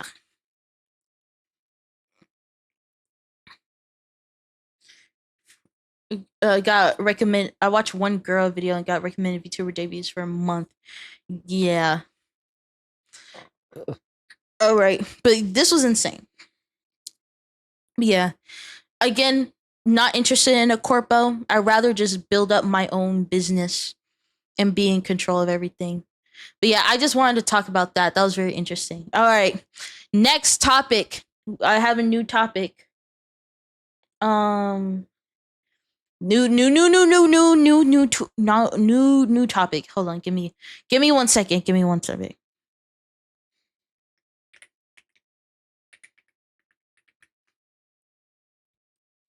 All right, y'all. Are you ready for the next topic? Right. So, guys.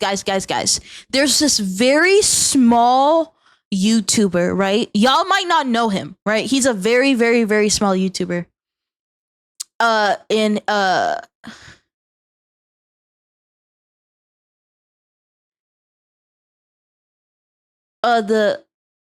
You want me to do? I already did a recap. I already did the recap for the topics. So we went over the.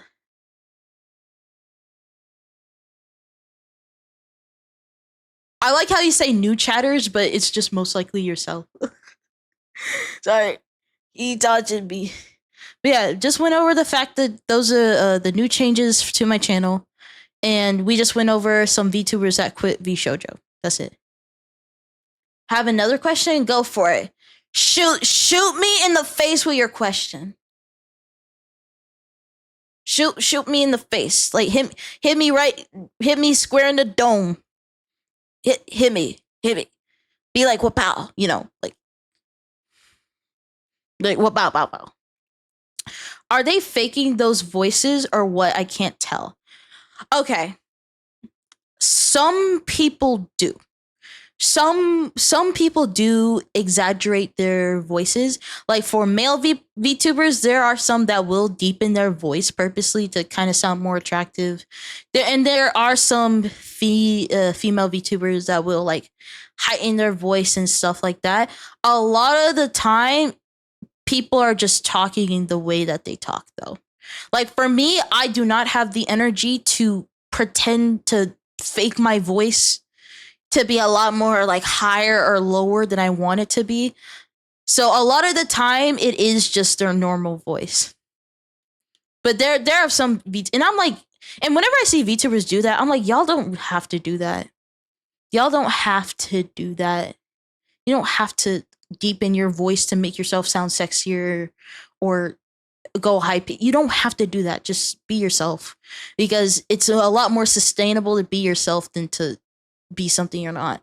Now, it kind of does depend, because first off, there are a lot of VTubers in the space that are voice actors. So they don't necessarily change their voice to be more appealing, but they are just voice actors, right? So if you see like a person like going from one voice to another, they're more likely a voice actor. So we do have a few of those in the community too. But no, most VTubers, they just use their normal voice. Now, there are some VTubers that also kind of get into character, kind of. So they treat, because for me personally, I see myself as being myself, but in a body, using a VTuber. A lot of people craft a character and then they get really into the character, and that's the appeal of them. That's kind of different. But there are VTubers that do fake their voice a little bit. It's not the majority, though. It's not the majority. Most just use their actual voice. Anyway. Yeah, it's just some of the people genuinely sound like actual 5-year-olds character if they sound like that. For me personally, you're not necessarily wrong, but especially women, but there are some guys that do this too. There are just some women that have squeaky voices, right? And I don't want to be the type to be like, oh my god, you're faking your voice. Again, there are some people that play into a character, and then in that case, they will kind of exaggerate their voice a little bit. But a lot of times, people just need to realize women can also have squeaky voices. And some men have it too. Like, there are people in the world that do sound like that. Right? I'm not going to automatically assume that just because they sound like that, that's not their actual voice. Because at the end of the day, I don't know them.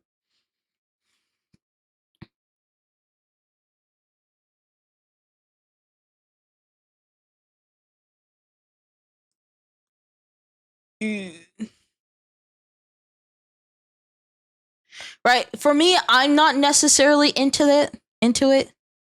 Again, I'm not saying some of them don't exaggerate, because some of them do.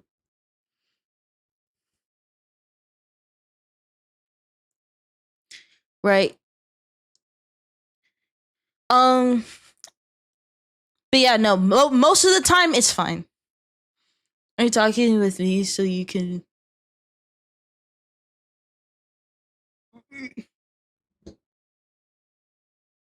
You know how to enter... some exaggerate their voice, because for example, I'll give you an example of a reason to exaggerate your voice a little bit. A lot of VTubers in the space do like ASMR content, and so in ASMR content, it's the specific type of ASMR content to where they like pretend to be like the a girlfriend, or they pretend to be a boyfriend, or they do role play and stuff like that. In that case, they'll change their voice, but it's for the immersion of that type of content. Again, a lot of VTubers in this space are actual voice actors. But most of the time, no. Because for me, if you're just a regular person, if you're not a voice actor or anything, I don't see it as like sustainable to do. Now, again, if like there are sometimes they have like the super high pitched voices, and I personally am not into that. That's just not my thing. But I just kind of move away from it and just kind of vibe and just do my own thing. I don't say anything. But yeah, most don't. The short answer is most don't. No. Hey, what the stuff makes me feel so uncomfortable. I can't handle someone talking in my ear. Yeah, no. I that's completely fair. Oh, not your trap card, no. But yeah, no, I'm not into it either. But that's their own space and they occupy their stuff, so I'm not gonna say anything about it. Water break. Water break.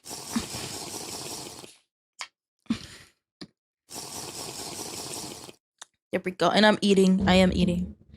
But yeah. Okay. All right. Okay. Oh, I was talking about the next topic. So there's this small YouTuber that you guys might know. Y'all might know him. You might not know him, right? He's just a small YouTuber. He's just a small YouTuber. You know, you might recognize him, you might not.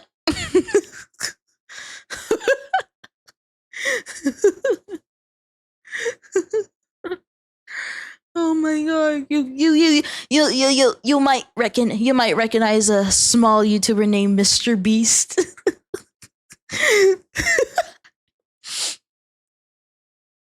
Oh my god, but yes. If you don't know who Mr. Beast is, I already know some of y'all know what I'm about to talk about. But if y'all don't know who Mr. Beast is technically considered the YouTuber. He is the top YouTuber. He is YouTube's golden boy. Right? He has like, how many fucking subscribers does this man have? He has like 300 something million subscribers. He is the most subscribed YouTuber, and he is the most recognizable YouTuber. Right? I literally never heard of this guy.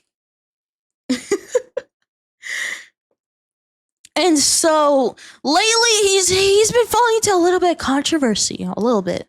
Well, he's fallen into many controversies before, but there's a very particular controversy that he has fallen into that I am particularly very passionate about, right? Right? And so what had happened, now a lot of the tweets that had occurred are deleted, so I can't necessarily refer back to them.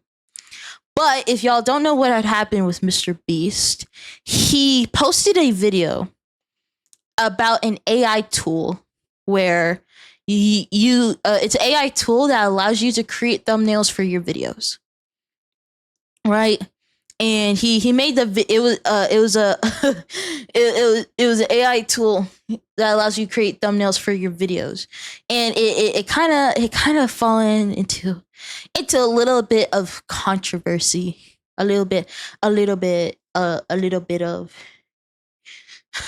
what could this perfect man ever do that's wrong? I know, right? He can never do anything wrong, right? And so there's been a lot of uproar about it. And before I kind of go off on Mr. Beast, I need to rant a little bit. I need a rant.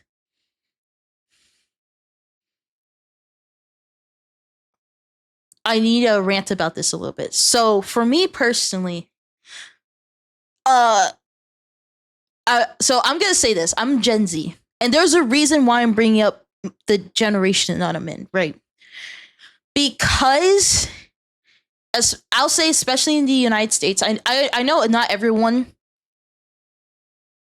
lives there, but I'm talking kind of from an American standpoint, right? A lot of things have not been going well, right? And it feels a lot like we've been kicked off the ladder of sorts, right? There are a lot of things here in the United States specifically that has been going on, right? You have like fucking high unemployment and people not getting benefits and people having lots of student debt, not being able to get jobs to pay it off, all that type of stuff. And again, I don't know, maybe the sentiment is around the world is universal.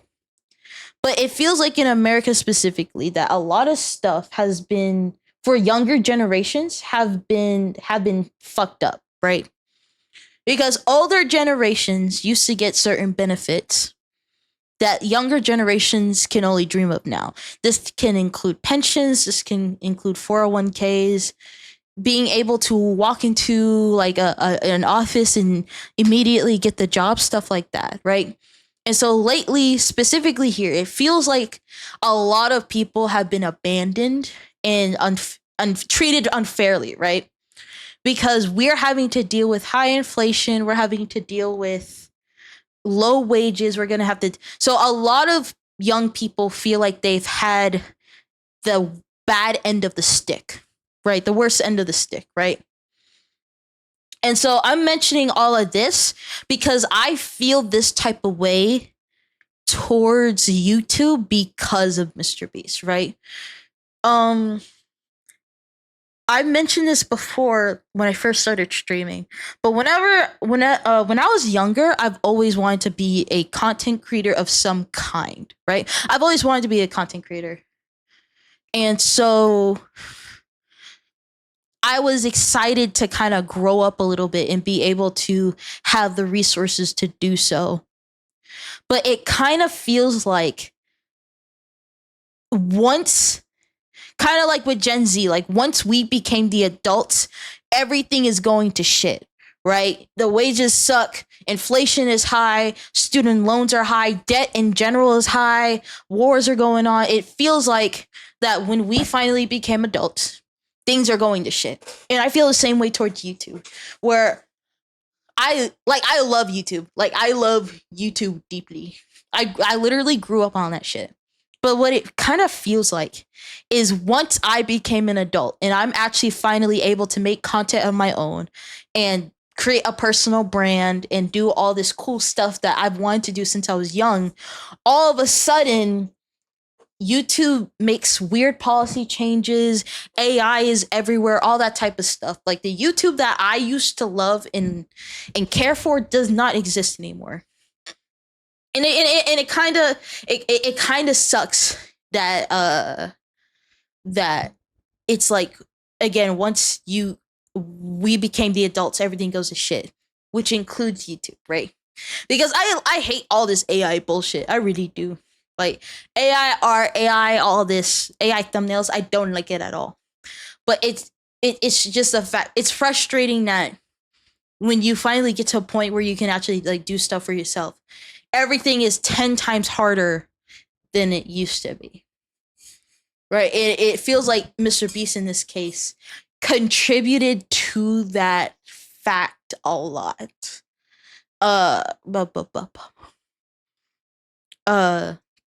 So, yeah, that was just my little rant. So what happened with Mr. Beast? He created AI thumbnails. He created a thing for AI thumbnails. And so a lot of people took issue with it. People obviously took issue with it because it was like AI and stuff. And I'm not against AI, but I'm against the way that's used as of currently. Yeah, he had a point. And he called it. He really called it, right? So a lot of people had an issue with the video. The first issue with the video was the fact that he said that this AI tool is supposed to be for small creators. Mind you, This tool costs $80 a month.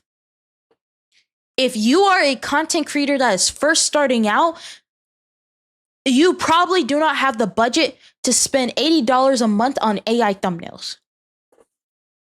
A lot of times when you start out, you are doing everything by yourself. You're making the thumbnails, you're making the script, you're editing things, you're everything.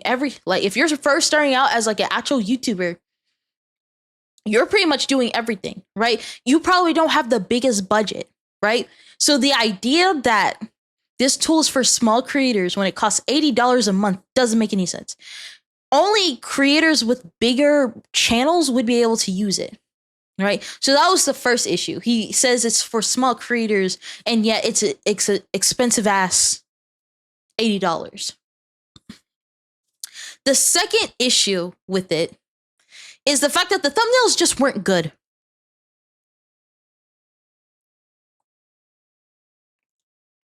Yeah, I'm coming back because I heard a bit of this tangent. I started watching Markiplier 2 years ago after he started. I remember the joy of YouTube back then. It's very different now. And there's slop everywhere. It feels like not only the ads are oppressive, but every AI-related thing is just desaturates the market. Exactly, right? YouTube was so freaking good, but then it just turned to absolute fucking slop. If I see an AI thumbnail, it will automatically stop me from clicking. Same. But the thing is, there are more people that don't care than people that do care, which is there are more people that don't give a fuck. As long as they're entertained, they don't care. So there are many times where it feels like I'm in the minority, right? Because if I see an AI thumbnail, I'm not touching that shit. I'm gonna click do not recommend channel. But a lot of people don't care. I see plenty of AI shorts at 500k views, and it's annoying. There seems to be a double standard between what is accepted on a platform or not. Exactly, right? It's so freaking absurd. And so the second point I was talking about. First point is that it was too expensive for small creators. Second point, the thumbnails that he presented in the video just weren't good. The thumbnails were not good at all. It was very clear they were AI generated. They didn't look good at all. And I was like, is that the best thing that could have been done? You know what I mean? Right?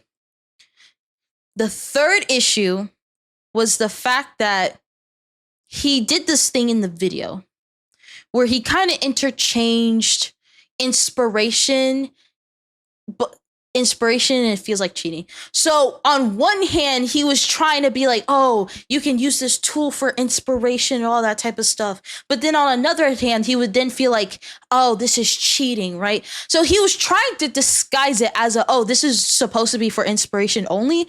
But then secretly, you know what he's actually trying to say. No, you're supposed to generate the thumbnails using this thing and then put it on your videos, right? Let's say in good faith that it was for inspiration. Why would you pay $80 for AI thumbnails for inspiration? That shit doesn't make any sense. If you wanted inspiration, just look on Pinterest or just look at other people's thumbnails, right? For example, I'll use an example. For if you go to my clips channel and you see all the thumbnails, all I did, I talked to my editor about it. All I did, I pulled up a thumbnails of Kenji and Bao the Whale. I said, hey, I want you to make this similar to these two thumbnails. Make sure there's the white outline. Make sure you have the text, but make sure it matches my theme. Do this, do that, right? That cost me $0. And my thumbnail artist is doing amazing because the thumbnails look absolutely amazing. But the idea that you would pay $80 for AI thumbnails for inspiration is fucking bullshit, right? That's bullshit. We all know that's not what he actually meant, right? The purpose was to actually just generate thumbnails and then just slap it onto YouTube. Like, so the fact that he tried to play both sides, like, you know what you're fucking doing.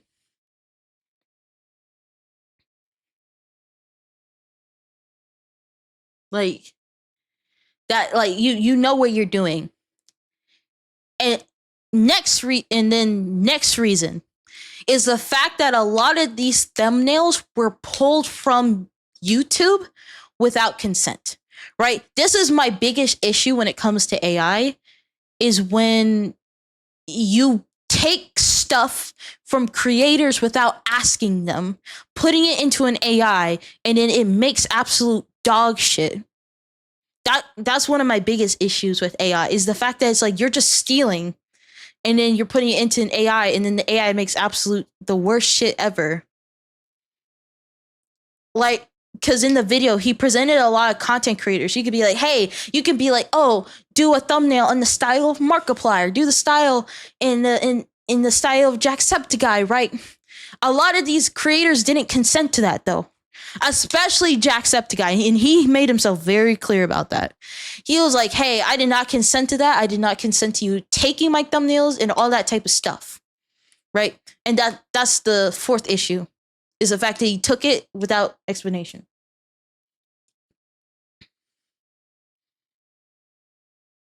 Like, hold on, let me put on the music. It's freaking dead air.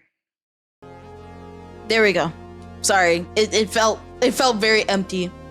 But yeah, those were my main issues, and it just kind of made me angry because like I was talking about before, a lot of people my age feel like we're getting the short end of the stick when it comes to a lot of things. And I just feel that way when it comes to YouTube in particular. Again, why does everything have to go to shit when I finally am able to put my mark on the world? It doesn't make any fucking sense.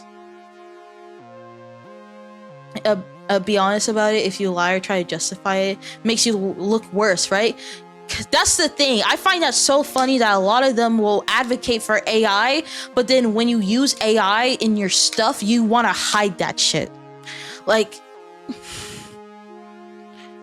it really pissed me off. Seeing it just pissed me off, because I'm like, what are you doing this for? Who is this for? Who is this tool for?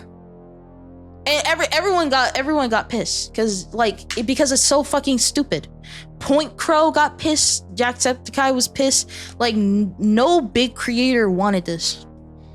And it was inaccessible to smaller creators because, again, no one's paying $80 for quote-unquote inspiration. Right? For me, I am a big believer that human artists will always be better than AI. Always. In my opinion. When it comes to art and stuff. But there are times where I do doubt that because, again, AI is improving every day. There might truly come a point where we cannot distinguish it from real life, or it being able to perfectly emulate artists. But the thing that it just makes me mad because it's used for like people trying to hold on. It's for me, whenever I see people using a lot of AI, it shows me that they're not passionate about making content. It shows me that they only are interested in the money. Right? And again, I'm not going to act like I don't want to make money off of YouTube. I do want to make money off of YouTube. But I want to make money off of YouTube by doing the things that I love. And seeing a lot of these AI slop channels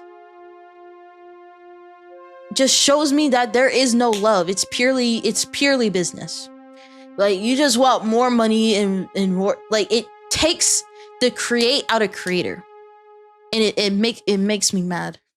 As for someone whose whole image is giving money back to people, why would you use AI, a free tool, to make your video thumbnails when you could pay actual? That's the thing too, is the fact that he has more than enough money to be paying people to make thumbnails, but he's like, oh, let me just use the AI thumbnails, knowing damn well that shit doesn't look good. Knowing damn well. Especially when one of the first things they say is thanking their thumbnail artist. Literally, the amount of, like, if you look up Mr. Beast, like, podcasts, right? Mr. Beast, when it comes to podcasts, he's been everywhere.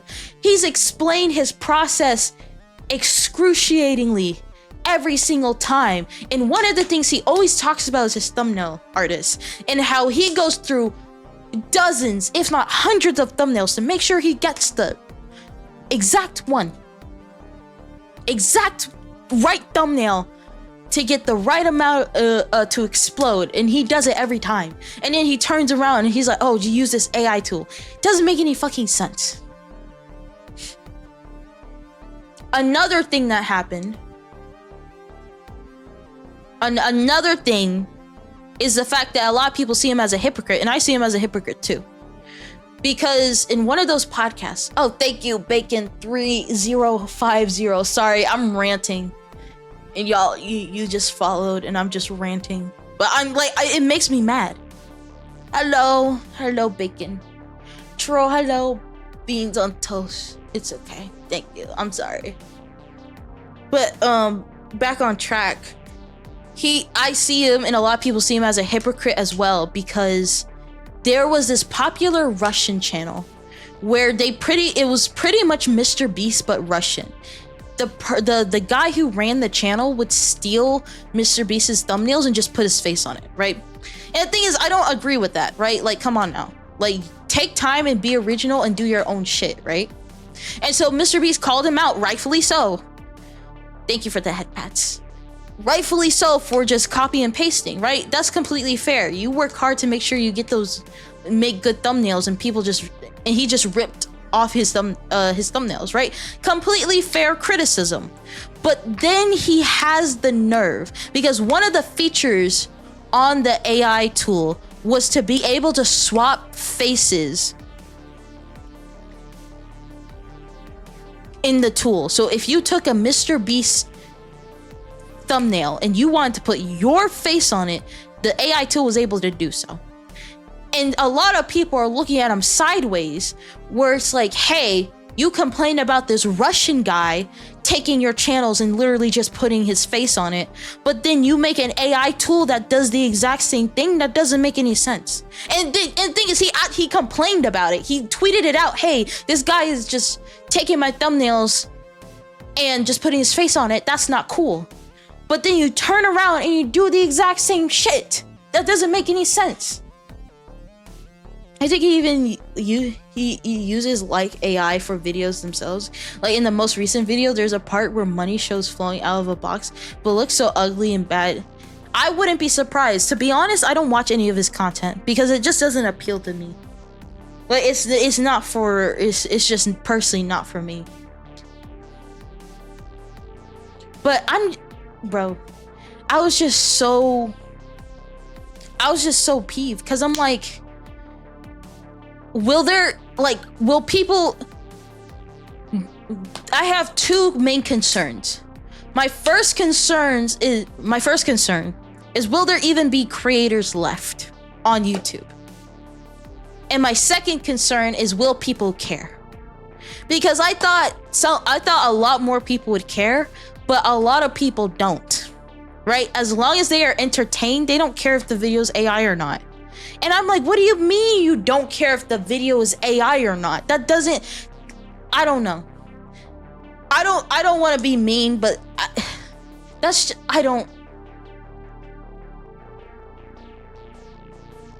mentality of being entertained by any means necessary is crazy to me. Where it's like, I'll watch an AI video and I don't know. It just makes it really makes me mad, because again, I'm finally finding my footing on this platform, and it's just all filled with slop. And I'm just like, why now? Why did this AI bullshit have to come on now? Right? I'm lucky I don't see it in my feed, and if it does pop up on my feed, I would eliminate it, but some people just don't care. The day they make a blockbuster AI movie, I'm going to live in the woods. Honestly, same. I have a question a bit off topic. Yeah, go for it. Bro, there are times where at work, my coworkers play music on the TV, and the background is like AI generated, and I feel like I'm living in hell. Like, and the thing is, they probably know it's AI generated, but they don't care. They don't care. We need to regress back to the Stone Age. Maybe, right? for me personally, it's just, again, I'm not against AI. AI can do amazing things, but there's always gonna be people that use it in the most malicious way possible and just make it not fun for anybody.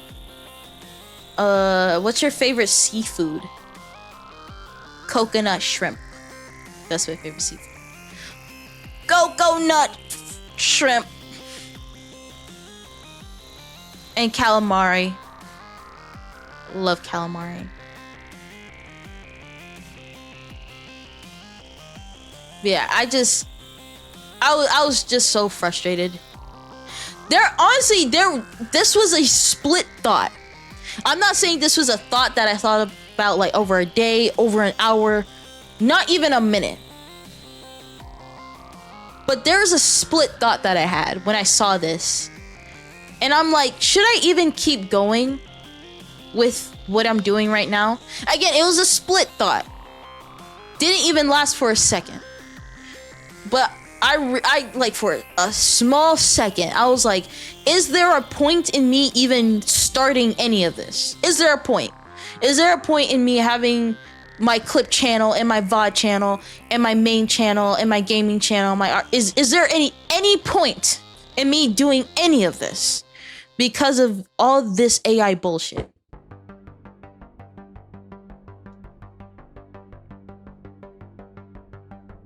Right? For a split second, right? I like the idea that humanity will prevail and people will always prefer humanity over AI generated whatever. But sometimes I do lose hope because a lot of people just don't care. A lot of people just don't care. They don't care enough to try to fight this or anything. They just accept it lying down.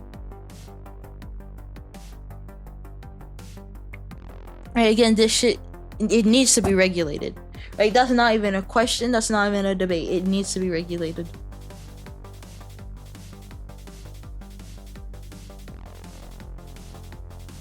And I don't know. It does make me mad.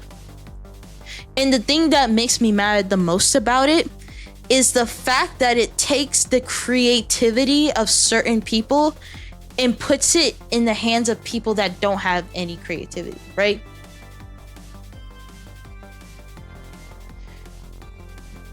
Like how AI art is a thing because it literally steals from artists. And AI art is created because there's a database of art that's already been made. Again, I don't understand how people don't understand that. You're taking pieces of art that people already made, you put it in AI, and then it pushes out AI art. That's how it's made. If artists didn't make art, AI art would not exist. I don't know if some people are stupid, but they don't seem to comprehend that's how it's made. It kind of shows a lack of integrity in people in a way. It does. Right? And some of them complain, well, you artists feel so entitled. And I'm like, no shit, the artists feel entitled. You're literally using their art without consent to make the tool.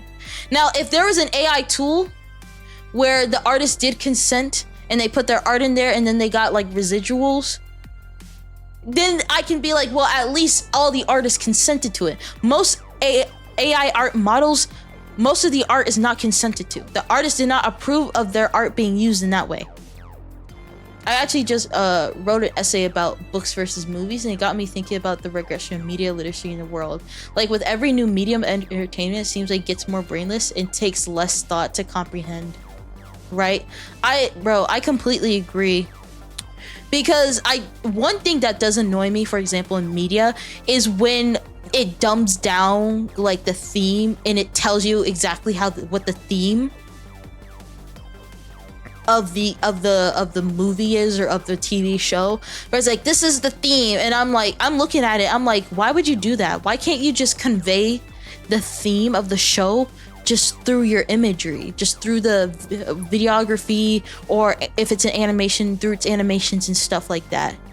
But with how low the media literacy rate is, I can't even be mad.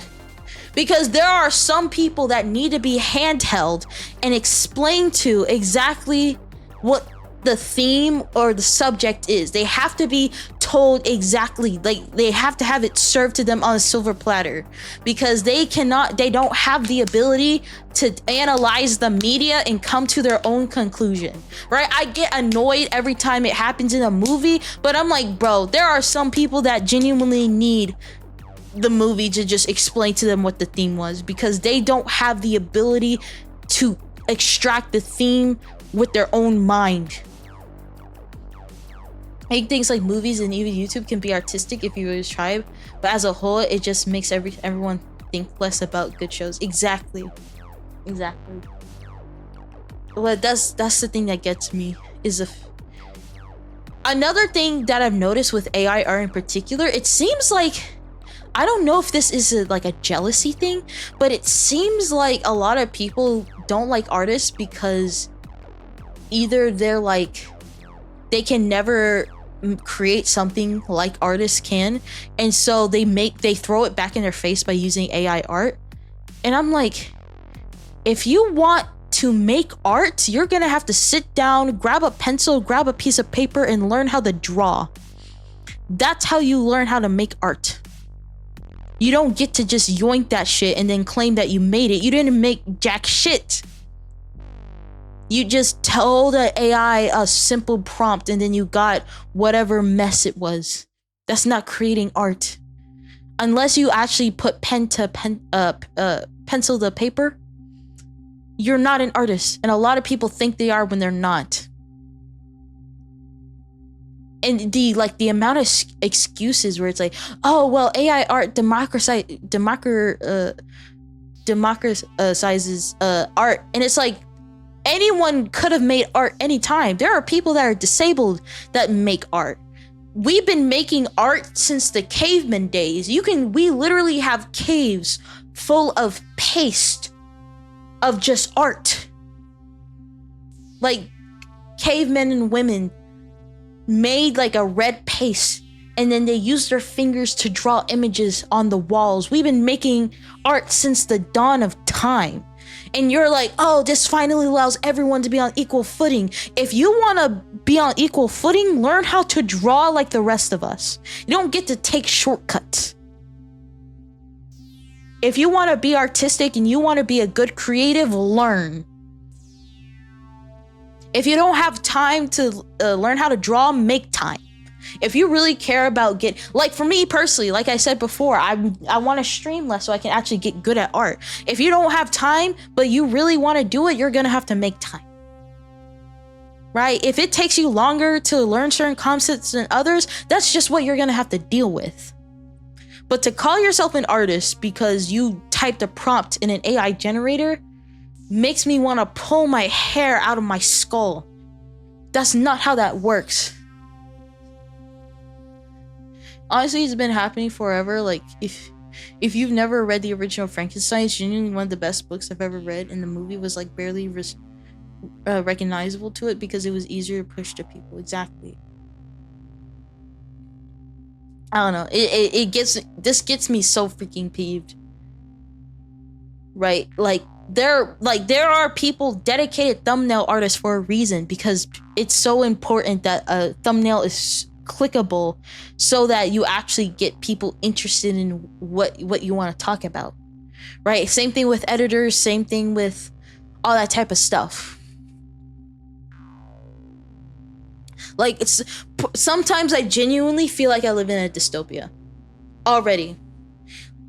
Like, and part of me just feels like, what am I supposed to do? I can give my opinions, I can guess influence some people, but what the fuck am I supposed to do? I don't know. It makes me. It feels like I'm going insane. It feels like I'm going insane.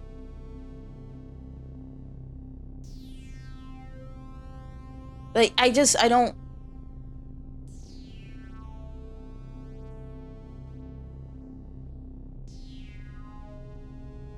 Like, I don't know. It gets me.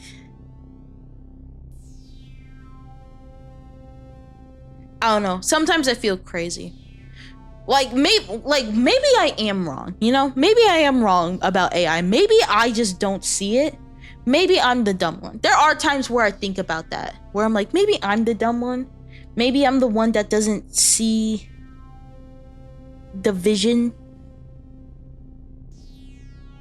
All that type of stuff. I don't know. But it really, I was just so done. I think I learned about it like a few days ago. I was so done. I was like, bro, I can't do this. I can't do this. But yeah, that's all I have to say. I'm just pissed. I'm just... Yeah. Fuck. Oh my god. I've always been streaming for 5 hours? Holy smokes.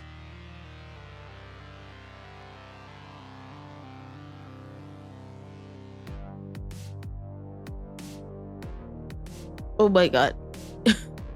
Yeah, just don't give up.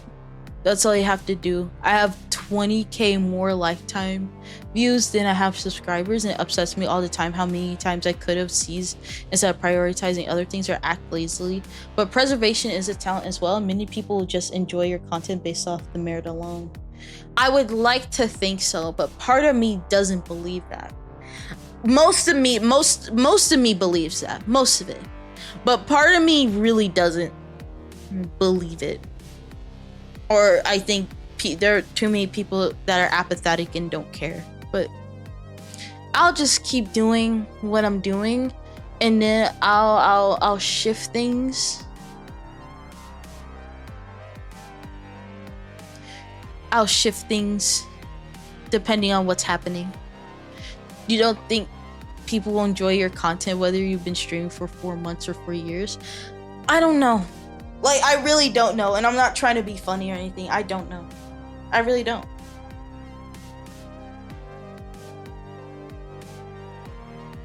I really don't.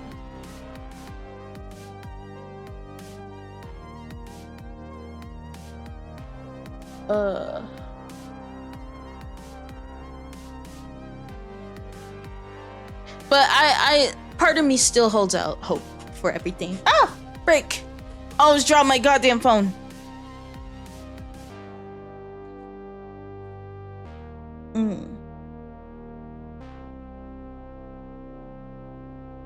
Oh god, there's a lot of notifications. Sorry, my phone is freaking blowing up for some reason. God damn. Sorry about that. Phone was just going off. If you can't answer yes to that question, then change your perspective of content and change what you do. Content creation is simple, trial and error. Yeah, well the thing is, I understand content creation. My issue is if it's even worth doing. That's the main contention that I'm talking about. Yeah, I made videos on you not to be noticed, but because of passion. Yeah, because everything is made of passion. I make the things I make because of passion. But again, is that going to be something valued by people in the future? Will people value passion, or will they value what makes them entertain the most? Right? Because if AI advances so much that it can make entertaining stuff and just pump it out within a second, how is a human being supposed to compete with that? Humans can't, because humans, anything good takes time when it comes to people. That's why art is a thing. Well, that's the thing. I'm like, obviously within the span of human history up to now, people have valued it. But as AI becomes rampant, will people continue to value that? Because another thing with the AI art stuff is the fact that it really shows that a lot of people only appreciate art for the looks. And I'm not saying that every piece of art is supposed to be this masterpiece, this super deep reflection of society. Sometimes it's just an anime girl with titties, and I'm not against it. But sometimes it just because because art is supposed to convey emotions. It's supposed to be your way of expressing yourself. But it feels like a lot of time people just prioritize how it looks. And the thing is, it's not just people that consume art, but sometimes it's the artists themselves. A lot of artists are more focused on how it looks and not how it conveys their emotions.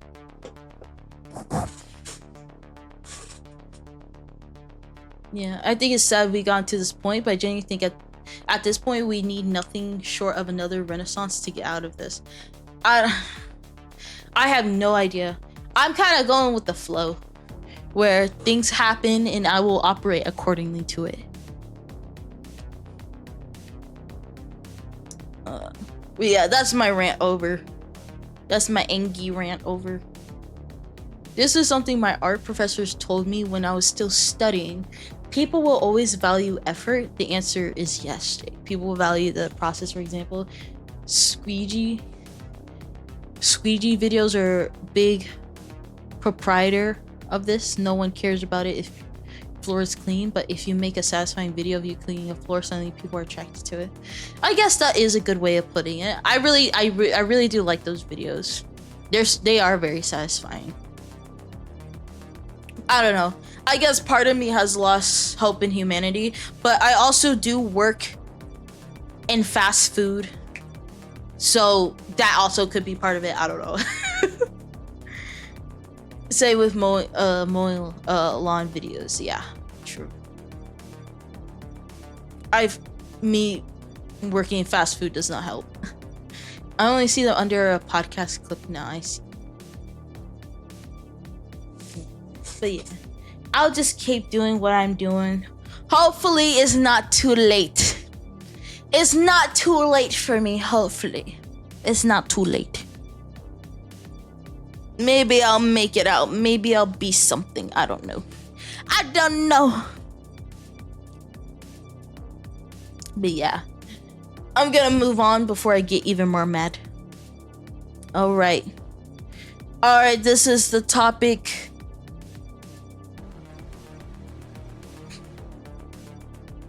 This is the topic y'all been waiting for.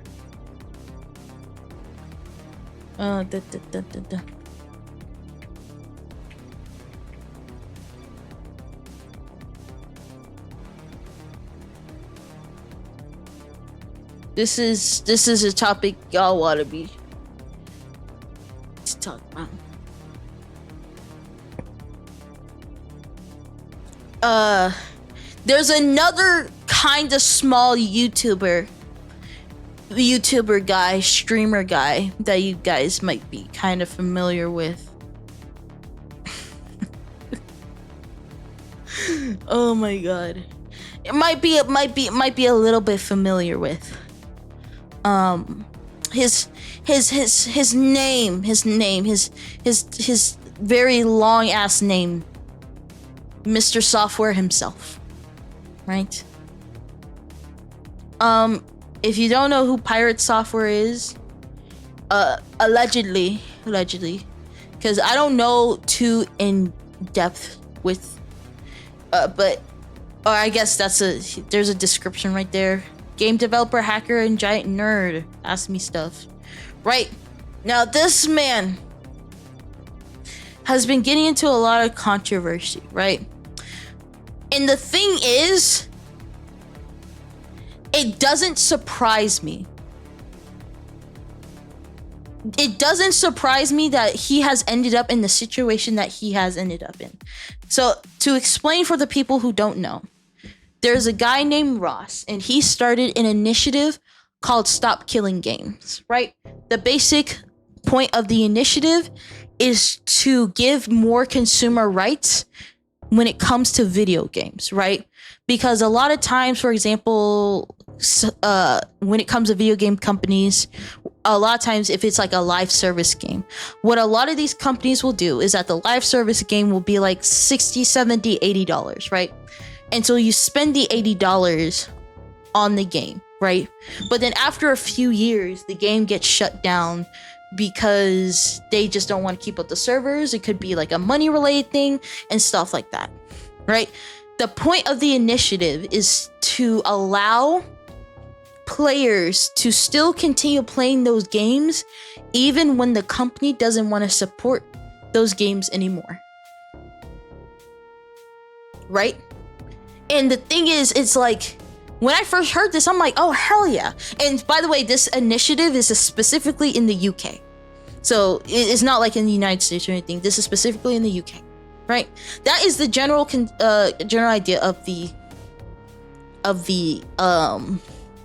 situation. And so how does Pirate Software enter this situation? Well, Pirate Software denounced this initiative. And so for me, when I first heard this, I'm like, why would he? Because I read through the initiative and I'm like, well, why would someone, especially if they're a consumer of video games, why would they be against this, right? And so he went over the initiative, and then when he did that, all hell broke loose. So what had happened was, whenever he was denouncing the initiative, the main issue that a lot of people had was the fact that he didn't represent the points of the initiative correctly. So like I said before, the point of the initiative is to allow people to play games even though the company does not want to support the servers for those games anymore. And so it allows people to, once they purchase that digital product, they're able to still use that product even when the company doesn't want to support it anymore. But what this guy did was that he misrepresented the points of the initiative, and then he actively tried to denounce it, saying that it was stupid, it was dumb, all that type of stuff. He had the goal to be like, so instead of being like, oh, this is an initiative to allow players to continue playing games after a company doesn't support it, he goes on this ramble about how, oh, it's about single player games and making small devs keep supporting it, and all this bullshit that didn't properly represent the initiative, right? And so because that of his denouncement, a lot of hell broke loose, right? Because this is a movement that needed to. This is something that a lot of people need, right? Because a lot of gamers are frustrated with the fact that you can buy a game, but then you're not able to play that game years later because the company doesn't want to support it anymore, right? I'm like literally, most people. Okay, really gotta go. Sorry I missed the last yap. Have a good night. You have a good night too. I think he was arguing against the points of whatever supporters may have been talking, but didn't listen to Ross's words directly. That's what I'm saying. He completely misrepresented the points and said that it was a stupid initiative, right? Now, the where a lot of people, so most people are mad because or hold on, I won't get to that point yet. And so he misrepresents the initiative, and a lot of people are mad at him because he didn't represent the initiative right? You don't have to disagree, you don't have to agree with it, you don't have to agree with certain things about it, but what he did is that he completely misrepresented it, right? Creators like Charlie and Josh Drive Hayes talked to him, and they talked about how he was like a brick wall, right? Even though he misrepresented the initiative, he, instead of taking everyone's looking at all the criticism and being like, dang, maybe I didn't review this initiative correctly, maybe even though I disagree with it, maybe I didn't give it the proper representation it deserves, he decides to double down and be like, I am right and all of you are wrong and all of you are stupid, right? Now, a lot of the issues that I have personally, and it sucks because when I first saw him, I thought he was like an awesome content creator. But my issue with him is that he has this behavior of doing something. People might get like mad at him, but it's not a big deal. But instead of admitting fault, he doubles down and he escalates the situation.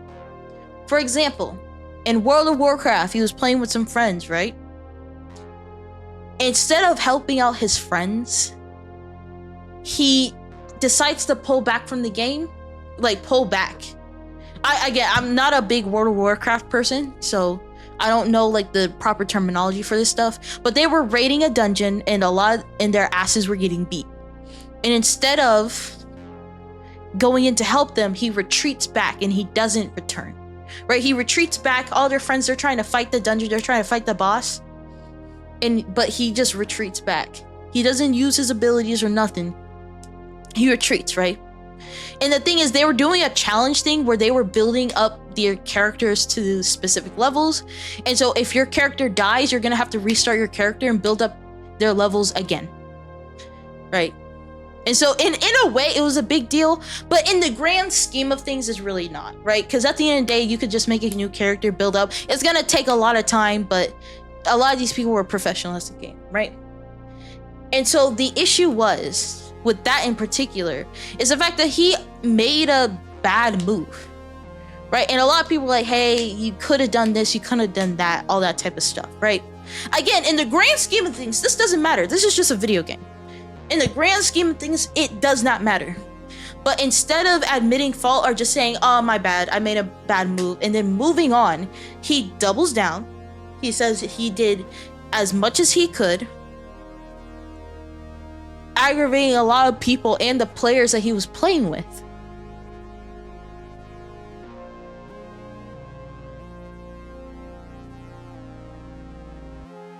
Well, the thing is, for me personally, he does this thing where he takes a small situation that really shouldn't mean much and escalates it. Because you're right, the situation was overblown. It didn't have to get that big, but because he was he wasn't cordial, he just kind of, and the thing is, he talks in a snarky way, in a kind of, I'm always right, you're always wrong type of way too, which did not help him at all. Not at all. Talks in a kind of snarky type of way, and he admits no fault, even though he literally could have done a lot of things better in that game, right? Again, this doesn't matter in the grand scheme of things. This is just a video game. For me personally, I have a rule in life when it comes to people or dealing with other people. If a person cannot handle themselves when dealing with something insignificant, how can they handle themselves when they're dealing with something a lot bigger? AKA, stop killing games. Like, because I was able to recognize it, I knew he would get himself into shit eventually. Eventually, I knew he would get himself into shit. Because if you cannot be cordial over a video game, how are you supposed to be cordial over a potential movement that could bring more consumer protections when it comes to video games? This is repeated behavior, right? Because for me, if a person does something but then they don't repeat that behavior, I can be like, hey, that was a one-off thing, they were an asshole in that moment, but they haven't repeated this behavior. He repeats his behavior over and over and over again. It's repeated behavior where he does a slight misstep. People just want to be like, hey, you kind of did this wrong. He doubles down. He says he's never wrong. He's never wrong, and I did the best I could, and you guys are just complaining. And in that way, he escalates the situation. And so there's been a lot of discourse about a lot of stuff about this whole thing. And now a lot of people like dunk on him and ignore him. Again, I'm disappointed because I'm like, bro, I thought you were like a cool dude. But you are stopping an initiative that could potentially bring a lot. Because, right, let's say it gets passed through in the UK. What if that spreads to Canada? What if that spreads to the United States? What if that spreads to Mexico? What if that starts to spread all over the world because it was established in the UK? What if it establishes itself in other European countries, right? But because you don't know how to read, or you are acting maliciously, you're trying to stop a movement that could potentially bring awesome consumer rights when it comes to video games. There are people that have tried to explain it to him, and they can't get through to him because he's kind of one of those people where it's like, once he's right, and he can never be wrong. And so it kind of escalates, right? And now a lot of people are like dunking on him, right? Because again, if you do something once, it's a one-off thing. But if it's repeated behavior, it's repeated behavior, right? Now, whenever it comes to internet spats, unfortunately, there's always going to be a group of people that think it's appropriate to harass people, dox people, all that type of stuff, right? And the thing is, I personally think it's pathetic, right? If you are having a conversation with someone and you get so heated to the point that you want to dox them and harass them, you're a child, right? And a lot of people are like, oh, these are children doing it. No, these are full-grown adults doing this. If you just heavily disagree with someone and your way of dealing with that is doxing them and harassing them, I think you're stupid. Because that's not how you deal with situations like that. You either ignore the person or you concede or whatever, right? And he's been harassed, which I don't agree with at all.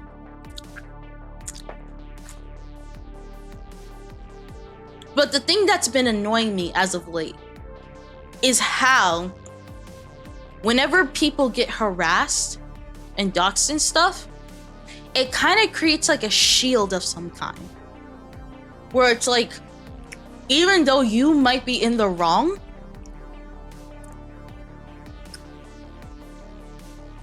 but because you've been harassed and been given death threats, all of a sudden you are shielded from any criticism. Because you got harassed and death threats. Should people be harassed and get the death threats on the internet? No. And I wish there was a way for that to not happen, but unfortunately, we haven't figured that out. But for me personally, just because you've been sent death threats and harassment does not mean that you don't deserve the genuine criticism, emphasis on genuine criticism, that you get. And I think all the criticism he's experiencing, he deserves. Again, harassment, bullying, and doxing, no. But all the criticism he's been getting, absolutely. Because you can't misrepresent something and then double down and be like, oh, you're in the right and stuff. Again, you don't have to agree with everything. But to completely misrepresent it is not... It comes off as malicious. Luckily, Ross is starting to get more signatures and stuff like that, which is pretty awesome. But it really pissed me off because I don't understand the motives here. But a lot of people have theorized the motive because first off, he claims himself to be a previous Blizzard employee. And if you have been paying attention to Blizzard in the news as of like a few years up until now, Blizzard currently doesn't have the best reputation. And so a lot of people are attributing his stance due to being a previous Blizzard employee. A lot of people attribute the stance because he's a game developer, because he's been developing a game for like 8 years. Something around those lines. Right? But for me personally, it's just, well, first I just find it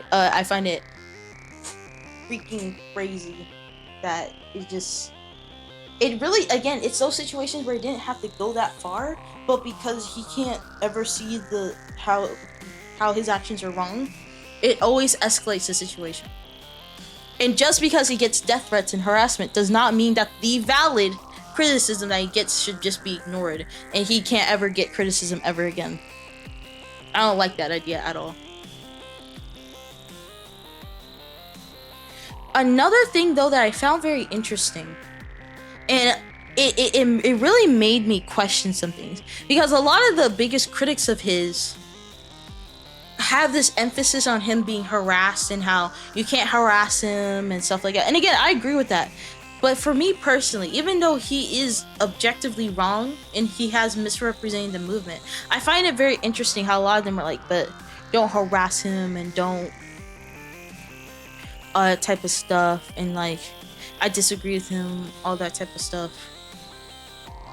And the thing is, again, obviously I agree with all this stuff, and including the harassment. They're like, oh, like empathy, harassment, all that type of stuff, right? And it really made me think with a lot of these creators, I don't really understand why they're bending themselves into pretzels, emphasizing the fact that he's being harassed and stuff like that, right? Because for me, I think whenever there are debates on the internet, we do tend to lose some humanity and throw insults and stuff like that. And I do think that whenever we communicate over the internet, we need to show more humanity, more empathy, all that type of stuff. But I find it very interesting that out of all the times you want to give empathy and stuff like that, you give it to this guy. Right? I'm not saying to not look at him as a human and see things from his perspective. I'm not saying that at all. And I'm actually saying we should probably have more of that on the internet. But I just find it very interesting how people kind of twist themselves into pretzels to emphasize that point when it comes to this guy. But there are so many other times on the internet where I feel like that should have been given to certain people. Oh, thank you for the head pats. Hello, Estella. Hello. But yeah, sorry. Where that type of empathy should have been extended to other people. But for some reason, y'all are twisting yourselves in pretzels to push it out to this guy when he probably is the least deserving. Not because he's not human, he doesn't deserve to be seen as a human, but because he has acted maliciously. And he's being dishonest. But y'all are like, oh, but this and that. And I'm like, so you do it with this guy. But when it comes to other people, y'all will just bash him to the ground and give him no empathy whatsoever. No empathy, no seeing their side of the story. But then when it comes to this guy, of all people, you're like, we gotta see it from his perspective. Again, I'm not saying don't see it from his perspective. I'm just saying people pick and choose who they give empathy to. Empathy and sympathy, whatever you want to call it. They really pick and choose, right? This should apply to everyone, really. But obviously, besides like the shittiest of humans. But it really shows how people pick and choose who they want to give their empathy and sympathy for. It's crazy to me. This is all recent, not until the WoW drama people began to turn on him. Yeah. Right? I just found that freaking absurd to me. I hope you're doing well too. I hope you're doing very, very well. Ranting about this guy. But yeah. My last point that I want to make is he made a point whenever he was discussing this, and how he mentioned the fact that a lot of stuff in there was vague. Thank you for the drink check and the posture check. And how it doesn't have enough detail to be past, doesn't have enough detail, it's not specific enough, all that type of stuff, right? First off, this is an initiative. This is an initiative. This is not a law being passed. This is an initiative. And even if it was a law being passed, being hyper specific is usually not how laws are written. They usually have to be vague so that whenever certain cases come up, you can judge things on a case by case basis. Right? And so that's the thing, is the fact that he's like, oh, it's vague. But another thing that I think is very important to realize is that you cannot let perfection be the enemy of progress. Just because something is not perfected does not mean that it is not worth being looked into, right? Just because we might not have all the answers to the stop killing games and how to have that transition between company to players, all that type of stuff. Just because we don't have the solution now does not mean that this initiative shouldn't exist. What should happen, of course, is the fact that as more support is given and as more resources are devoted to the cause, we figure out solutions to those problems and refine what the initiative means, right? But the idea that it has to be perfect and it has to be super specific just so that it's actually worth fighting for, I completely disagree with. And I find it crazy that you have to have all the things and it has to be all perfect before any action can be taken. It's okay to start something without knowing the end goal, as long as you are actively progressing to try to meet that goal. As long as you are trying to actively find solutions and problem solve and refine things, I think having it be vague is completely fine too.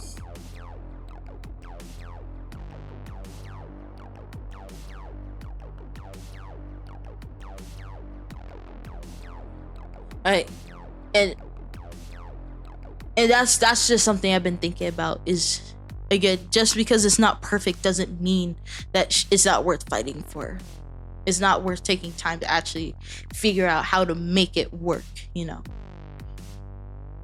Yeah, I retweeted the stop killing games thing so that people can get more attention to it, even though I don't have that much of a following. But that's fine. That's fine. But I'm doing the best I can. And I super support the movement all the way. Again, as long as Ross is trying to come up with solutions and work with people to help him, I don't think not having all the answers right away is fine. Yeah. I wanted to rant about him because this shit also pissed me off. Along with the AI stuff. Yeah. Oh my god, almost 5 hours. Oh boy, this was the yap session of all time. Well, I hope you guys aren't too sleepy. Because I'm gonna yap for 10 more hours! 10 more hours of yapping! 10. Wait, no. I'm not gonna yap for 10 more hours. That would be ridiculous. That would be redonkulous, you know? Yeah. God.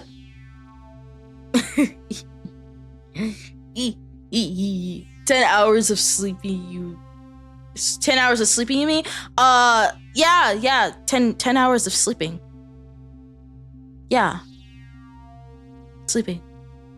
That's what I meant, not streaming. Oh, silly me. You know? Ahaha. Ahaha. Ahaha. Alright. I don't have anything more to say. So let me just find some people. Oh, Chrome is not muted. And I'm gonna let you guys go because I can tell you guys are tired.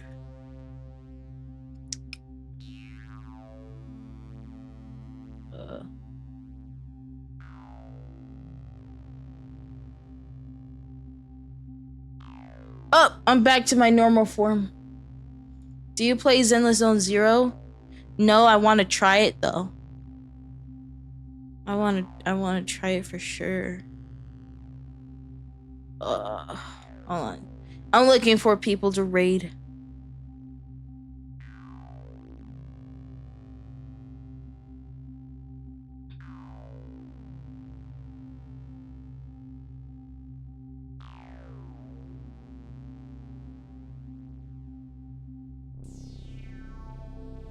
I'm looking for people to raid.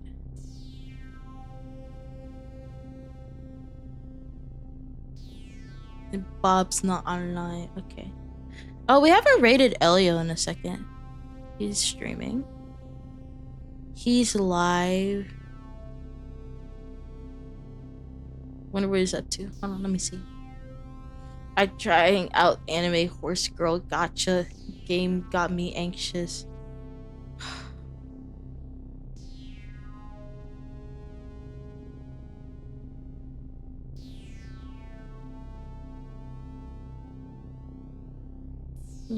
Alright, we're gonna rate Elio. And then I'm probably gonna pass out because I'm super tired. But I'm very glad you guys made it to the stream. It's horse riding. What type of horse riding? You mean the normal horse riding, right? You mean the normal horse riding, right? Like the normal where you ride horses, right? Right? Regular horse riding, correct? No, they just running on a track. Or horse. Oh, I'm fucking stupid. You said horse racing. I thought you said horse riding. I was like, hey yo, you mean riding, you know? My bad. I'm a little stupid. I'm a little stupido. Okay. Oh my god, I feel like my eyes are gonna claw out of my skull. That's how sleepy I am. Okay, hold on. Let's raid Elio and then I'll just pass out. Thank you guys for coming. Again, I'm super sorry for like not streaming for like almost a week. Or not streaming for a week, my bad. But I'm back now. And I'm more excited than ever to stream, okay? Bye-bye. Yes. Bye. Make sure y'all take care of yourselves. Don't be like me and stream for 10 hours plus. Don't do it. Alright. Alright, make sure to be nice and kind and not weird. Yes, have a good rest. Stay not banging fridges. Okay, now y'all are pissing me off. Okay. Alright, I'm sending y'all off. Freaking stop fucking fridges! Stop it! Y'all guys are fucking insane!